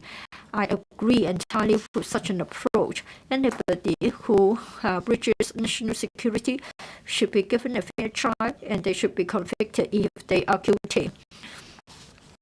I think it is the common wish of the community to enhance the fairness of our judicial system. I think the proposals are technical amendments. It is legitimate and it is logical. Well, for the amendments, it means that in future the hearings will have fair procedures. There will be procedural justice, and we are not breaching the principle against double jeopardy, and we are not affecting the adjudicating powers of the courts. Moreover, in relation to explaining policies to the public, it should be taken seriously. In this exercise, we are talking about complicated legal issues and a lot of legal jargons. The community at large may not find it easy to understand. For us to make sure that people will embrace the rule of law, in particular young people, we should use plain language, we should use examples, and we should provide statistics so as to explain the development of the issue as well as the facts. Well, we are in a new era and we're making improvements on all fronts concerning governance. And one important task is that we must make sure that we are better equipped to explain public policies to the public so that the people will be united with us and that we can make sure that we uphold our reputation of having a sound spirit of rule of law. Thank you. Mr. Holden Chow, Medical Deputy, I would like to speak in support of the Criminal Procedure Amendment Bill 2023. This bill aims at plugging the existing loophole in the system. We know there was a case in the CFI and the court erroneously make a ruling of no case to answer. And the defendants were released erroneously, leading to injustice. And also in the appellate system, the prosecution was not allowed to appeal by way of case status. Therefore, in order to prop the loophole arising from that case, this bill introduces the relevant amendments to prop the loophole. So as a matter of background, I would like to stress that the appeal by way of case status has all along been applied to cases tried in magistracies and the district court. Therefore, if a case ruling is found to be erroneous in law, then the prosecution will be able to lodge an appeal by way of case status. So these appeals allow for cases tried in the district courts or magistrate court. And also in the UK, they have introduced the Criminal Justice Act to deal with appeals by the prosecution by way of case status. But in Hong Kong, we don't have such a mechanism. Therefore, this bill aims at plugging the loopholes. I support the amendments. I have to stress that the amendments would allow the defendant, the prosecution, to lodge an appeal by way of case status to address the potential judicial injustice arising from such case judgments. Especially, I'm talking about in NSL cases. And if there's an error in the law and the defendant in an NSL case is acquitted, the injury done to Hong Kong as a whole will be significant. Therefore, we do have an urgent need for the amendments. And I have to point out that when we consider the amendments in the community and some Western media try to smear the amendments, saying that these amendments will affect our common law system or they would undermine the principle of jeopardy. such a smearing comments are wrong, and they are trying to make groundless accusations. Actually, the amendments are introduced to plug an existing loophole instead of trying to affect justice. As some members have pointed out, there's a system, there's an arrangement and, for appeals by way of case data to be lodged. The appellate court will be the gatekeeper for such a procedure. Therefore, we should make it very clear through our discussions and this meeting. With these remarks, I support the Criminal Procedure Amendment Bill 2023. Mr. Yim Kong. Thank you, President. Amending the Criminal Procedure Ordinance is an initiative of the SAR government to improve our legal system and also to improve the legal system on addressing NSL cases. This would be a right approach to address our duties in national security law cases. I therefore support the bill. Safeguarding national security is something that should not involve outsiders or other jurisdictions, and the SAR government has a duty to fully and faithfully implement the NSL. Therefore, further improvement to our legal system and plugging our legal loopholes are the duties of the SAR government in discharging their constitutional duties. Because of this will address the possibility of judicial injustice, and that in that the defendant would be acquitted due to legal mistakes.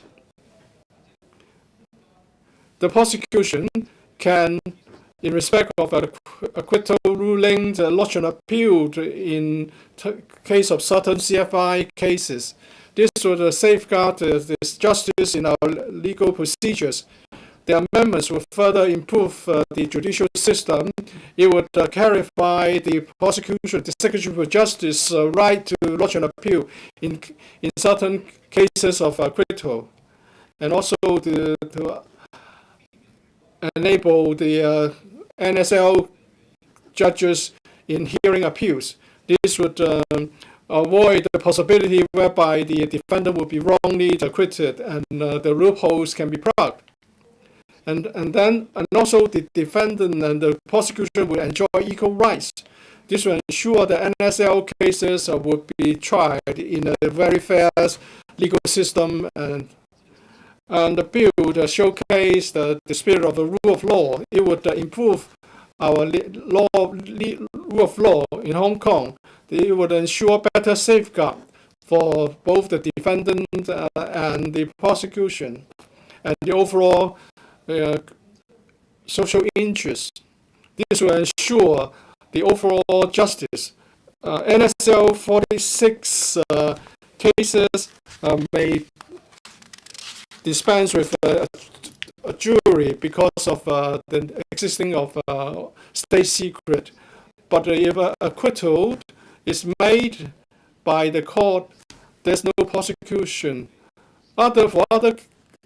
For the other way round, a ruling of guilty is subject to appeals.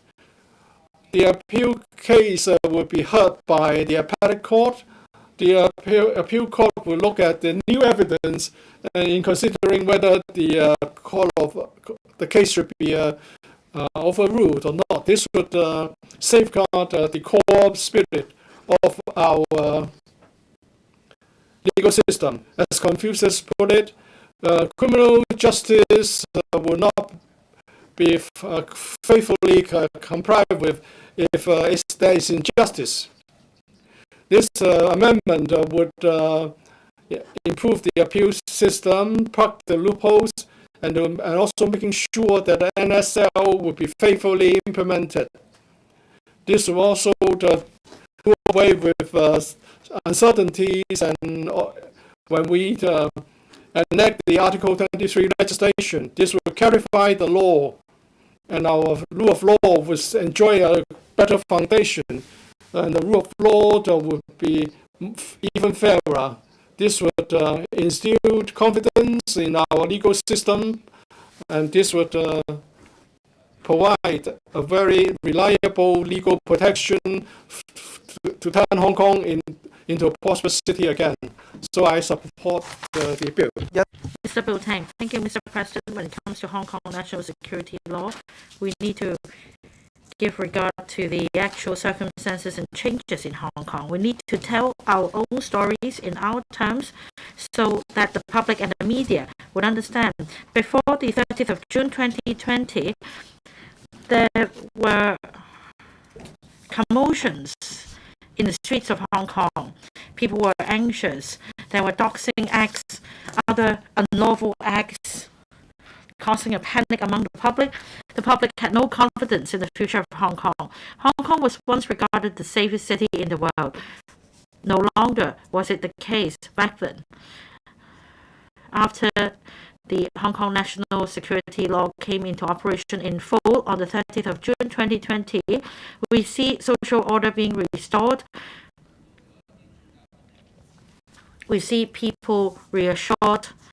So that is what is meant by restoring order from chaos. The Hong Kong National Security Law provided an instant fix to the problem. Now, can we further improve the Hong Kong National Security Law? As other members have already explained, there is a legal lacuna in the appeal mechanism in certain circumstances. I fully agree that the loopholes should be plugged. As I understand, at high levels of courts, such as courts trying cases involving national security, one important element is the jury. The system of the jury means that ordinary people in the street would be enlisted as jurors. After they listen to the evidence adduced by the prosecution, they deliberate on the evidence and make their own decision. There is no need to justify that decision. So in many cases, once the jury arrives at a decision, it is often difficult to understand the rationale behind the jury's decision. So when it comes to the Hong Kong National Security Law, which is an overarching piece of legislation providing guidance on our government, as well as on the interplay of local legislation, if some cases sparked so many controversies and yet there is no appeal mechanism available, then there is an apparent loophole. This amendment bill can help bolster our rule of law, in the sense that even if the prosecution is allowed to lodge an appeal, the case will be taken to a higher level of court for a ruling. The second point is, if we refer to the important case authorities in the common law system, the important legal principles, so on and so forth, very often the decisions made by the high level of courts will provide precedents and important directions to the lower courts. So we should allow the high courts to be able to provide guiding opinions and rulings for the lower courts to follow. So I think this amendment bill will further enrich the meaning of the rule of law. So we are absolutely in support of the amendment bill. My last point is this. In the community, I've heard about stories of legal counsel assisting the defendants in the selection of jurors. Before the case commences, either party, the defense can reject certain jurors to avoid prejudicing the case. So in some cases, the defense counsel will resort to every means to protect the interests of clients. If they resort to every means possible to interfere with the composition of a jury. So my take is perhaps we should review the jury system once and for all, because justice is not seen to be done. Like I explained just now, the decision of the jury needs no explanation. The jury is only required to tell the court the decision, but not the rationale. When it comes to the rule of law, if we want to safeguard the interests of both the prosecution and the defendant, we need to amend the law. So I support this bill. I hope that this can be implemented as quickly as possible. Reverend Canon Peter Kuhn. Mr. President, the laws should be amended to keep abreast with the times in light of actual circumstances. It is the Hong Kong SAR's constitutional duty to improve the laws of Hong Kong. I support the Criminal Procedure Amendment Bill 2023. The amendment bill comes with good basis and justification. But I think the government should do a good lobbying job and avoid allowing people to put up soft resistance under the pretext of a misunderstanding of the bill. The bill is not easy to understand. For those who are put on a wanted list, or those involved in a Black Hat riot, they sling mud onto the bill, trying to mislead the public into believing that this bill will make sure that the defendants be convicted. After the bill has been passed, I hope the Department of Justice will use a simple and easy to understand language in order to explain to the public the implications of the bill. The department should also address the rumors and misinformation in a timely manner. Mr. Xia Baolong, Director of the Hong Kong and Macau Affairs Office of the State Council, said in a seminar at the beginning of this year that we should not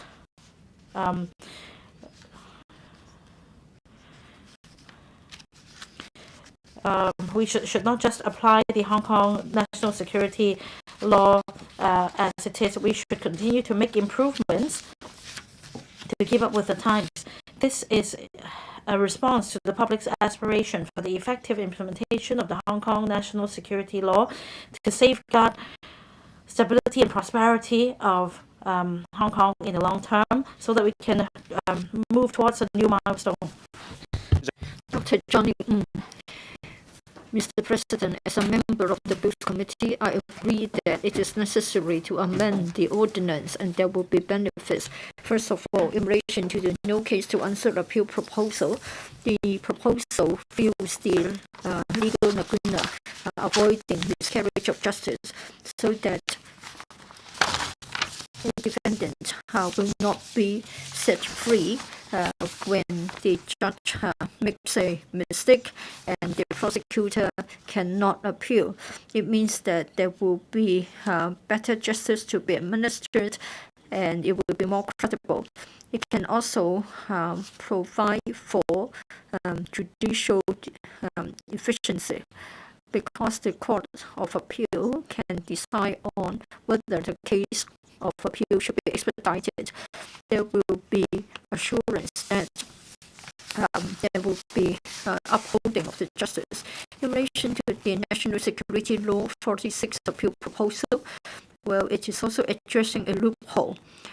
According to the existing arrangements, when there is a mistake in relation to making a verdict of order of acquittal, the prosecution cannot appeal. I think by having this proposal, we are not jeopardizing human rights, and we can make sure that there will be justice. The proposals are in line with the spirit of the rule of law, so that both prosecution and defense can have the right to appeal. So I spoke in support of the bill. Dr. Hui Simon Lee. Thank you, Mr. President.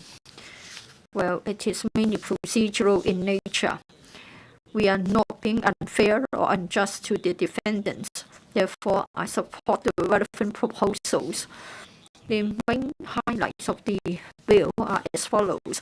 First of all, we are trying to address known loopholes. Second, for national security law cases, we are trying to be preemptive.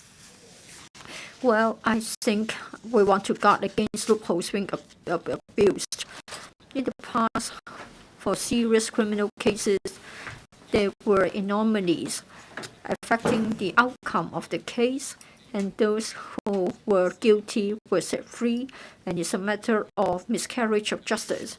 In October last year, there were a few cases of international drug trafficking, and it has highlighted the problem here. In one case, a few kilograms of cocaine. In another case, it's a matter of drugs to the value of a few $1 million. Well, even though the case was referred to the CA, and it is said that there has been a mistake, but then the jury was directed to acquit the defendant, and then there was miscarriage of justice. I think, as you know, that for criminal cases in the CFI, most of the cases are serious. Usually, we have a judge sitting on the bench with a jury, and the judge will provide guidance on legal points and will direct the jury to make decisions as to whether the defendant is guilty or not.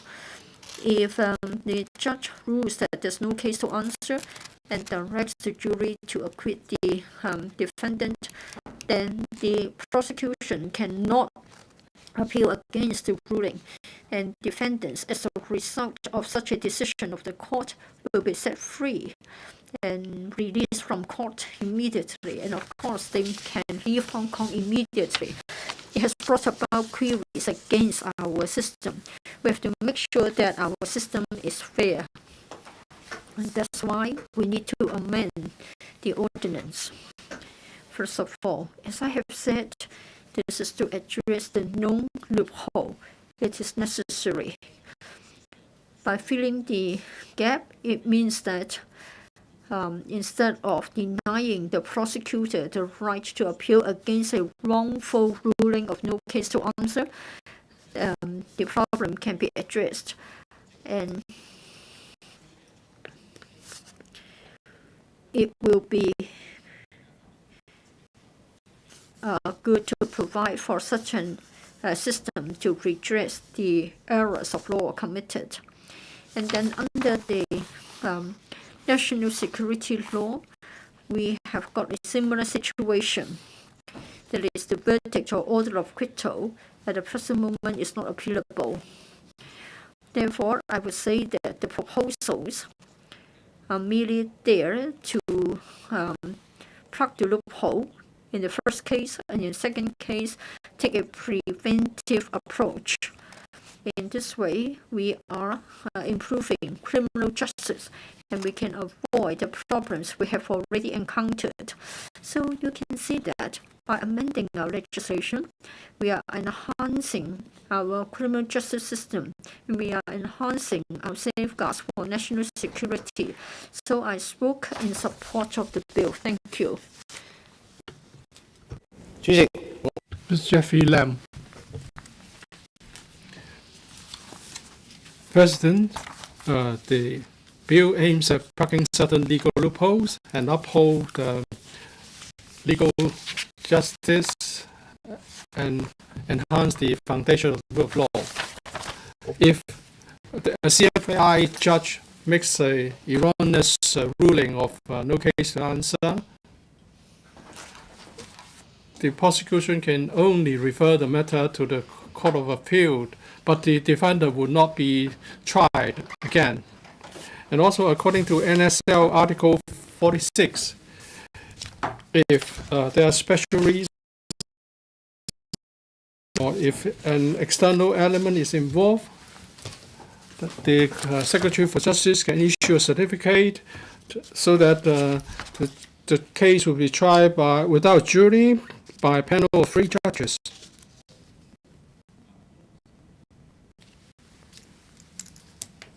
And if the panel of judges make an erroneous ruling of acquittal, the prosecution has no channel of lodging an appeal. Will the judges make mistake?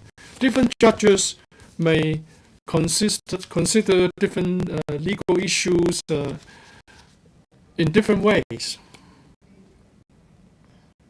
We know that in a case of trafficking in our airport, the judge make a mistake and acquit the defendants and make a ruling of no case to answer. And after that, the defendant were allowed to be on bail as well. Well, the NSL protects the interests of Hong Kong's national security. A wrongful acquittal would do harm to Hong Kong. If there's an obvious mistake committed by the CFI judges, why can't there be an appeal? If the Court of Appeal can never overrule the wrong acquittal, this is just absurd. The amendments would address the judicial unfair situation in that both the defendant and the prosecution can lodge an appeal. This would improve the integrity of our legal system. On behalf of the commercial sector, and I've heard many comments from the sector, I would like to say the bill is supported by us, and I believe the bill would safeguard Hong Kong's interests in safeguarding national interests. With this remark, I support the amendments. Mr. Paul Tse. President, this is an overdue amendment.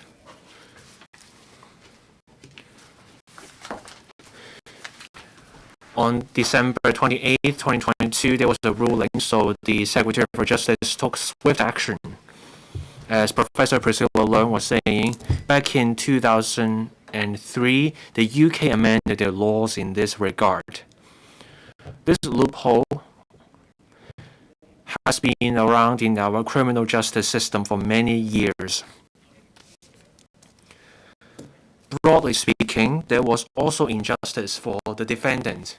Many years ago, we were in law school. We learned that a defendant acquitted by a jury would mean the jury would not have to give reasons, and there was no avenue for appeal for the prosecution. This has been the position since the 19th century in Hong Kong. Over the past couple of decades, we have seen major changes in the world, terrorist attacks, for example. So even in the UK, they tried to fix an imbalance where the prosecution lacked an avenue for appeal. Because back then, the defendant lost the case, the defendant could appeal. But when the prosecution lost, appeal was not an option. Now, this may not be easy to follow for the public. So let me try to spell this out. In the criminal justice system, you have the magistrates court, the district courts, and we used to have the High Court, the Supreme Court. Now we have the Court of First Instance of the High Court. At the magistrate court and the district court, you had a magistrate or the judge handing down a ruling with reasons. But then when it comes to the Court of First Instance, you have jury trials. The jury does not have to give reasons for acquitting a defendant in a criminal case. So there's no way to tell what the thought process is like for the jury. Now, we've heard about the judge's instructions to a jury.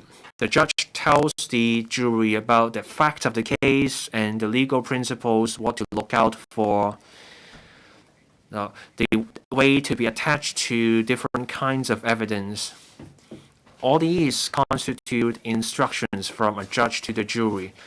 If there are omissions or something's wrong with the judge's instructions, that becomes the ground for appeal. So that's something for the prosecution to rely on in lodging an appeal, or rather for the defendant to lodge an appeal. But this is not open to the prosecution.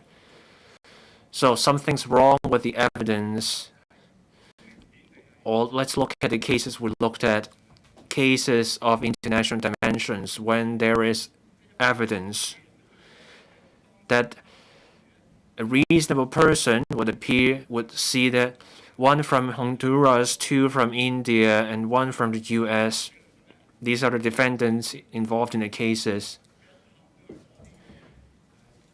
They claim they were wooed into carrying suitcases containing drugs. They pled ignorance. But that's what you see in drug trafficking cases. The defendants always claim ignorance. In these three cases, you have one female judge and a male judge. These judges heard the prosecution's evidence and then erroneously thought that some evidence was admissible, or erroneously thought that the prosecution's case was too weak. Of course, the judge can direct a jury in some cases, but on questions of fact, whether a defendant should be trusted, that's for the jury. The jury simply decides whether to trust the defendant. No need to give reasons. If the jury is not convinced, then that's a different story. But in this case, the female judge and the male judge made the error of considering the cases, that is, the prosecution's case, to be too weak to proceed. So they aborted, or rather called off, and stopped the trial at that point. That's why the three very senior judges at the Court of Appeal concluded that it was time to fix this problem. The Secretary for Justice had to do something. In a way, this is taking away some rights of the defendant. In the past, the defendant in a criminal trial would face no risk of appeal if acquittal happened. But now we're balancing things.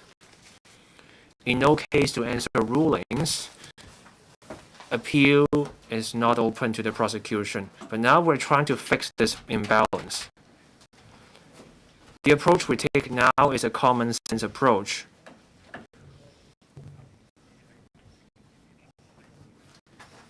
In the past, the criminal justice system was in the defendant's favor. This is not wrong, but that involved a choice. The principle was that it was better to let 9 criminal people get away rather than wrong an innocent person.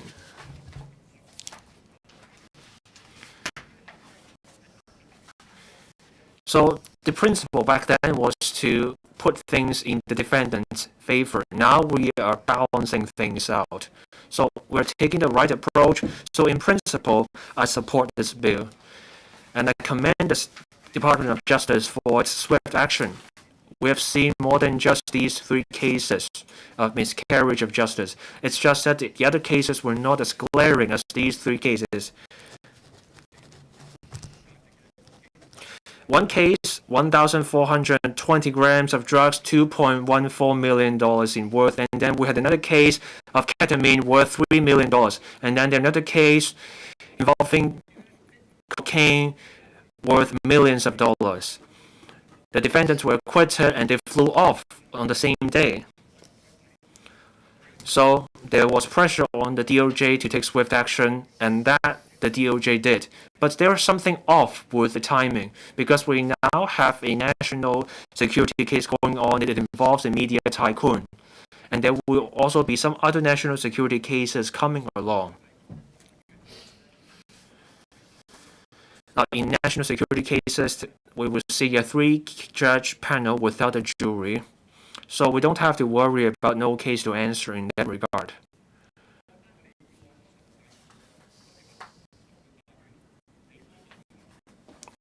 Cases at the magistrate's court or district court, when there's no jury, the judge has to give the reasons for their rulings. But now, in national security cases, when a 3-judge panel sits on the case, over the case, the ruling needs to come with reasons. Both the prosecution and the defendant can appeal the case. And there's now the option of by way of case stated. So we're simply applying what's already existing at the district court level, at the magistrate court level, and we apply that to the High Court. When you have a 3-judge panel, you can have an appeal based on the law or the facts. So adopting this appeal mechanism for by way of case stated is in line with common sense. It's just that there is something off with the timing. I doubt it would happen, that is, no case or answer will happen with national security cases. And there's another thing I take issue with, the commencement date. For national security cases,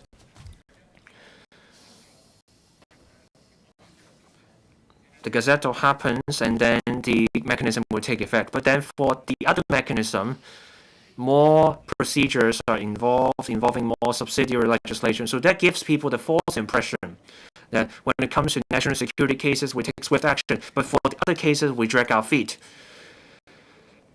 So I hope the Department of Justice can implement the 2 mechanisms swiftly, so that we do not create a false impression that we're taking swift action just for national security cases. That's not what we want to make people think.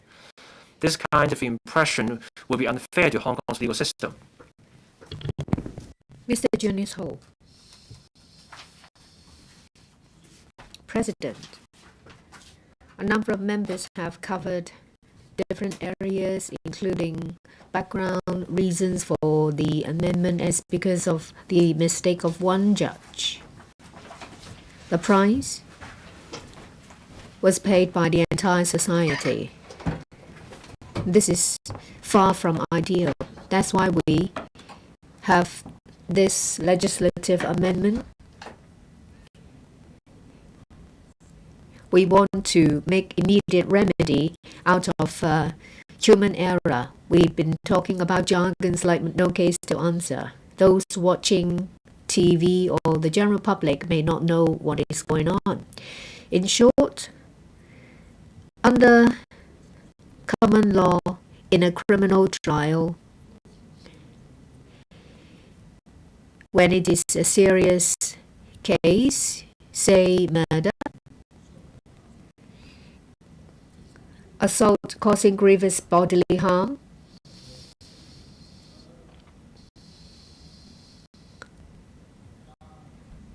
rape,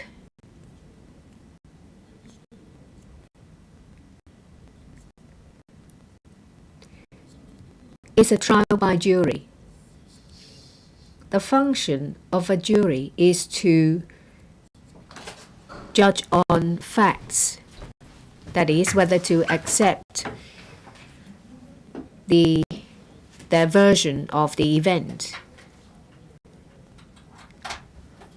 The judge is an adjudicator on the law and to provide explanations as necessary.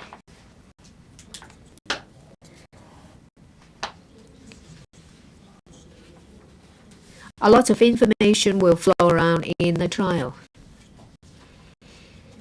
Well, is the information right or wrong?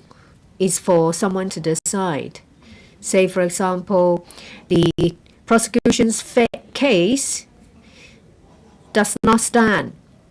So there is no prima facie case, and it doesn't warrant the defense to say anything. Then the judge can rule no case to answer. The judge will make a decision. In a normal society, a society with high moral values, it's very unlikely that the judge will make a mistake, but to err is human. If it's an inadvertent mistake, of course, we understand that. But sometimes we see outrageous mistakes. Say, you wonder whether that person accepted bribes or there are problems with that person's political stance. So for A, Roman 1 is in relation to serious mistakes. And A2 is relating to national security cases. Even with a panel of 3 judges, if the person's political stance is dubious and the judges say there is no case to answer when the evidence is strong, then we need to resort to the avenue provided by the legislative amendment. Ms. Priscilla Leung talked about the Criminal Justice Act in the UK.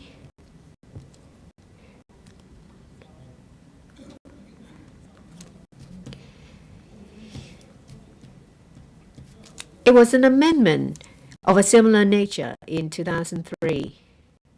We haven't done anything because it has been smooth sail the whole time, so we have not been aware of the consequences. But in a recent case, the judge ruled no case to answer in the face of an enormous amount of drugs. It's an outrageous mistake on the part of the judge. But under the current judicial system, there is no avenue to remedy this mistake.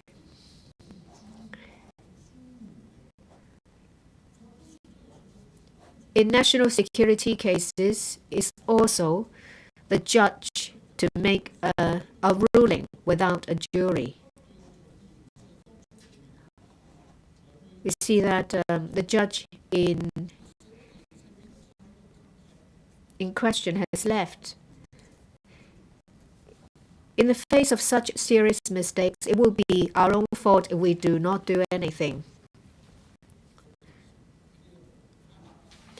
I commend the Department of Justice for working so speedily. We all fully support their work. I'm not going to be long-winded. Under Article 84 of the Basic Law, the principle of trial by jury previously practiced shall be maintained. Now, we make remedy of an error of judgment on the part of the judge. Yes, the basic law states that the principle of trial by jury shall be maintained, but there is a gaping flaw. Before the promulgation of the national security law, a lot of people in the street was what? Well, if it's a property, it's been renovated, and if it's a person, well, they've been punished, and I was stabbed. What are the offenses involved under the Criminal Procedure Ordinance? Is assault occasioning serious bodily harm. And there is an alternative charge, attempted murder. Maximum penalty is a life sentence. But when it comes to a difference in political stance, what happened? The defendant may plead guilty to one charge and not the other one, because they would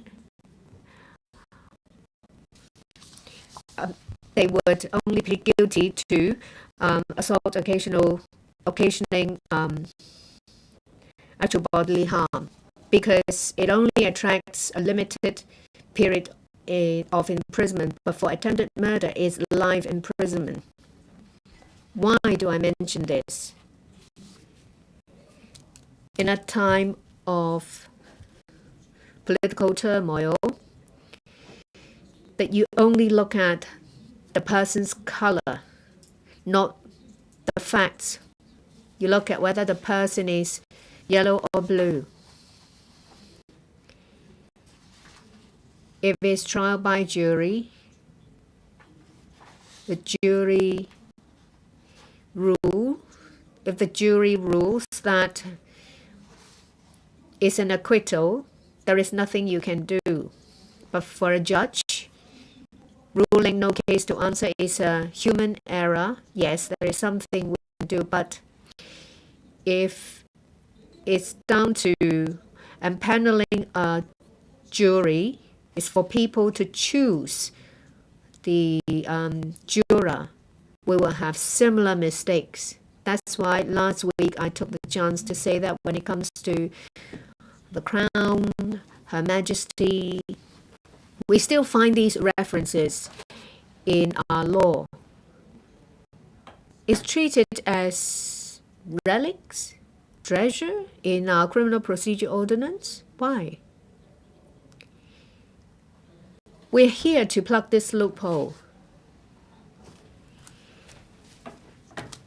And we may as well use the chance to plug another loophole. Yes, Article 86 talks about principle of trial by jury being maintained.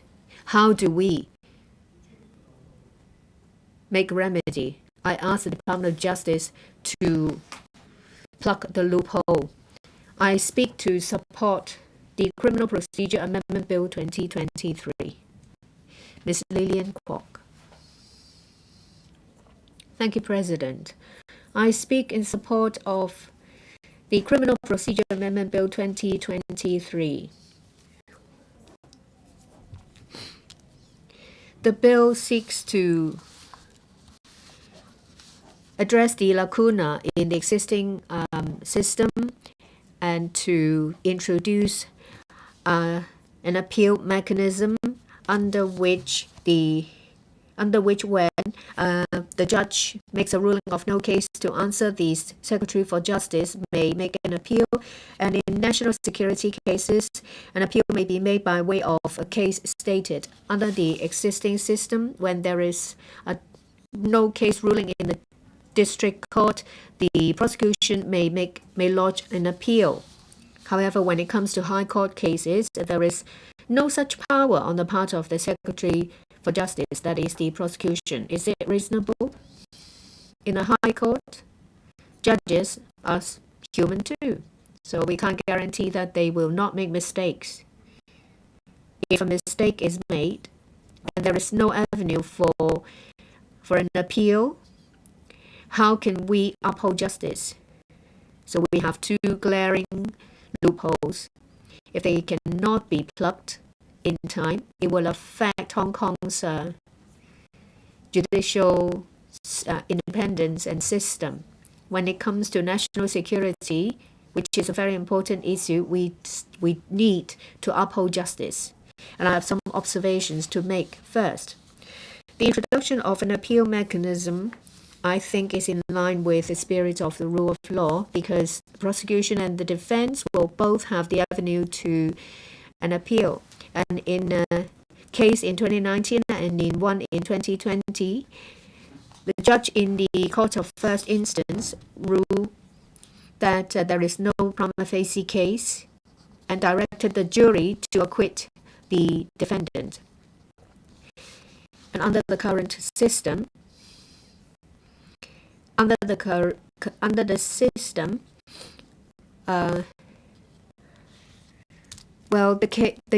prosecution may refer the case to a higher level, but the defendants have all left Hong Kong. And in 2022, in a higher level of court, the judges ruled that, yes, there was a serious mistakes made by the trial judge. And the Court of Appeal also said that it's only when a case of no answer is made that the Secretary of Justice can refer the case, and they see an urgent need to reform. Just now, Mr. Junius Ho touched on this point. He talked about the role of a jury. How did they decide the evidential value of the evidence? How do you make sure that they will not make a mistake on facts of the case and arrive at an erroneous ruling or judgment? So we need to think about how to maintain how to ensure the quality of the jury.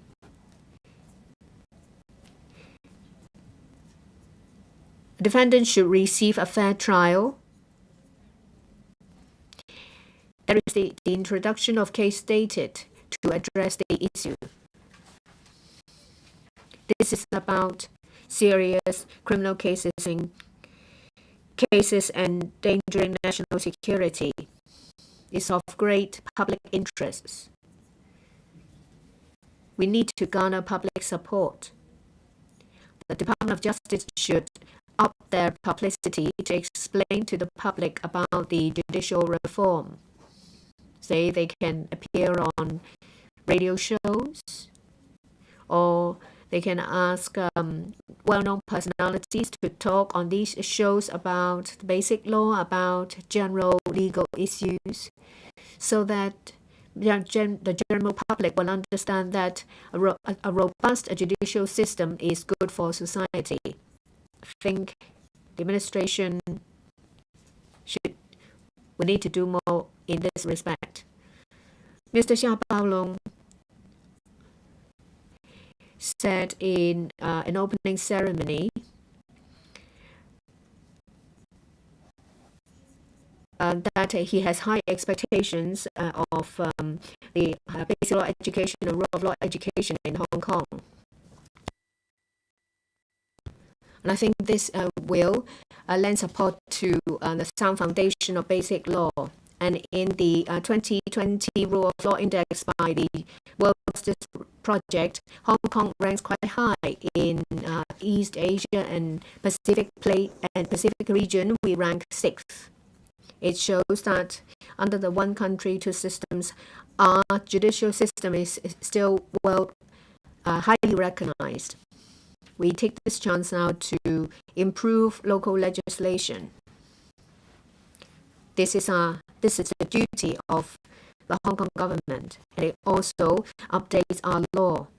We need to maintain a robust foundation for rule of law, and a stable environment will give confidence to investors and is also conducive to an environment that is good for living, work, and study. And this will be good for Hong Kong's long-term development. I speak to support the bill. Thank you. Does any other member wish to speak? If not, I'll now call upon the Secretary for Justice to reply, then the debate will come to a close. Secretary. President, first of all, I thank the chairman of the Bills Committee on Criminal Procedure Amendments Bill 2023, Ms. Eunice Yung, the Deputy Chairperson, Ms. Carmen Kan, other members of the Bills Committee, and also the Legislative Council Secretariat for their efforts, so that we can complete the scrutiny work in time. The BC has discussed the contents of the bill in depth, and invaluable views were raised. I thank the AJLSP stakeholders as well as the legal sector on their invaluable views and support of the bill. Having carefully considered the views canvassed, we will propose an amendment, which I will explain later. As mentioned by all the members correctly, under the present criminal trial regime, when rulings are made by the court of first instance that the defendant has no case to answer in criminal trials with a jury, or verdicts or orders of acquittal are given in cases concerning offences endangering national security tried in CFI without the jury by a panel of 3 judges under Article 46 of the law of the Hong Kong NSL. Even if there is an error of law, there is no way that the prosecution can lodge an appeal with the Court of Appeal. The bill seeks to address the above situations by amending Criminal Procedure Ordinance Cap 221 to set out 2 appeal procedures, so that the prosecution can lodge an appeal against no case to answer rulings made by the CFI in criminal trials with a jury, and verdicts or orders of acquittal given in cases concerning offences under Article 46 of the NSL. Now, whether the trial judge or court has committed an error of law will be determined by the Court of Final Appeal. Now, without the mechanism, the prosecution has to apply for a leave to appeal with the Court of Final Appeal.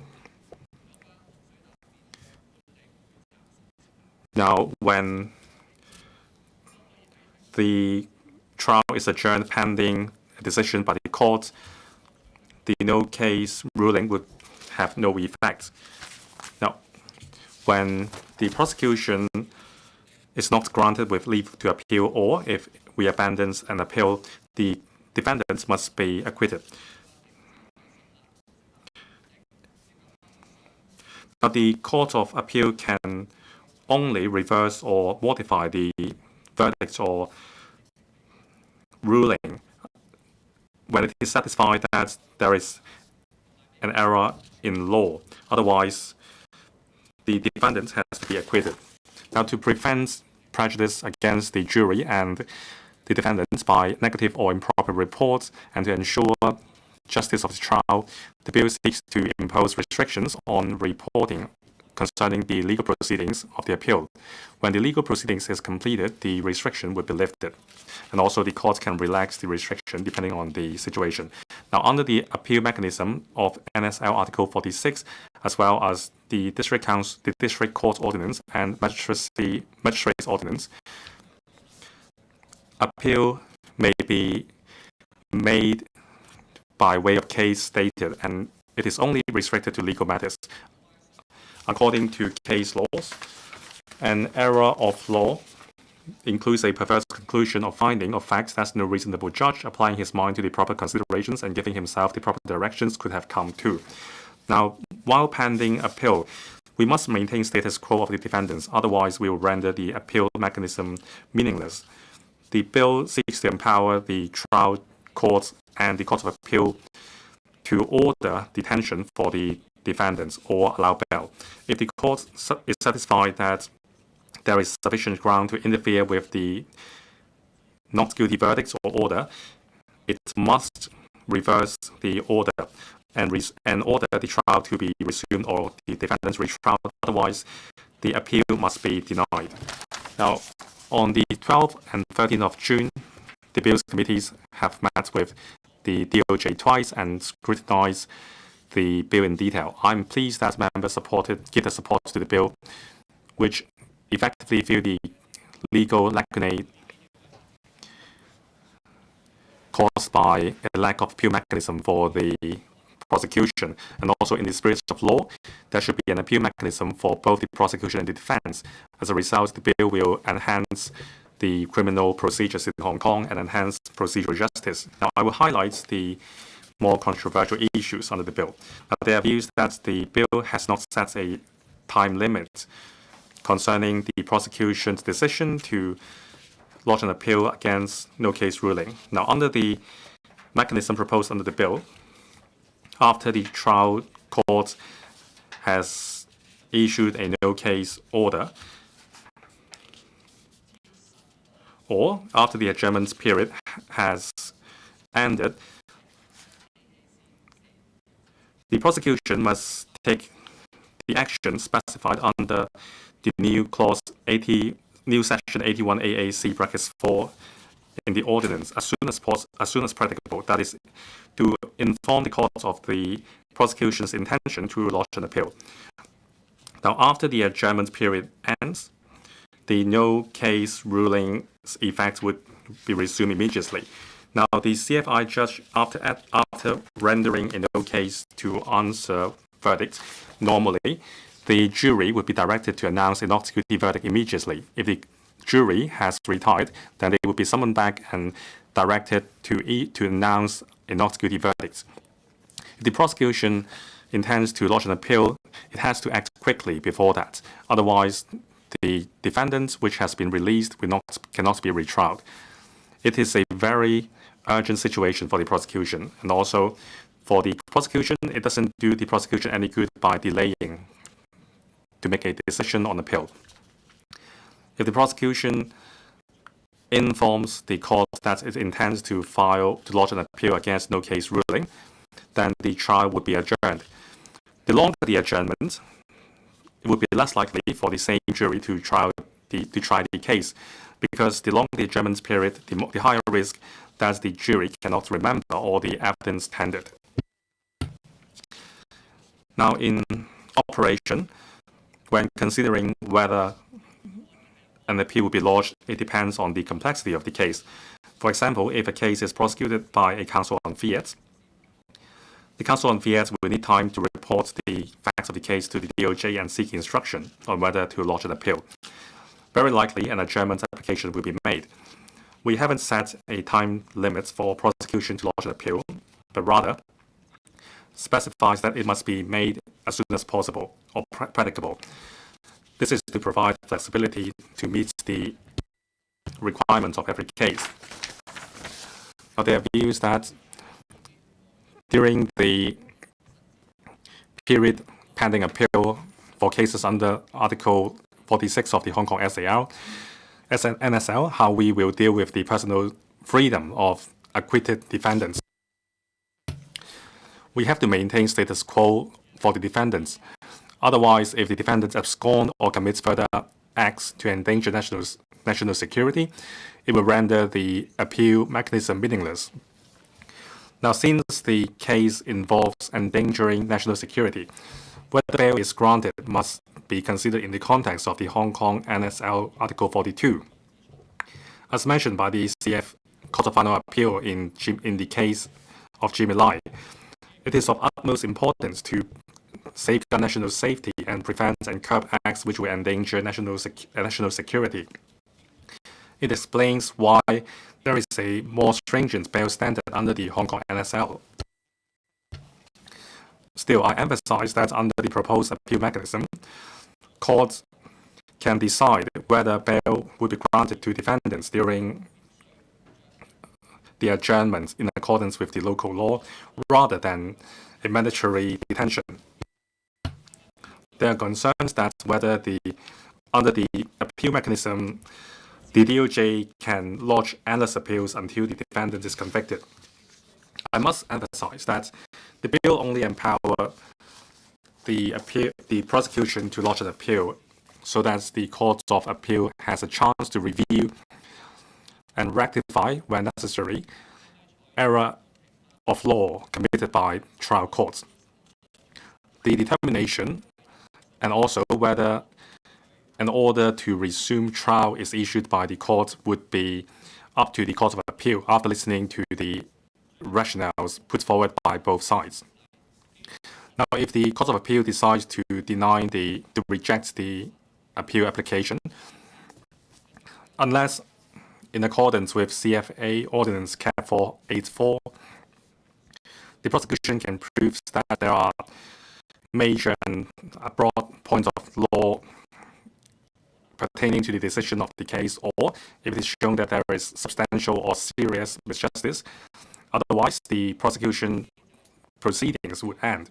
There would be no abuse by the prosecution.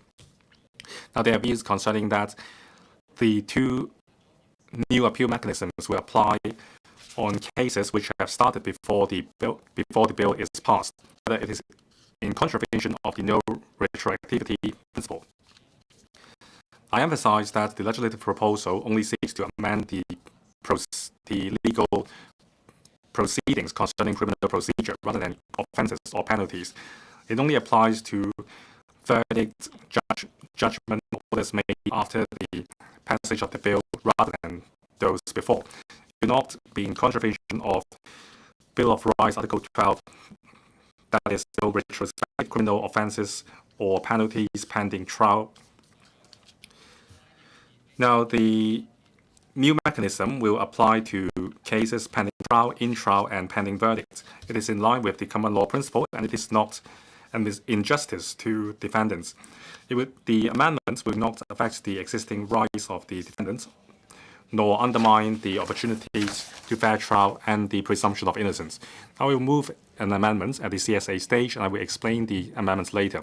I'm pleased to learn that there is no objection on behalf of the BC. Now, Mr. Paul Jia raised a question. I would like to reply to his question. That is, after the passage of the bill, when will the appeal mechanism come into effect? Now, subject to the passage of the bill, the provisions in relation to HKNSL 46 will come into effect on the date when the ordinance is gazetted. Now, this is about the appeal by way of case-dated mechanism. The mechanism is sophisticated. We don't have to legislate in the form of subsidiary legislation for the mechanism. Now, for provisions which are in relation to appeal against no case ruling, it will come into effect on a date when, as specified by the Secretary for Justice by way of Gazette.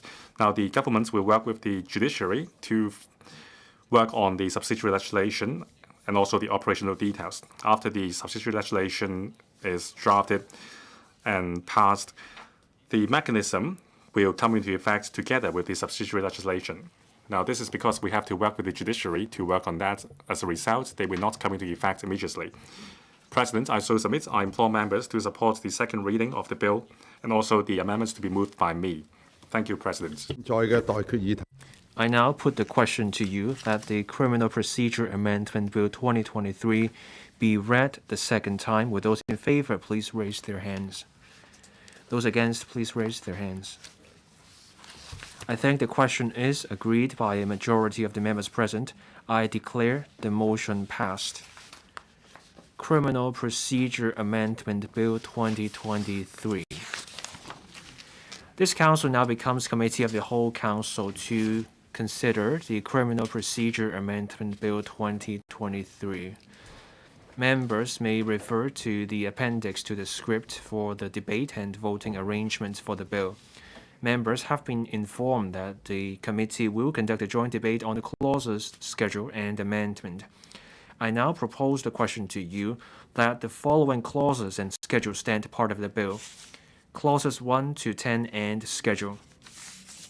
The Secretary for Justice will move an amendment which seeks to amend Clause 5. Members may refer to the appendix to the script for details of the amendment. Members may now proceed to a joint debate on the clauses, schedule, and amendment. I will first call upon the Secretary for Justice to speak, but he is not required to move the amendment at this stage. Then I will call upon members to speak upon the conclusion of the joint debate.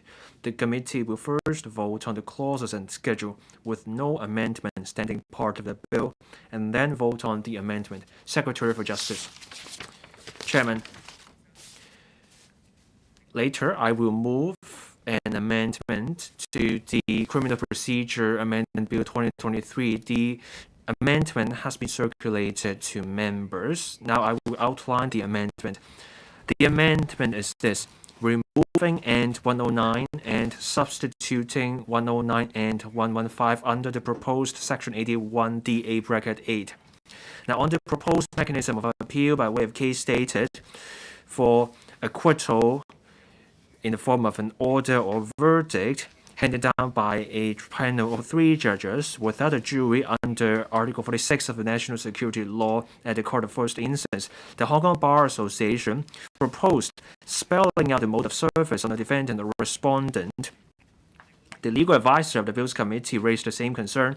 The government notes the suggestion and, upon considering this matter further, takes the view that it should set out clear provisions on the surface to avoid the unnecessary dispute. Section 115 of the Magistrates' Ordinance sets out the mode of service of documents related to the appeal.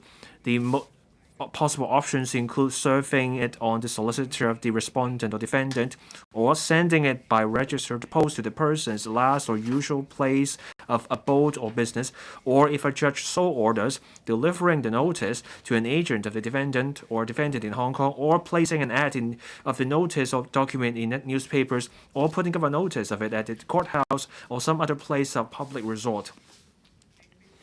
The government proposes applying Section 115 of Cap 227 with the necessary modifications to the appeal mechanism in the bill. The government stresses that the amendment does not alter the government's position on the applicability of Section 84 of the District Court's Ordinance in terms of the appeal procedure. The Bills Committee has no objection to the amendment. I urge members to support the amendment. Thank you, President. Does any member wish to speak? If not, I will now ask members to vote on the clauses without an amendment and the scheduled standing part of the bill. Those in favor, please raise their hands. Those against, please raise their hands. I believe the question is agreed by a majority of the members present. I declare the motion passed. Without votes on the amendment, Secretary for Justice, you may now move your amendments. Chairman, I move the amendment set out in the appendix to the script. I propose the question to you that the Secretary's amendment to be passed. Would those in favor please raise their hands? Those against, please raise their hands.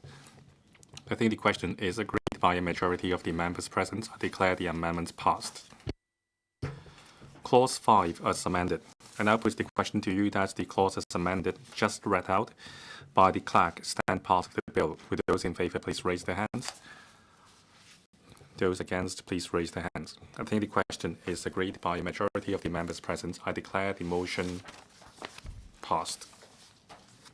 All the proceedings on the Criminal Procedure Amendments Bill 2023 have been concluded in Committee of the Whole Council. Council now resumes. Secretary for Justice. President, I now report to the Council that the Criminal Procedure Amendments Bill 2023 has been passed by Committee of the Whole Council with amendments. I move the motion that this Council adopts the report. I now propose the question to you that the Secretary's motion be passed. Would those in favor please raise their hands? Those against, please raise their hands. I think the question is agreed by a majority of the members present. I declare the motion passed. Third reading. Criminal Procedure Amendments Bill 2023. Secretary for Justice. President, I move that the Criminal Procedure Amendments Bill 2023 be read the third time and do pass. I now propose the question to you that the Criminal Procedure Amendments Bill 2023 be read the third time and do pass. Does any member wish to speak? I now put the question to you as stated. Would those in favor please raise their hands? Those against, please raise their hands. I think the question is agreed by a majority of the members present. I declare the motion passed. Criminal Procedure Amendments Bill 2023. This Council resumes the second reading debate on the Bankruptcy and Companies Legislation Miscellaneous Amendments Bill 2023. Does any member wish to speak? If not, we now proceed with the voting. I put the question to you.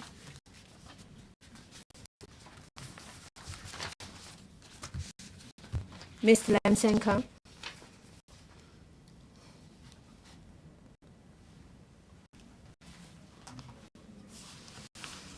I put the question to you that the Bankruptcy and Companies Legislation Miscellaneous Amendments Bill 2023 be read the second time. Will those in favour please raise their hands? Those against please raise their hands. I think the question is agreed by a majority of members present. I declare the motion passed. Bankruptcy and Companies Legislation Miscellaneous Amendments Bill 2023. This Council now becomes Committee of the Whole Council to consider the Bankruptcy and Companies Legislation Miscellaneous Amendment Bill 2023. I now propose to question to you that the following clauses stand part of the bill, clauses 1 to 90. Does any member wish to speak? If not, we now proceed with the voting. Mr. Lam Sen-Kang. Apologies. I speak in support of the bill, but in July 2022, the Finance Committee approved funding to run the electronic information submission system. It's a very good thing because they plan to put in place the electronic submission system in the fourth quarter of this year. This will enhance the efficiency of the official receiver's office. I would like to say that I support the bill. Secretary for Financial Services and the Treasury, would you like to speak? I now put the question to you that the clauses read out by the clerk stand part of the bill. Will those in favour please raise their hands? Those against please raise their hands. I think the question is agreed by a majority of the members present. I declare the motion passed.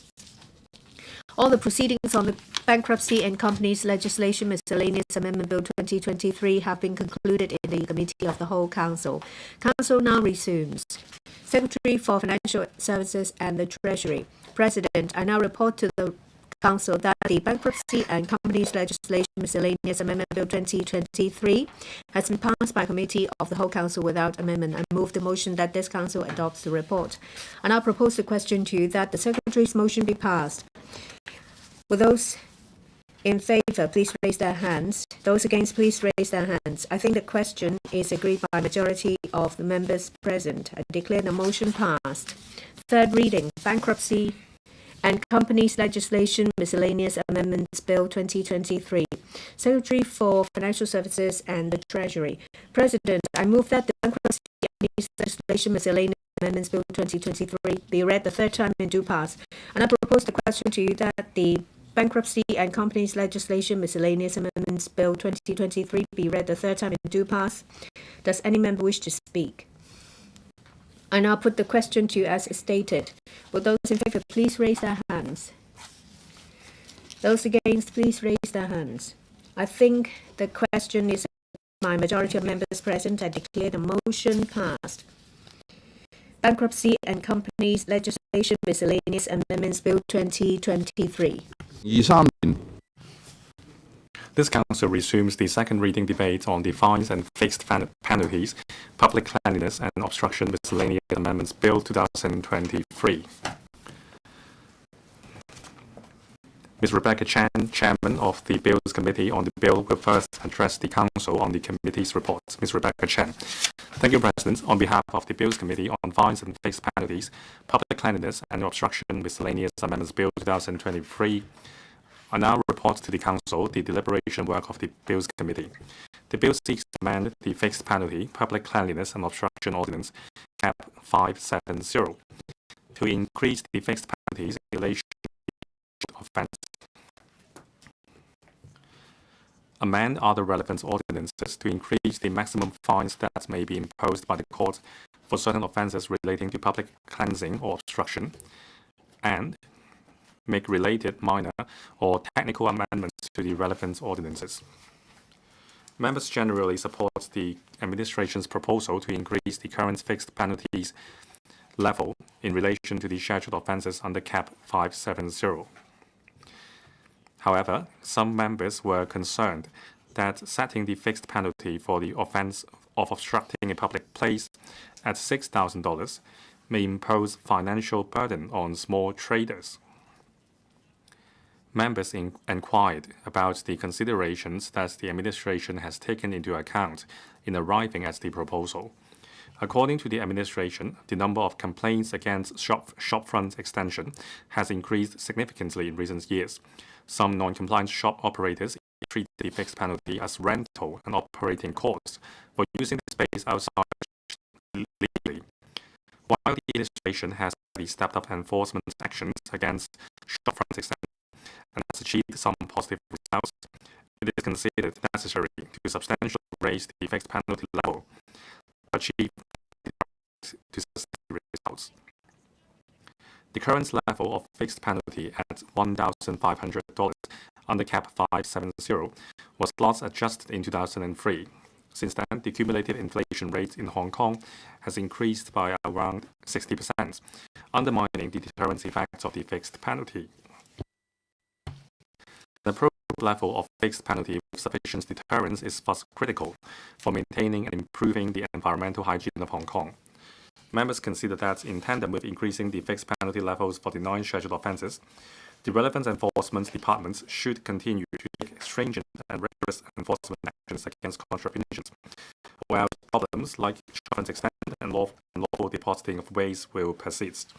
Some members have nevertheless commented that it is important to strike a balance between strengthening enforcement and giving regard to the affordability of the general public or small traders. The proposed increase in the current fixed penalty level may lead to greater resistance from the offenders and more confrontation between offenders and frontline enforcement officers. Members are concerned whether clear enforcement guidelines are in place to ensure consistency of enforcement standard. In response, the administration has advised that it will enhance the training for frontline officers, update the enforcement guidelines to assist frontline officers in determining on the spot the most appropriate enforcement action to be taken and the legal tools to be used. As a general principle, the circumstances of shopfront extension offences where fixed penalty notices are issued should be straightforward, clear-cut and capable of being easily established. The administration has further advised that since September 2021, the FEHD has launched a new mode of joint operations in cooperation with the police in various districts on a trial basis, under which obstructive items might be removed and seized. Compared to relying only on issuing FPNs or summonses to persons who cause such obstruction, this enforcement arrangement carries a greater deterrence effect with a higher non-compliance cost for offenders. Some members urged the administration to, along with the proposal to raise the current fixed penalty for the offence of obstructing a public place, which mainly targets shopfront extension from $1,500 to $6,000, consider introducing progressive fixed penalty. They believe that progressive fixed penalty could considerably increase the cost of non-compliance of repeat offenders, thereby achieving stronger deterrence effect. The administration has advised that it is conducting a detailed study on the powers and penalties of environmental hygiene-related legislations, with a view to enhancing the efficiency, effectiveness, and deterrence of enforcement actions. Proposals were made to increase the level of fixed penalties in the first phase of the legislative amendment review, while a detailed study covering the legal basis, effectiveness, enforcement efficiency, and cost effectiveness of progressive fixed penalty arrangements is being conducted in the second stage. The administration targets to complete reviewing the remaining environmental hygiene-related legislation by mid-2023, which will, if appropriate, be followed by a separate legislative amendment exercise. Clause 1, bracket 2 of the bill provides that the bill, if passed, would come into operation on the expiry of 3 months after the day on which it is published in the Gazette. The arrangement allows sufficient time for extensive and comprehensive publicity on the increased fixed penalty levels to the sectors and the public at large. Members have called on the administration to partner up with trade associations or community organizations to organize large-scale publicity events to widely publicize the proposed new levels of fixed penalty for the scheduled offences. The administration has assured members that it would make use of the 3 months' time to conduct comprehensive publicity to ensure that everyone would be aware of the increased fixed penalty levels. Members note that after the passage of the bill, the forms of FPNs would no longer be made by way of subsidiary legislation as at present. According to the proposed new section 17A2 of CAP 570, the Secretary for Environment and Ecology will be empowered to specify the forms and must, as soon as practicable, after such a form is specified, publish the specified form in the Gazette. In other words, the Legislative Council will have no power to amend the forms. The administration has advised that the relevant legal requirements and arrangements in respect of the 9 scheduled offences and the fixed penalties, including the dispute mechanism and recovery of penalties, will continue to be stipulated in CAP 570 as at present. Any changes to these requirements and arrangements would need to be made through primary legislation, which is subject to scrutiny and passage by the Legislative Council. The concerned forms are prescribed by subsidiary legislation or specified by the Secretary. Must follow the relevant legal requirements and arrangements stipulated in CAP 570. The bill proposes to empower the Secretary for Environment and Ecology to specify the forms of FPNs. The Secretary may only the formats of FPNs and administrative details, payment methods, addresses of the post office box, and number of the post office inquiry lines. Members note that the arrangements will allow the Secretary to make necessary amendments to the forms in a timely and flexible manner. While not objecting to the proposed new amendments, members have requested that in future, whenever an amendment is to be made to the form of an FPN, the administration should provide the draft revised form to the Panel on Food Safety and Environmental Hygiene for consideration or reference once available, and before the Gazette of the revised form. The administration has agreed to accede to the above request from members. Now, the following are my views on the Bills Committee. Now, these are my personal views. I think the amendments are necessary. The relevance level of fixed penalty were from $600 to $1,500. It was 20 years ago in 2003. At the time, a lunchbox cost $20. Today, it is more than $50. As mentioned by the Secretary, the accumulative inflation rate has exceeded 60% in Hong Kong. The deterrence effects of the penalties have been undermined. To address the serious environmental hygiene issues in Hong Kong, we need to enhance the penalty level to a level where offenders will feel the pinch.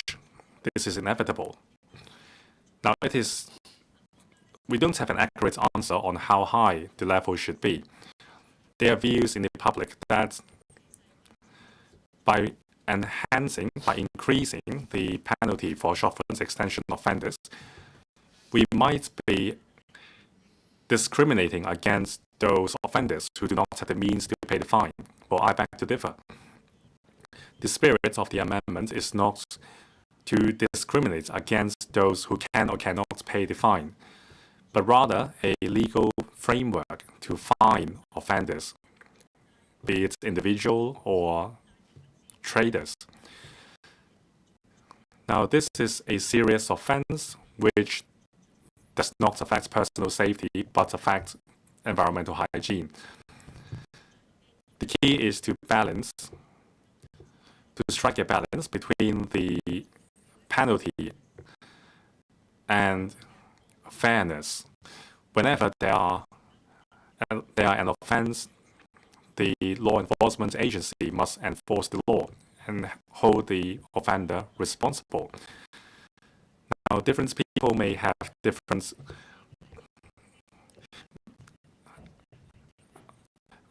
means to pay the fine. We cannot address the issue. Now, there are calls for introducing a progressive fixed penalty level for repeated offenders. This will come with more deterrence effects. Now, on principle, I do not object to a mechanism to punish repeat offenders more severely. Shopfront extension is a deep-rooted issue in community, especially BC commercial areas. There are always offenders, and it is difficult to stamp out the offenses. Now, under this amendment, the fine has been doubled from $3,000 to $6,000. It is not an insignificant increase. And also, law enforcement agency can issue repeated FPNs depending on the situation. So I think it will come with a deterrence effect. As I've mentioned just now, the law must strike a balance between the severity of offense and the level of penalty. If the penalty is so draconian that it exceeds the severity of the offense, it may lead to lashback and cause unnecessary confrontation. This is not something that we want to see. More importantly, under the existing mechanism, there are ways to deal with repeated or serious offenders. Besides issuing FPNs, there can also be criminal proceedings against the offenders. The magistrate can issue more hefty fines depending on the situation. Now, this amendment bill also increased the maximum fines that can be imposed by courts from $5,000 to $25,000. Now, it is a much more deterrent penalty. So I support the administration in that we shouldn't introduce a progressive fine just now.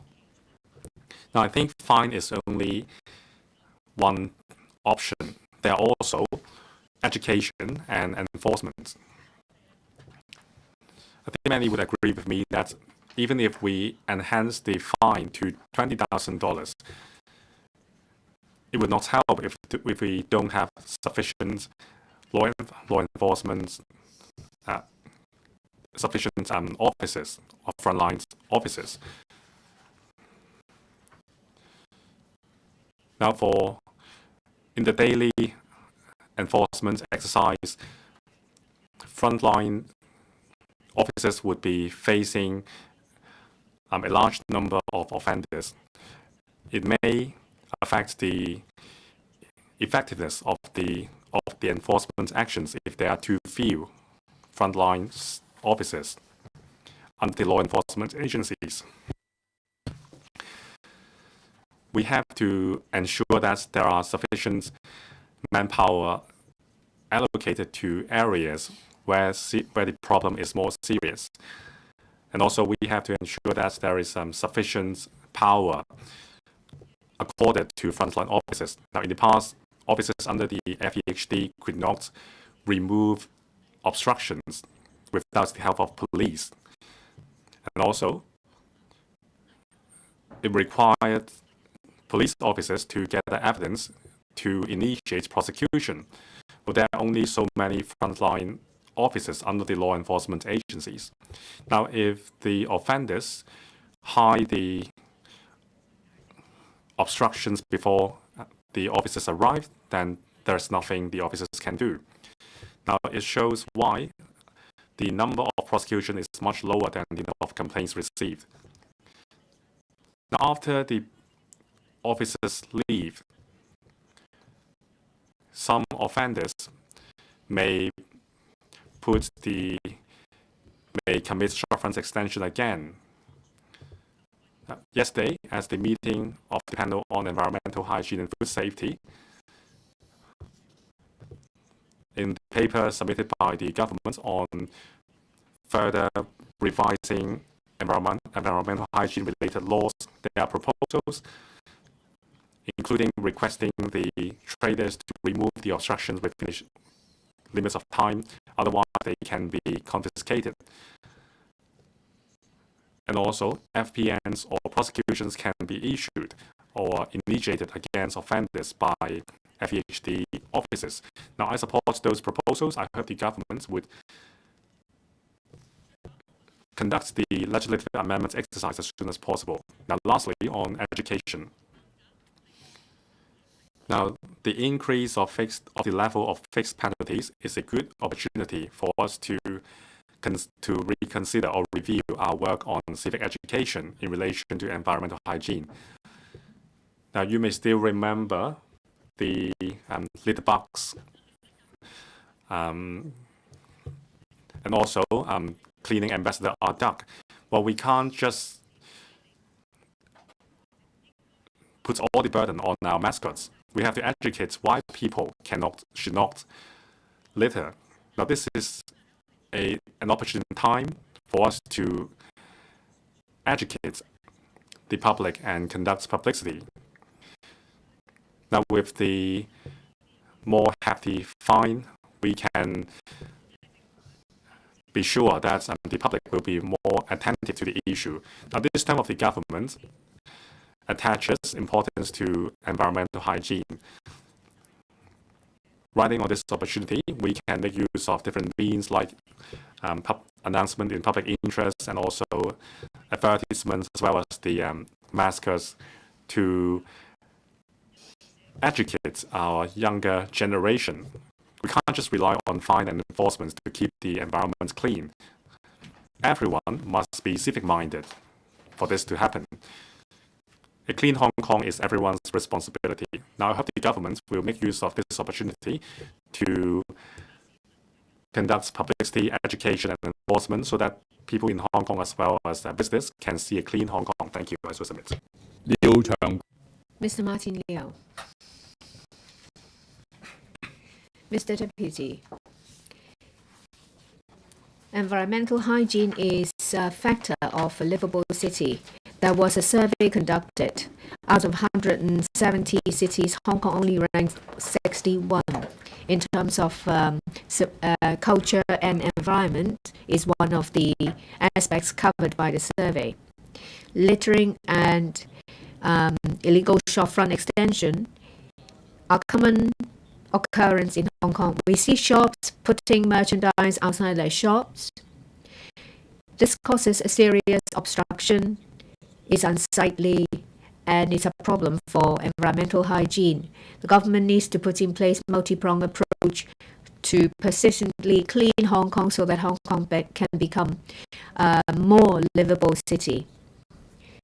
There are 9 scheduled offences covered by this bill. 7 of them target certain behavior, say for example, display of bills or posters without permission, depositing of litter or waste in public places, spitting in public places, fouling of street by dog feces, depositing of litter in country parks and special areas, spitting in country parks and special areas, and marine littering. There are 2 scheduled offences targeting shops. They are obstruction of public places and unlawful depositing of waste and construction waste. The fixed penalty has stayed at 1,500 since 2003.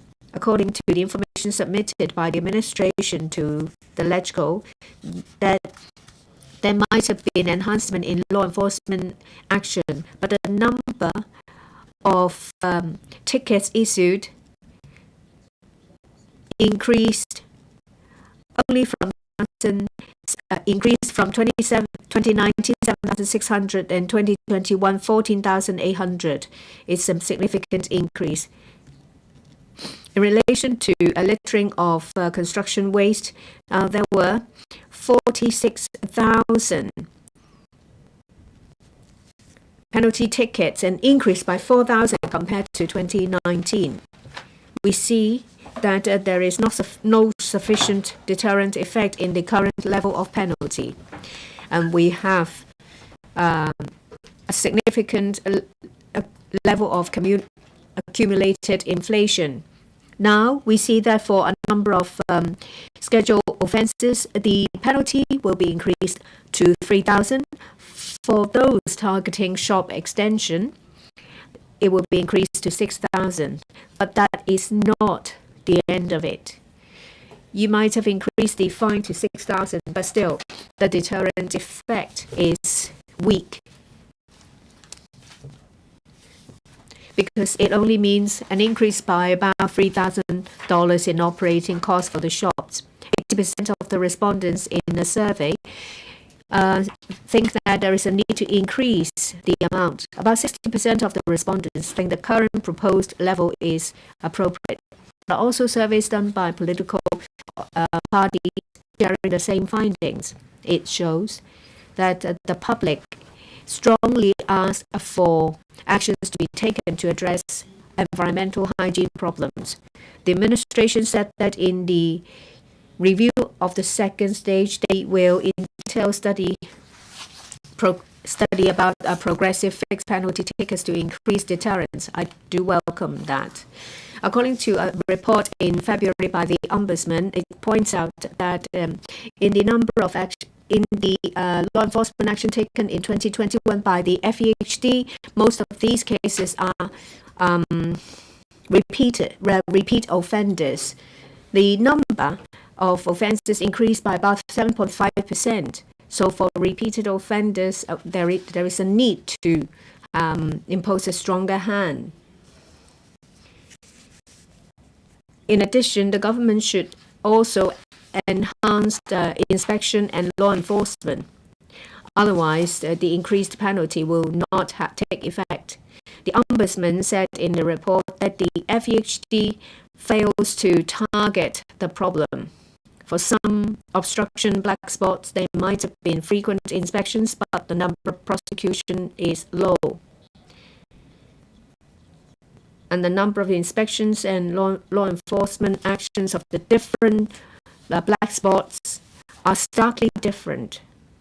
It shows that there is a difference in standard. I suggest that in relation to number of complaints and number of law enforcement actions taken, information should be collated together before they conduct the review. Usually the FEHD will issue tickets under obstruction of public places. The number of prosecution has stayed low.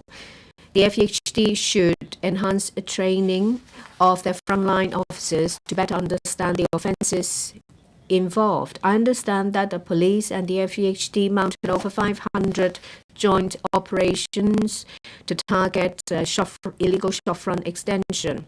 I recognize their efforts. I expect that these joint operations can continue to enhance their deterrence. Relevant departments should also review the effectiveness of their work to ensure proper use of public resources. In August last year, the government launched a scheme to target black spots. Over 700 hygiene black spots has been announced in government website. I do appreciate the determination of the government to clean up the streets. But I see on the website that the photos state that the date is August last year, whereas for the other photos there is no date stamp. We don't know whether there has been any follow-up action taken. I hope the government will constantly update the website so that members of the public can monitor the effectiveness of the government's work. The most important work to improve environmental hygiene is civic mindedness. We have a lot of public bins, about 11,000, far exceeding 7,000 in Seoul and about 1,800 in Taipei. but our streets are dirty. After Mid-Autumn Festival, we see a lot of places littered with abandoned lanterns, packets of food, and candles. It shows that people don't take their rubbish home with them. There is a lot of room for improvement in this regard.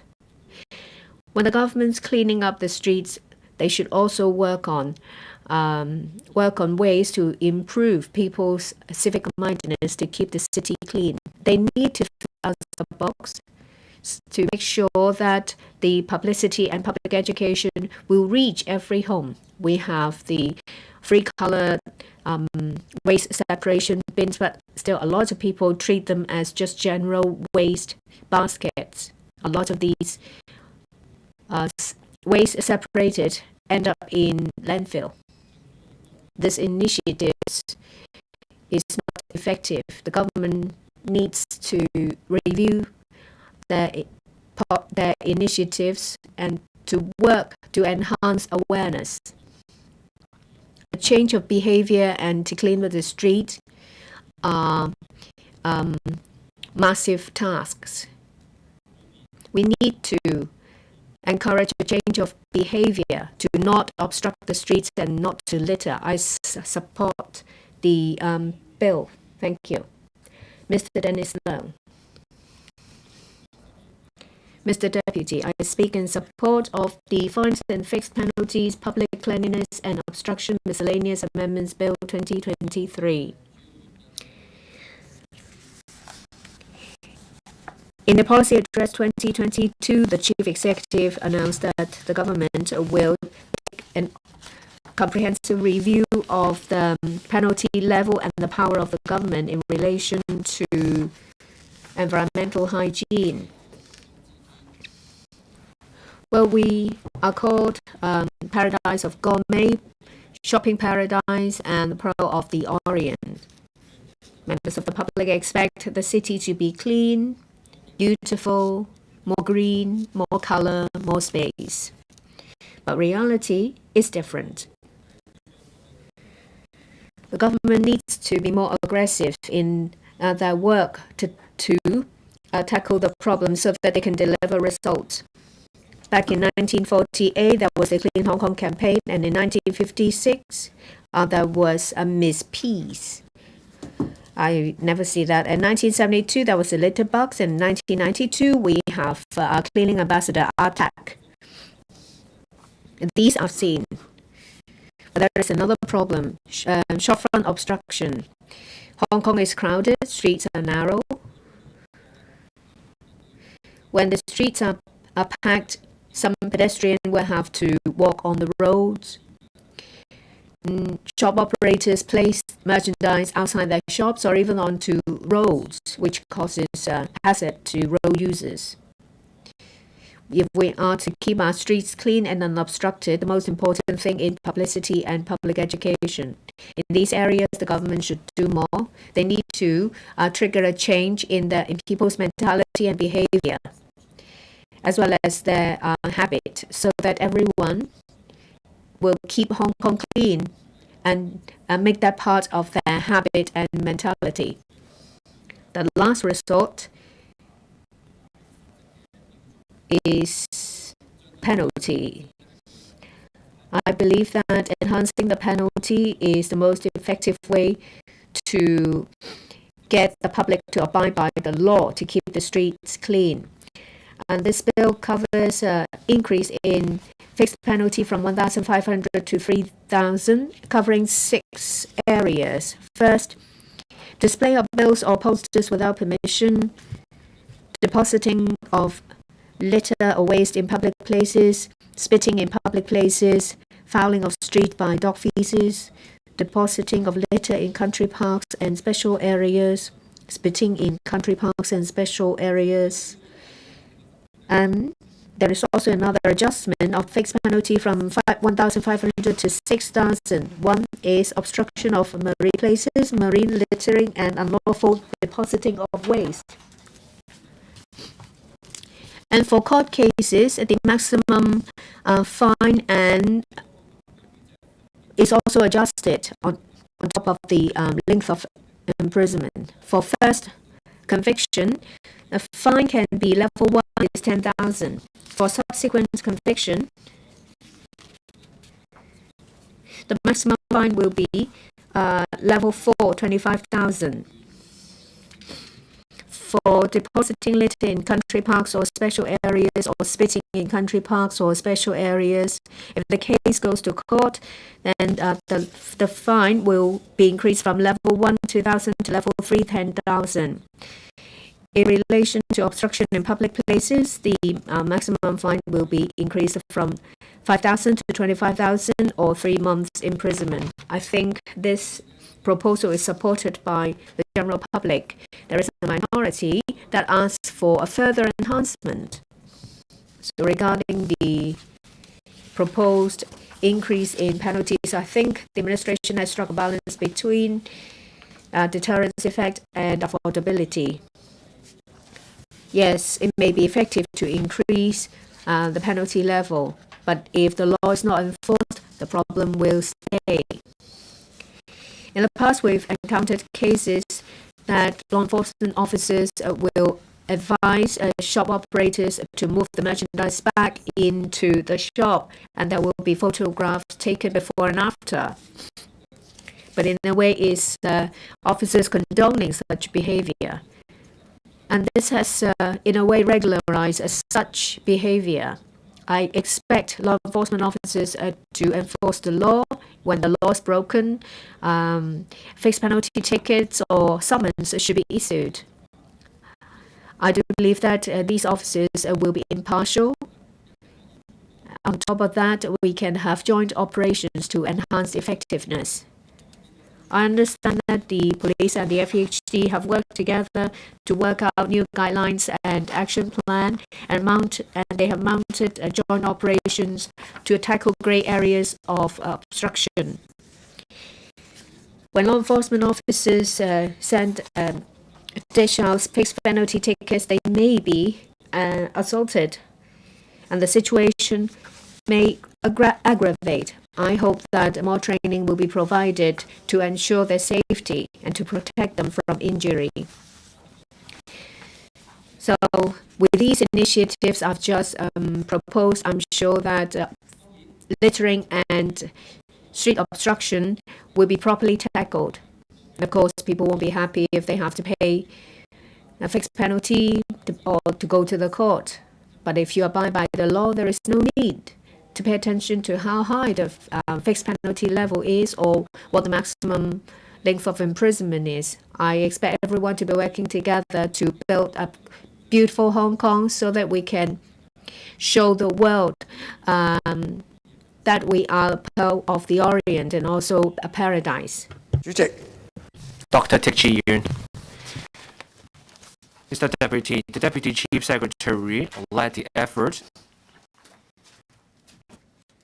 that led to a major improvement to the scenes we see at the market and the street. I commend the Deputy Chief Secretary and the relevant department for the work. But enforcement itself is not something that will guarantee sustained results. The government is now proposing stiffer fines to achieve greater deterrence. But then, Mr. Deputy, stiffer fines without enforcement will make the law meaningless. It's the same thing we've seen in the past. The law is there, no one's to enforce them. So, higher fixed penalties require enforcement to go hand in hand. Higher fines do not mean that departments can slack off. We also need clear guidelines for law enforcement. This is to avoid disputes at the street. You don't want to have a large group of FEHD officers surrounding an old lady over a row about the enforcement, because that can create negative publicity. And this is something to watch out for to achieve effective law enforcement. The bill proposes higher fines for littering and unlawful depositing of construction waste. I support that. But then for small traders, the fine will go up from $1,500 to $6,000. I do have reservations about this change. Now for shopfront extension, the fine will go up from $1,500 to $6,000. That's too onerous for small traders or hawkers who are in inadvertent breaches. $6,000 easily makes up half their monthly income. If a hawker gets 2 or 3 such tickets, all their monthly earnings are gone. They just have a lapse in their judgment. It's just them being careless for the moment, and then they get a ticket. So this kind of fine may hurt the livelihood of small traders or hawkers. For larger operators, they simply factor in the higher fines, turn them into part of the operating cost. So we need to do something about this. We need to massively bump up the cost of breaches for large operators. So I propose progressive fines to achieve a greater deterrence for repeat offenders.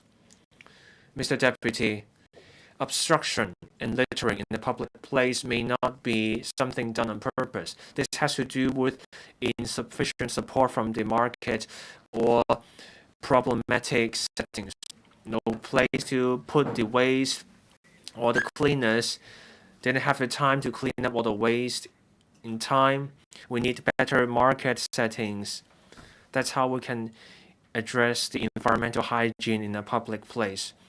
You can have stringent laws, but you also need rigorous law enforcement. Otherwise, the law will not work. The Food and Environmental Hygiene Department needs to step up law enforcement, and the department also needs better support in law enforcement. The frontline FEHD officers will have body-worn cameras.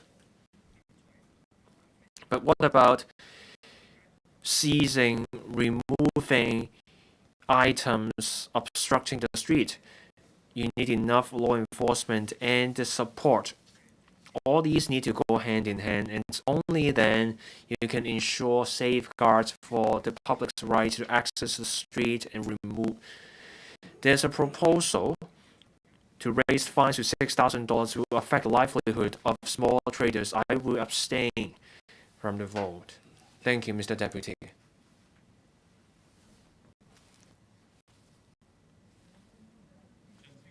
Mr. Lam Chan Sing. Thank you, Mr. Deputy.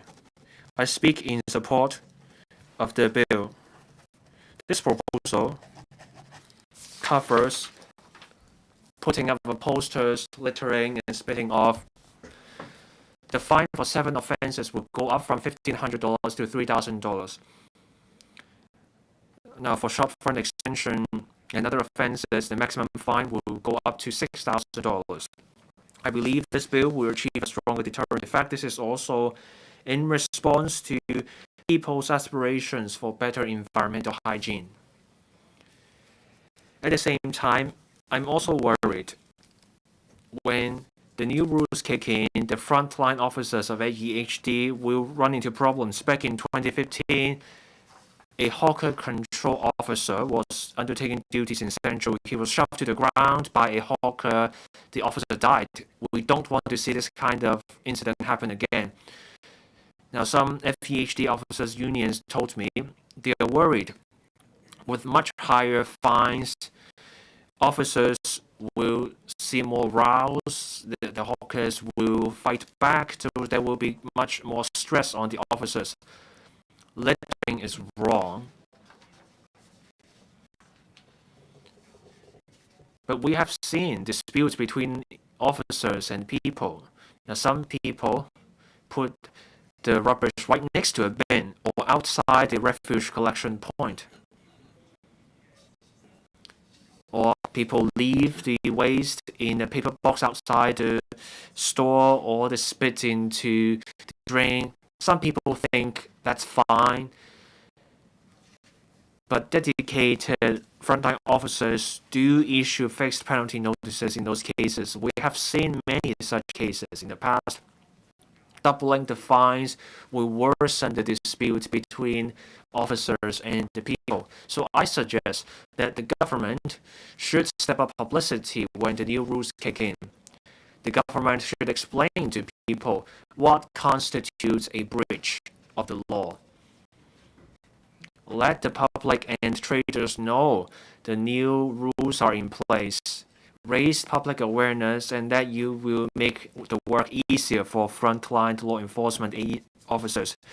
The government has procured more than 800 body-worn video cameras for hawker control officers. I welcome this move.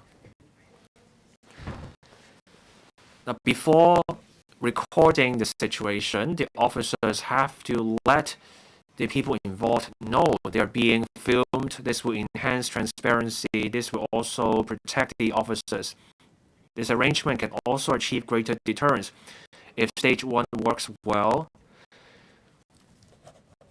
then the government should consider giving body-worn video cameras to foremen too. This is to better protect them. But even with these devices, if there's just one officer enforcing the law, you still have risks. Now, under the FEHD's cleaning unit, there is just one foreman patrolling and prosecuting offenders. Look at the hawkers unit. They enforce the law as a team. When you have a single person taking up all the work, that person is under higher risk. So the government should hold duties in twos, so that they can look out for one another. The government's paper says between 2019 and 2022, for shop front extension, complaints went up from 15,000 to 24,000 complaints. The number of fixed penalty notices went up from 7,600 to 15,000. But last year, the FEHD had 927 vacancies. The government wants to control its costs and achieve zero growth in the civil service establishment. I get that. But there's a need to fill the vacancies. You need enough frontline law enforcement officers to take up the prosecution tasks. I so submit I support the bill. Mr. Kissinger. Mr. Deputy, I speak in support of the Fines and Fixed Penalties, Public Cleanliness and Obstruction Miscellaneous Amendments Bill 2023. Now, here are some photographs showing couriers causing obstructions on Ma Chung Hang Road and Kowloon City Road. They have undermined environmental hygiene and traffic, causing disturbances. I support the government's proposal to increase the level of fine from $3,000 to $6,000. It would be deterrent for small traders. However, not so much so for big stores. Now, for couriers, for example, those in my photos, they are taking up 2,000 square feet of space. And if they are fined 7 times, that is $35,000, they can make up for the loss with 5 deliveries. Now you have to enhance the level of fine to make it tangible. If the offender repeats the offenses, then you have to issue a suspension of operation, suspension of business order to them, because this is what they fear most. Now, the situation has been long-standing because departments were working in silos and there are gray areas. We can't just rely on the FEHD to deal with the SFE situation. Now, the stores are very smart. They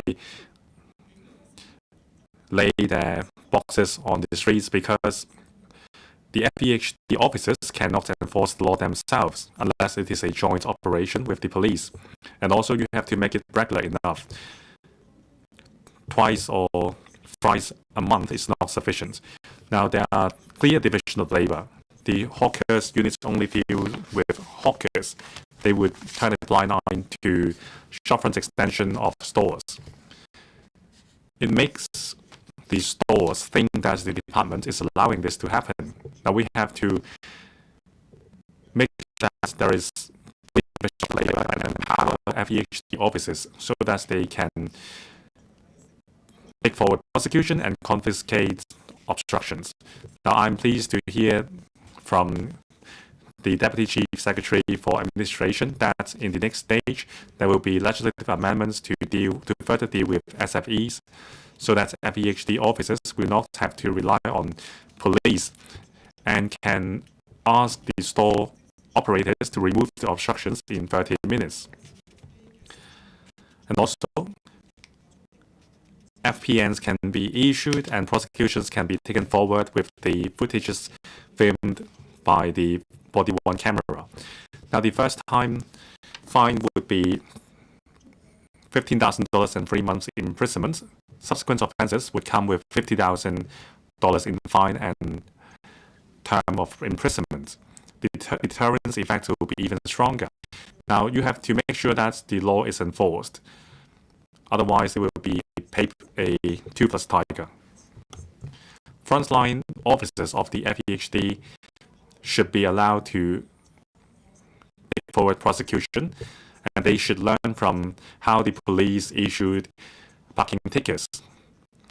Another ticket can be issued if the situation is not rectified in 30 minutes. Now, instead of increasing the fine further, we can allow FEHD officers to issue multiple tickets. It would address the issue. And also, everyone should be equipped with a body-worn camera. Now, maybe we can learn from the mainland.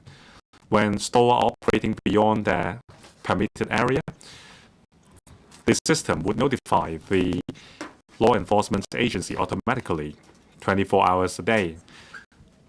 Now, this has been adopted in a lot of mainland cities and has proven to be effective.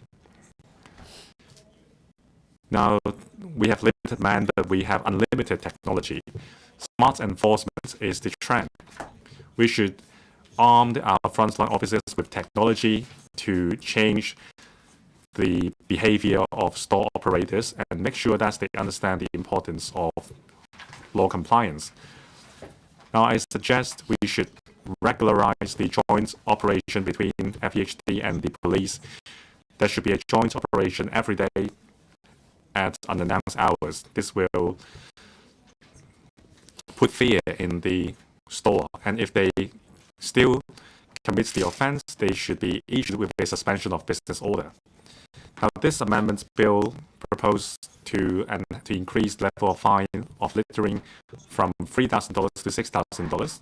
It is deterrent. It comes with a deterrence effect, but we have to demarcate the area clearly. Now, some people may think they are not breaking the law.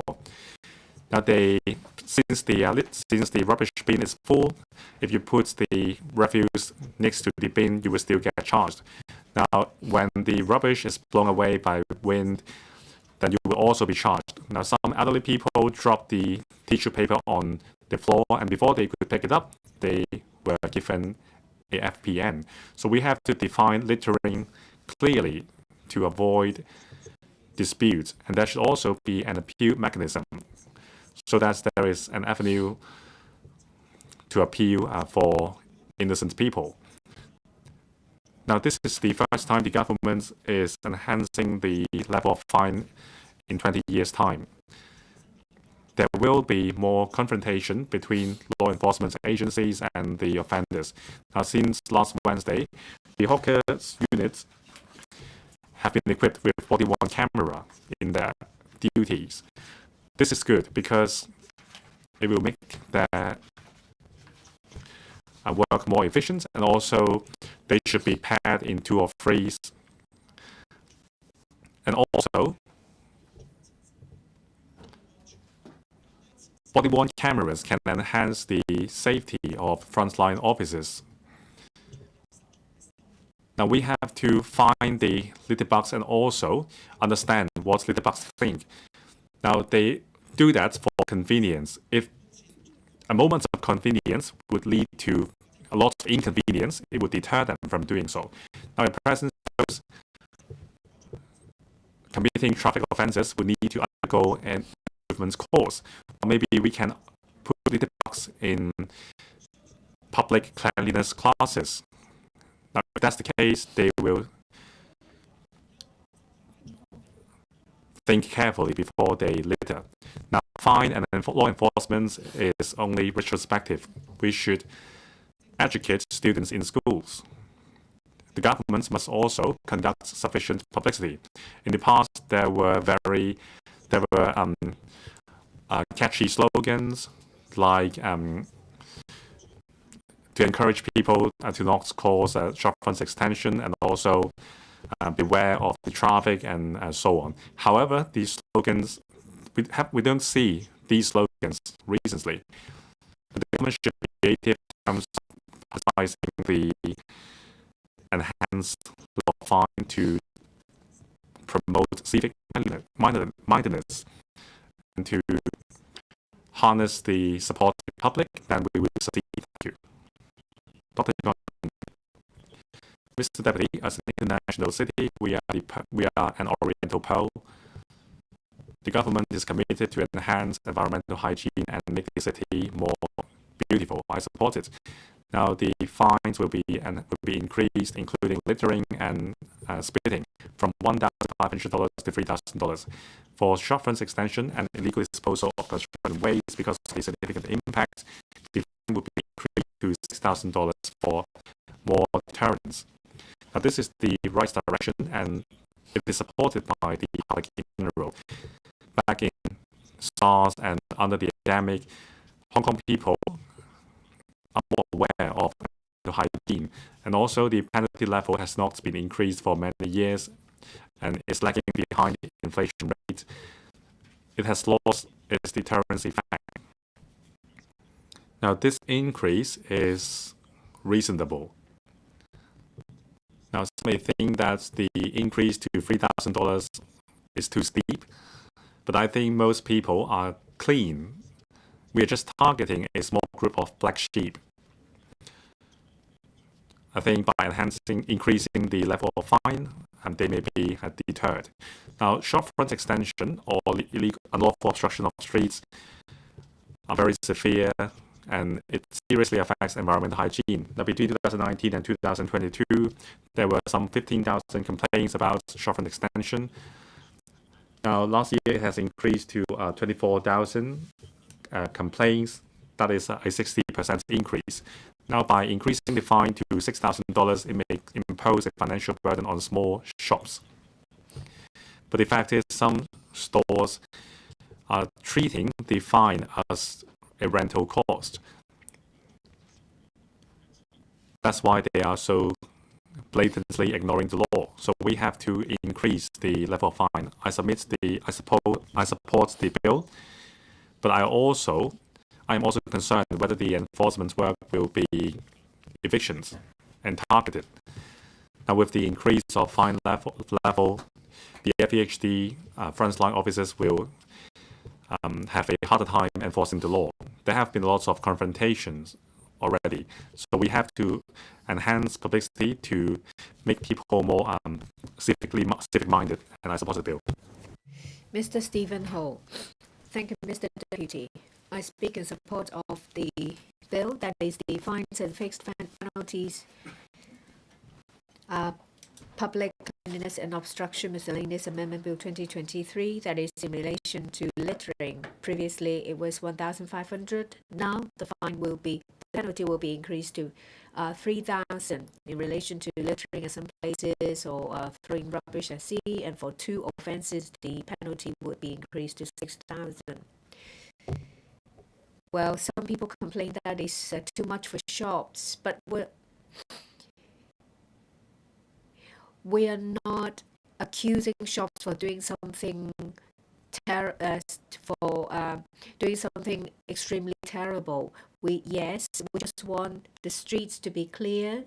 We understand that business operators need to do a business, And we need to make it easier for law enforcement officers, that is the FEHD, to take law enforcement action. Some other members talk about penalty ticket given to elderly people when tissue paper is dropped onto the floor. Well, yes, you may accuse FEHD officers to be lazy, but they are compassionate.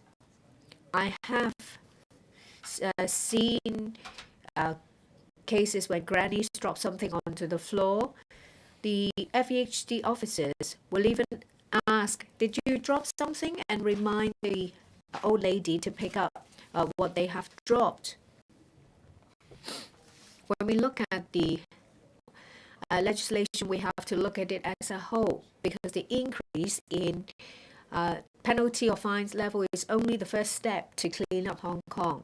Yesterday there was a panel on food and environmental hygiene.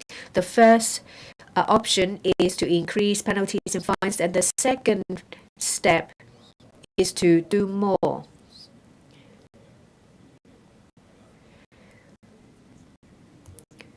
Well, previously we have to notice will have to be posted before you can remove any objects obstructing public places, but that requirement will be dispensed with.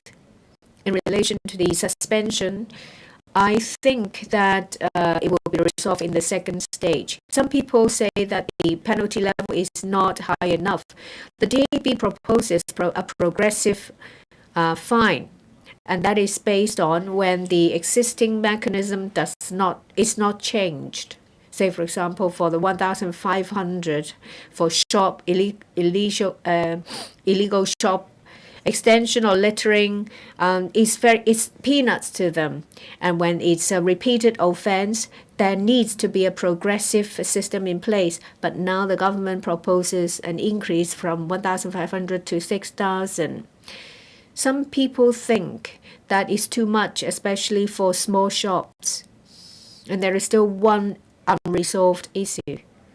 That's it, as relating to illegal shop extension.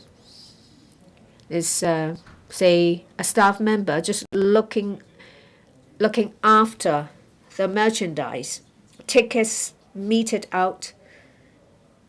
The owner of the merchandise would simply say, "Well, it's nothing to do with me." So it will be left for the employee to pay the fine. It's just like when you owe someone 2,000, you pay back, but if you owe someone 1 million, you may very well run away. Well, in the future, when the fine is paid, it should be paid by the merchandise owner. I think that's the most important thing, but we have not touched that. Regarding suspension of operation, well, if the case goes to court and if the defendant is sent to imprisonment for 3 months, in a way is suspension. Or do you think that is like a listed company, when the CEO is absent, the company continues to run? I think there can be adjustments in the second phase. I agree with the chairperson, Ms. Chen Hao-yen. Yes, we need to have law enforcement, public education, and publicity. Some people say that there is insufficient manpower to enforce the law. Well, for the first phase, I think they have actually saved on manpower. Some people talk about Section 4 or 2 of Summary Offences Ordinance. Well, you don't need to send police officers. The traffic warden will just take down the registration mark and details, and that's it. When officers wear body-worn cameras, they take down the particulars, and then that's it. Because the fixed penalty will be sent out. If it's not paid, then there will be a warrant. I think that there will be a save on manpower. You don't have to worry about storage. I think there is a law stating that if it's an acquittal, then you'll have to make compensation. So I think there is a positive impact from the first phase. Now I move on to public education. I think we need to take the opportunity to tell the public. Well, current rent seems to include the cost from illegal obstruction of a public place. Some shops told us that they support the proposed increase in penalty. Say, for example, I myself and 2 other members operating shops side by side. I will expand my shop front by 3 meters, and the other 2 members will have to extend their shop front accordingly. And if I extend it by 6 feet, then the other 2 members will extend theirs by 6 feet. So the increase in penalty means that it will create a level playing field. Yes, there are shop owners that will not be daunted by the 6,000. In any event, we accept that there is currently no proposal for progressive fines and penalty. We want to see if the current proposal will achieve its designed effectiveness. On behalf of the DAB, I say that we support your proposal. And I see that in the second stage, this coverage is extensive, covers water leakage, rodent problems, hoarding, illegal shop extension, 7 to 8 different areas. I ask members of the public to pay more attention to this because this is not just about an increase in penalty. I reckon the government will do a lot more than that. And that's all I would like to say for now. Mr. Ben Chan, Mr. Deputy, Mr. Stephen Ho said that we support this bill because in relation to littering and illegal shopfront extension, we've heard numerous comments and complaints. So something needs to be done, and the current term government is serious in handling this issue. The Deputy Chief Secretary was asked whether it's just a one-off campaign or a sustained effort. We're told that it's a sustained effort. We were doubtful. When the bill was introduced, then we saw the determination of the government to make it work. So, relating to the increase in penalties for street obstruction and littering, we support these initiatives, these proposals, because this is an effective way to solve these long-standing problems. There was a time when the situation improved, when it was increased to 1,500. People moved the merchandise back into the shop, but after a few months, they treat the $1,500 as additional rent or part of the rent. Will people treat the $6,000 as part of the operating costs? We understand the difficulties encountered by law enforcement officers. There were cases when FEHD officers were assaulted. After they had been assaulted, was there support given to the officers involved? Perhaps not.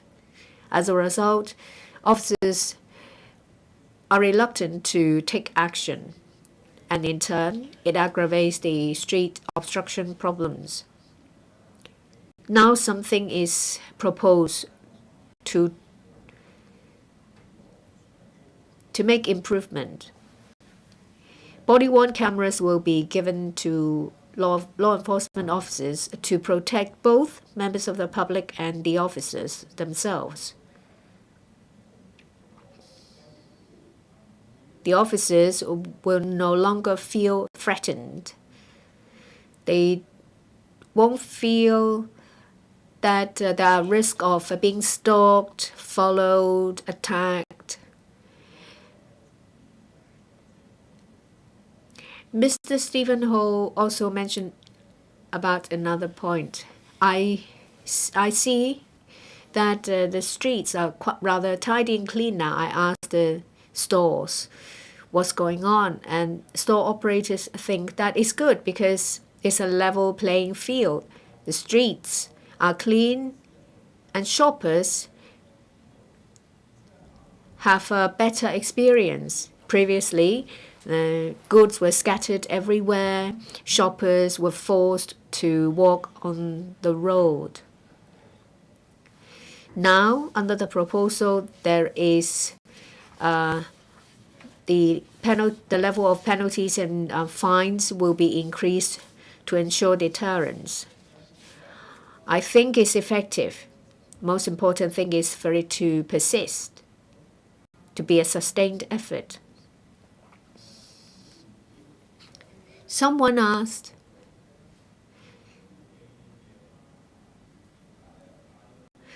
if there will be cases when, say, a foreign domestic helper is packing stuff to send home, will they be given penalty tickets because of the obstruction?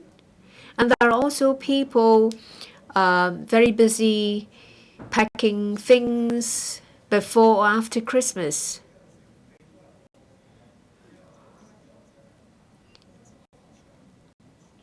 What about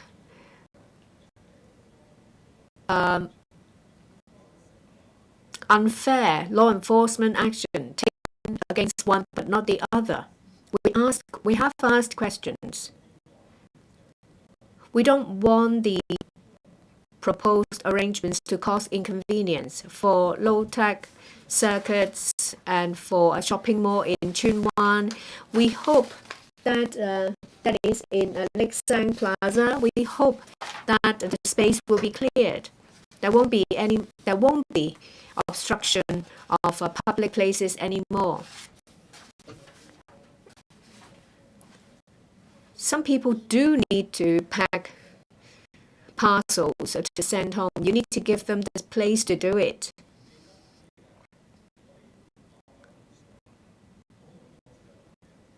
Don't forget what you have promised us in the discussion in the Bills Committee. We want the problem to be resolved. We want to ensure fairness when it comes to law enforcement.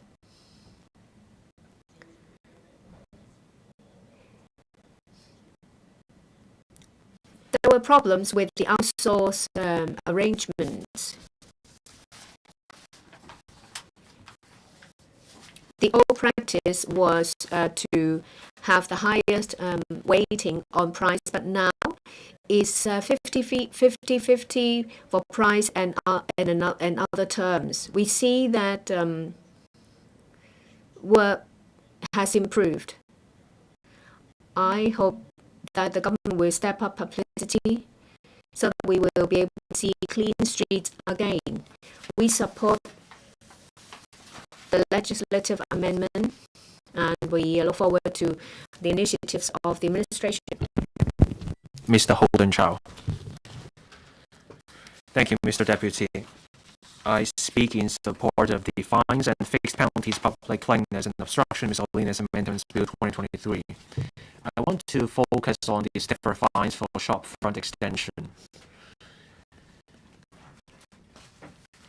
In Tsuen Wan Central Market,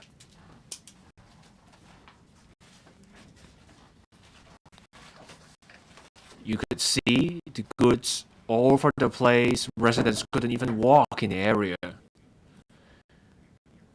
At some particular stores, these people there were very abrasive with the local residents. FEHD officers went there. They went to those stores that were the bad apples. Officers were attacked. That would not work. I thank the Food and Environmental Hygiene Department and the police for responding to our request. The fine was $1,500. The fixed penalty notice at $1,500 was treated as part of the overhead, little if any deterrent effect in that FPN. So we asked the police to mount joint operations with the FHD, ask them to seize the goods on spot. The goods were worth way more than $1,500. That's how you achieve deterrence. I was there on site. I was there with the police and the FDHD. On the spot, we had law enforcement. They were recalcitrant people, so we seized the goods.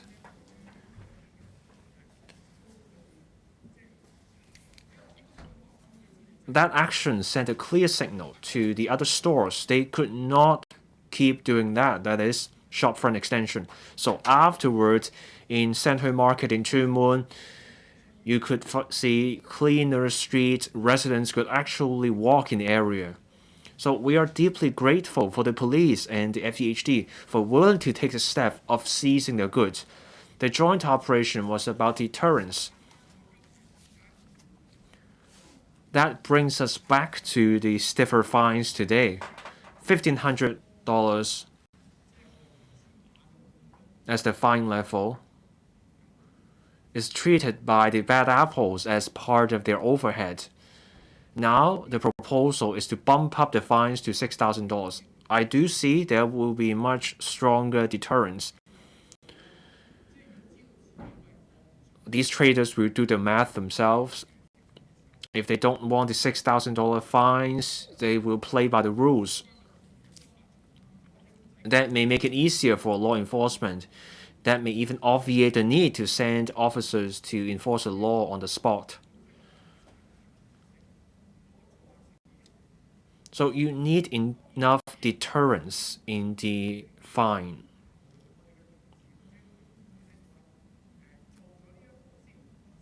So let's proceed with the stiffer fines, and then we can consider whether to have progressive fines. I agree that we should keep an eye on how it works. Let's give the stiffer fines time. Let's see how much improvement that brings. If the stiffer fines can do the trick, very good. But if even with the stiffer fines, you see backsliding or little improvement, and then we can explore progressive fines. Whatever the case, there are law-abiding traders. They also agree we need stricter law enforcement. The last thing they want to see is that to have the bad apples ruining the reputation even for the law-abiding traders. There are upright operators who don't want their reputation ruined. They don't want to see a tiny fraction of bad apples ruining the reputation for the entire market. Now, on seizing goods, that happened in Central Market in Tuen Mun. That worked in Tuen Mun. So we can keep that on the table. With stiffer fines, we may not need seizure in the future, but you need to keep seizing the goods in your toolbox. When you have a recalcitrant culprit, you may have to resort to seizing goods as your last resort. But at the end of the day, you need strict law enforcement. The government needs to do this. That way, people visiting markets actually have the space. They can walk in the area. And local residents also get into conflict with the traders. When that happens, you get other problems. The local residents suffer because they become subject to verbal abuses from the traders. That leads to resentment. So you fix the problem and you avoid disputes. So I support this move to raise the maximum fines. I call on the government to get it right with the law enforcement. That way you clear the goods and people can walk on the street. Mr. Peter Shiu. Thank you, Mr. Deputy.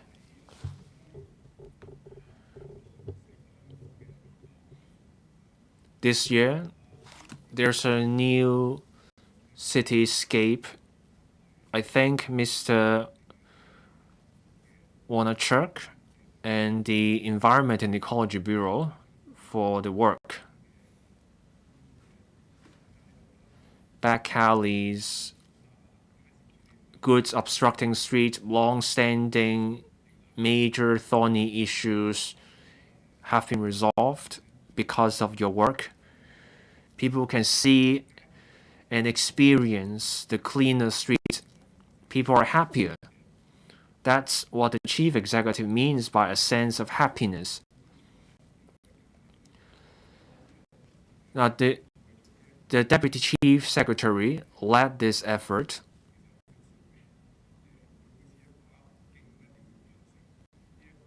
He's determined about getting the job done. From his biography, I know that back then he was the director of environmental hygiene. That is, director of food and environmental hygiene. I believe back then, as the director, Mr. Church wanted to deliver results, but he was the director, and he was confronted with the long-standing major thorny issues. He couldn't get the work done alone back then. So after the years, he's now the deputy chief secretary.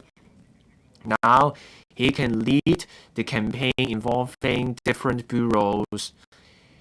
He could lead his task force on district matters.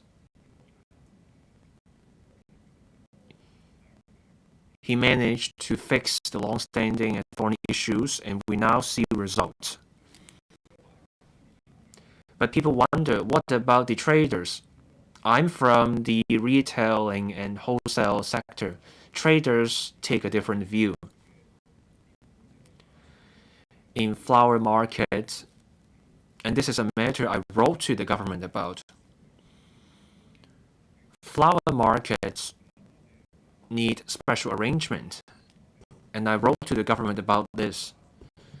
The government has replied, the flower market is among the 5 places where some leniency is allowed. 3 feet. That's the leniency. But that's better than nothing.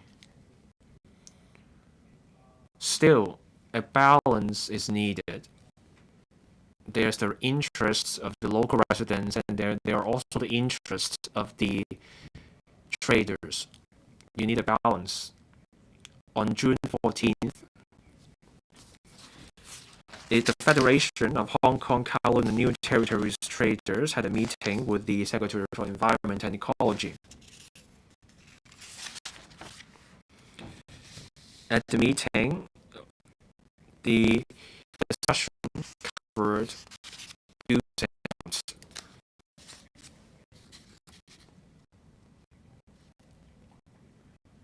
I hope the group, that is the Federation of Hong Kong, Kowloon and New Territories Hawker Associations, could continue to work with the department. So these are some examples showing the trade is willing to support the work. But does that mean I support the bill?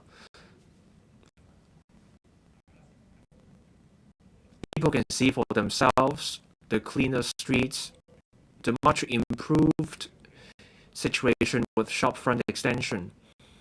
Law enforcement has been strict with the frequent patrols because officers are keeping an eye on the situation. Any breach may lead to fines.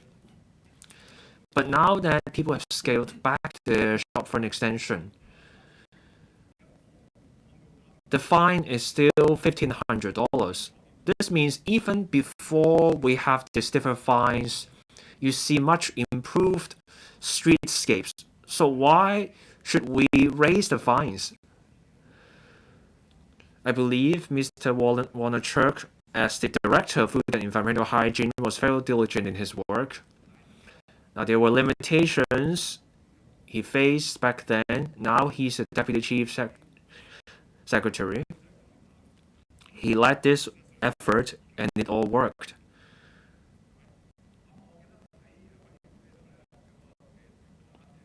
At the Bills Committee, I also raised this point. The fine has not been raised since 2003. There's inflation. Some argue for a higher fine to factor in the cumulative inflation.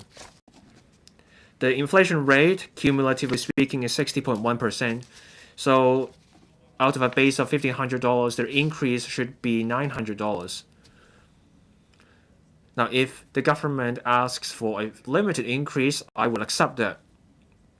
$1,500 to $3,000, I would accept that. I would support it.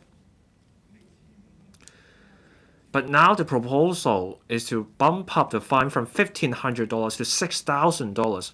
So where does the extra $3,000 come from?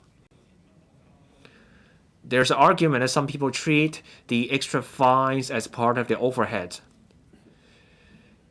You can try handing these traders $1,500 every day. People are showing you with their action that they have stopped their shopfront extension. The stiffer fines will pose a lot of stress on traders. Now, there are people saying, follow the law and you'll be fine. But let me give you an example. I just received something today. I can show you the WhatsApp message. A trader came to me. He's in the New Territories. The trader just sent me this. I won't disclose the industry. It's a ground level store. This just happened today.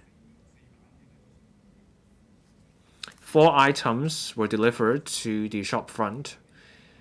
There were 140 boxes.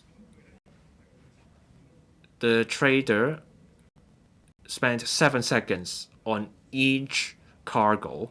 So this trader would need 16 minutes to move all the goods into the store. The FDHD officer told the trader to finish moving everything in 15 minutes. The trader said, I'm already spending just 7 seconds on moving each box. But the FDHD officer asks this trader to spend just 1 second on moving the goods. There are retail stores that also do wholesale. Retailers, once they do wholesale as a whole together, they have lots of goods coming in. They need somewhere to put the goods when the goods just arrive. I made this point to you several times at the Bills Committee. You just need to strike a balance. Well, I have this case in point. The trader was fined $1,500. And the trader was told in the future they would be fined $6,000 with the new rules. So spare a thought for these people in business. Now, if the goods are left on the pavement for hours, for a night, it's okay to fine them. But in this case I just brought up, if the trader is willing, I will just refer the case to you. But if that's the approach we take, how can traders stay in business?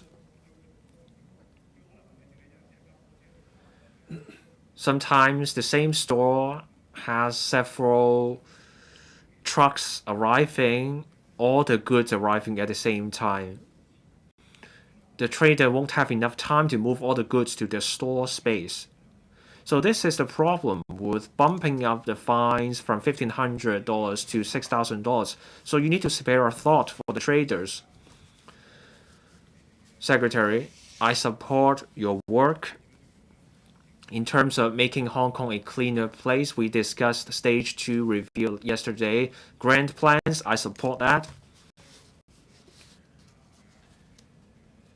With inflation, I agree that we should raise the fines. Raising it to $3,000, fine, I'm good with that. I support the $3,000 plan, but I oppose the $6,000 fine. But if you put everything together, I cannot agree to such a plan. I do thank you for the work you've done. Mr. Vincent Zhang. Thank you, President. I speak in support of this Fines and Fixed Penalties, Public Cleanliness and Obstruction Miscellaneous Amendments Bill 2023 submitted by the government. It includes enhancing the level of FPNs for various offences on the schedule from $1,500 to $3,000 for littering, and also for unlawful disposal of construction waste from $1,500 to $6,000. Now, recently,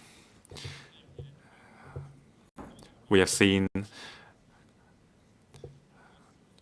worsened situations on rodents as well as public obstructions. Now, the government has started a new campaign on cleaning Hong Kong. The DAB has also set up a working group, and we submitted 150 improvement proposals to the government on cleanliness black spots over the territory. Now, I appreciate the government's work on improving environmental hygiene. It shows the government is determined to enhance the cityscape of Hong Kong. With the help of frontline cleaning staffs as well as FEHD officers, many places have seen improvements. Now, this is a street in Sham Shui Po. We never imagined that the alley can become so clean. Now, the district office even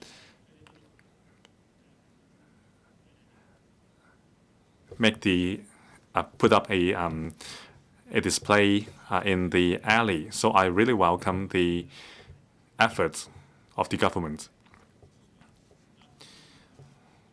Now, with the increased level of fine, there is a higher deterrence effect, and I support it.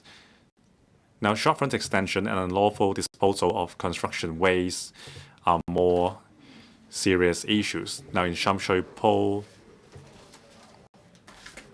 just off the wet market, some stores have extended their storefronts again and again to the point that pedestrians cannot walk safely. Now, this morning when I went to Sham Shui Po, I walked past a street where the pavement is always obstructed by a fruit store. Now, the situation has been rectified now. In the past, pedestrians have to walk on the carriageway to bypass the streets because of shopfront extension. Now, Peter Chiu said that some shops would treat the 1,500 fines as a rental cost. So we also think this is necessary for the government to increase the level of fine. Mr. Peter Chiu talked about the plight of the stores. They have no place to unload the goods. Now, I hope the government will lay down clear guidelines for frontline officers on when to issue verbal warnings and when to issue FPNs. I would like to talk about unlawful disposal of construction waste. This is a long-standing issue which I think there is much room for improvement. Now, in Sham Shui Po, we have seen a lot of construction waste disposed on the streets from renovation work in subdivided units. Now, I hope more people would make use of the ho-ho skips. Now, with the enhanced level of fine, we have to ensure that there is sufficient and there is commensurate enforcement, including installing CCTVs in alleys. Now, on the issue of enforcement, the Ombudsman also said that the enforcement level is not sufficient concerning environmental hygiene legislations. I understand that the government will further amend the relevant laws in the next round of review. Maybe we can enhance the efficiency of enforcement more. Now, we have to sustain the effort. We have to, besides consulting the public during the second round of review, the government will also work on cityscape, improving the cityscape in the next round of work. Now, the HAD has done a lot of beautification work for the cityscape. Now, I've visited a public housing estate. I've seen how the housing department has improved cityscape in the estate. It came with a lot of benefits. It helped enhance the sense of belongings of residents in the neighborhood. Now, this is something that I hope the government can do more in the second round of the review. Now, it is everyone's responsibility to improve the environment. Now, the government should enhance law-abiding awareness of citizens and crack down on black spots. Now, I'm speaking behind Mr. Peter Shield. I've been paying close attention to what he said. I thank Mr. Peter Shield for his concern. He has helped a lot in terms of communication with the store operators. It is not an easy task. Now, Mr. Peter Shield always said that he has been intimidated. Me too. There are very intimidating store operators telling us in the face that they are not afraid of the $1,500 fine. Now, of course, we don't want to resort to the most extreme level of fine, but there are people who are really stubborn, so maybe we have to resort to that as well. Does any other member wish to speak? If not, I now invite the Secretary for Environment and Ecology to respond. President, I'm deeply grateful to Ms. Chen Hoi-yan, the chairperson of the Bills Committee, and its 7 members and the Electoral Secretariat for their effort in finishing the scrutiny of the fines and fixed penalties, public cleanliness, and obstruction miscellaneous amendments Bill 2023 with thoroughness and efficiency. I also thank the members of the who just spoke. They offered great comments on this bill. The Chief Executive announced in his 2022 policy address a full review of the existing statutory powers and penalties under our laws on environmental hygiene. The District Matters Coordination Task Force conducted a 2-stage review to boost law enforcement efficiency and to achieve a stronger deterrent effect. The goal is to effectively improve and strengthen environmental hygiene. This is to ensure we can have a clean and beautiful cityscape, and that this will last. At the first stage, the government has proposed raising the fixed penalties for offences such as littering and shopfront extension.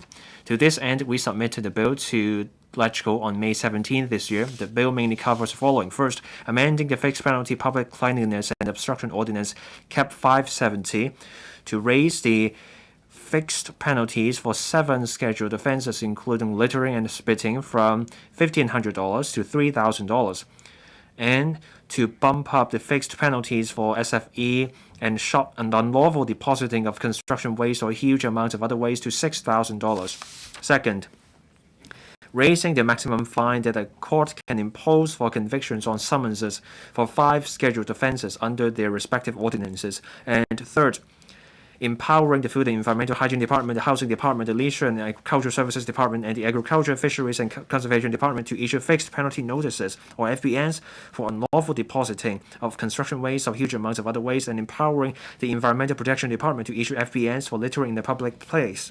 This way, law enforcement officers from various departments will be able to issue FPNs based on the size and type of waste, reducing the need for interdepartmental referrals. The bill, if passed, will be gazetted next Friday, that's July 21st. The bill will take effect 3 months after its gazettal, that's October 22nd. We will conduct extensive publicity in this 3-month window to bring the stiffer fixed penalties to the community's attention. And then the government will strictly and impartially and fairly enforce the law. The second stage review has started. Yesterday, the Deputy Chief Secretary briefed the panel on food and environmental hygiene on our preliminary recommendations. As a next step, we will proceed with the consultation.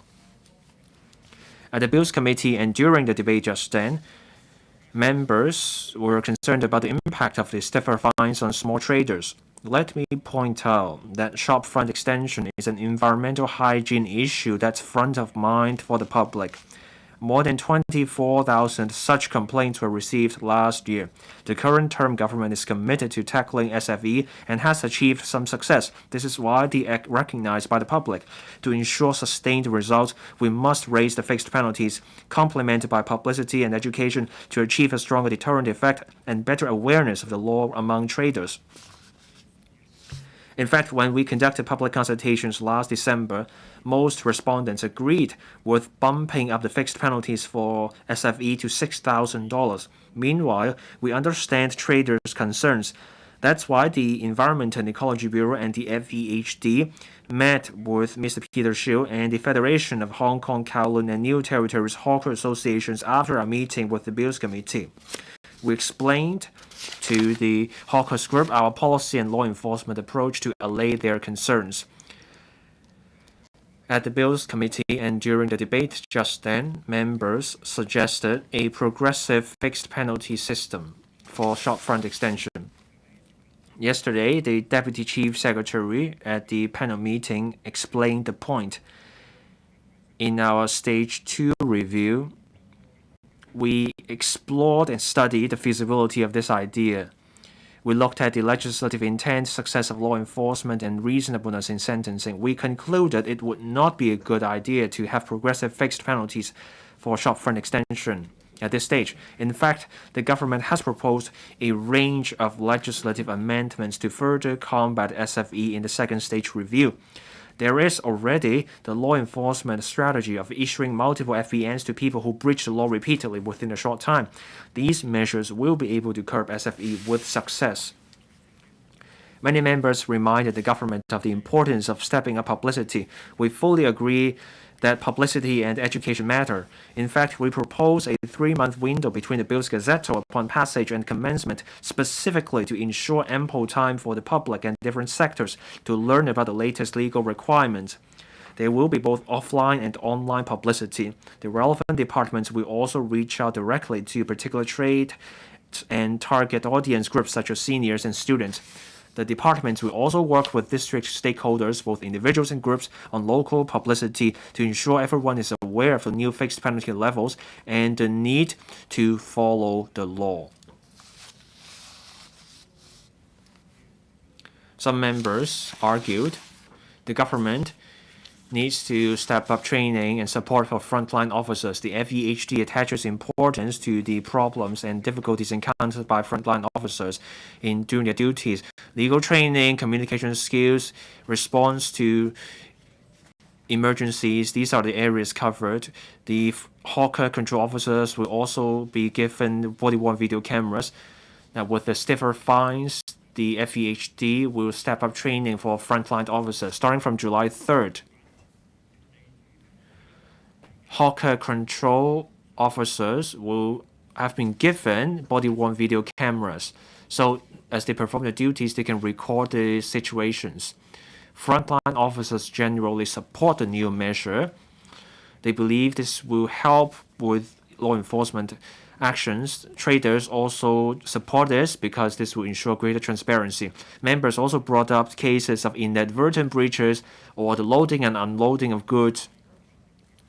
They wonder whether traders handling goods will be subject to fixed penalty notices. The fixed penalties have been around for 20 years. Frontline officers have ample experience in enforcement. There are clear departmental guidelines for officers to follow. So when the FEHD officers come across a suspected case of obstruction or littering, officers will follow the departmental guidelines in performing their duties, so members can rest easy on this. At the Bills Committee, some members argued that when there's a need to change the format of the fixed penalty notices, the government should provide the amended format in the form of a draft to the panel for reference and discussion, and then the amended format is gazetted. The government agrees. So, President, the government is committed to improving Hong Kong's environmental hygiene and cityscape to respond to people's aspirations. We see higher fixed penalties for relevant offences supported by law enforcement and public education as the key to the continuous improvement in Hong Kong's environmental hygiene, consolidation of such results, and achievement of a more livable city. I urge members to support the passage of this bill. I so submit. Thank you, President. I now put the question to you. That's the fines and fixed penalties, public cleanliness and obstruction, miscellaneous amendments bill 2023 be read the second time. With those in favor, please raise their hands. Those against, please raise their hands. I think the question is agreed by a majority of the members present. I declare the motion passed. Fines and fixed penalties, public cleanliness and obstruction, miscellaneous amendments bill 2023. This council now becomes committee of the whole council to consider the fines and fixed penalties, public cleanliness and obstruction, miscellaneous amendments bill 2023. I now propose the question to you that the following clauses stand part of the bill. Clauses 1 to 16. Does any member wish to speak? If not, I now put the question to you that the clauses read out by the clerk stand part of the bill. With those in favor, please raise their hands. Those against, please raise their hands. I think the question is agreed by a majority of the members present. I declare the motion passed.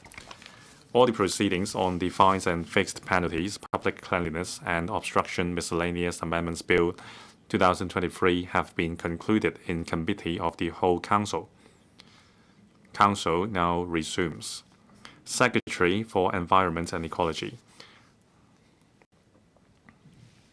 President, I now report to the Council that the fines and fixed penalties, public cleanliness and obstruction miscellaneous amendments bill 2023 has been passed by committee of the whole Council without amendments.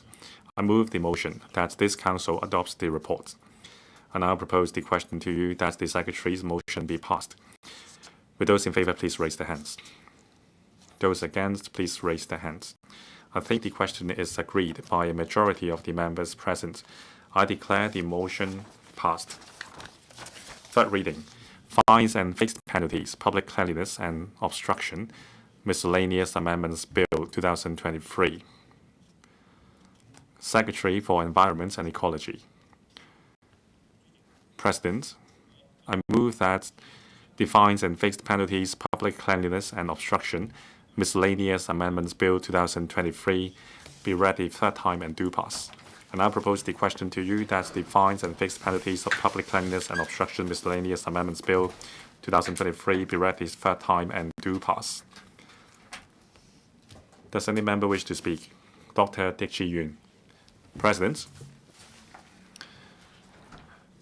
I think raising the fine for the offence of short fund extension to $6,000 would affect the livelihood of small traders, so I will abstain from voting. Secretary, do you wish to speak? I won't. I don't need to speak. And I put the question to you as that the fines and fixed penalties, public cleanliness and obstruction miscellaneous amendments bill 2023 be read the third time and do pass. With those in favor, please raise your hands. Those against, please raise their hands. I think the question is agreed by a majority of the members present. I declare the motion passed. Fines and fixed penalties, public cleanliness and obstruction miscellaneous amendments bill 2023. The council now adjourn until 9 a.m. tomorrow.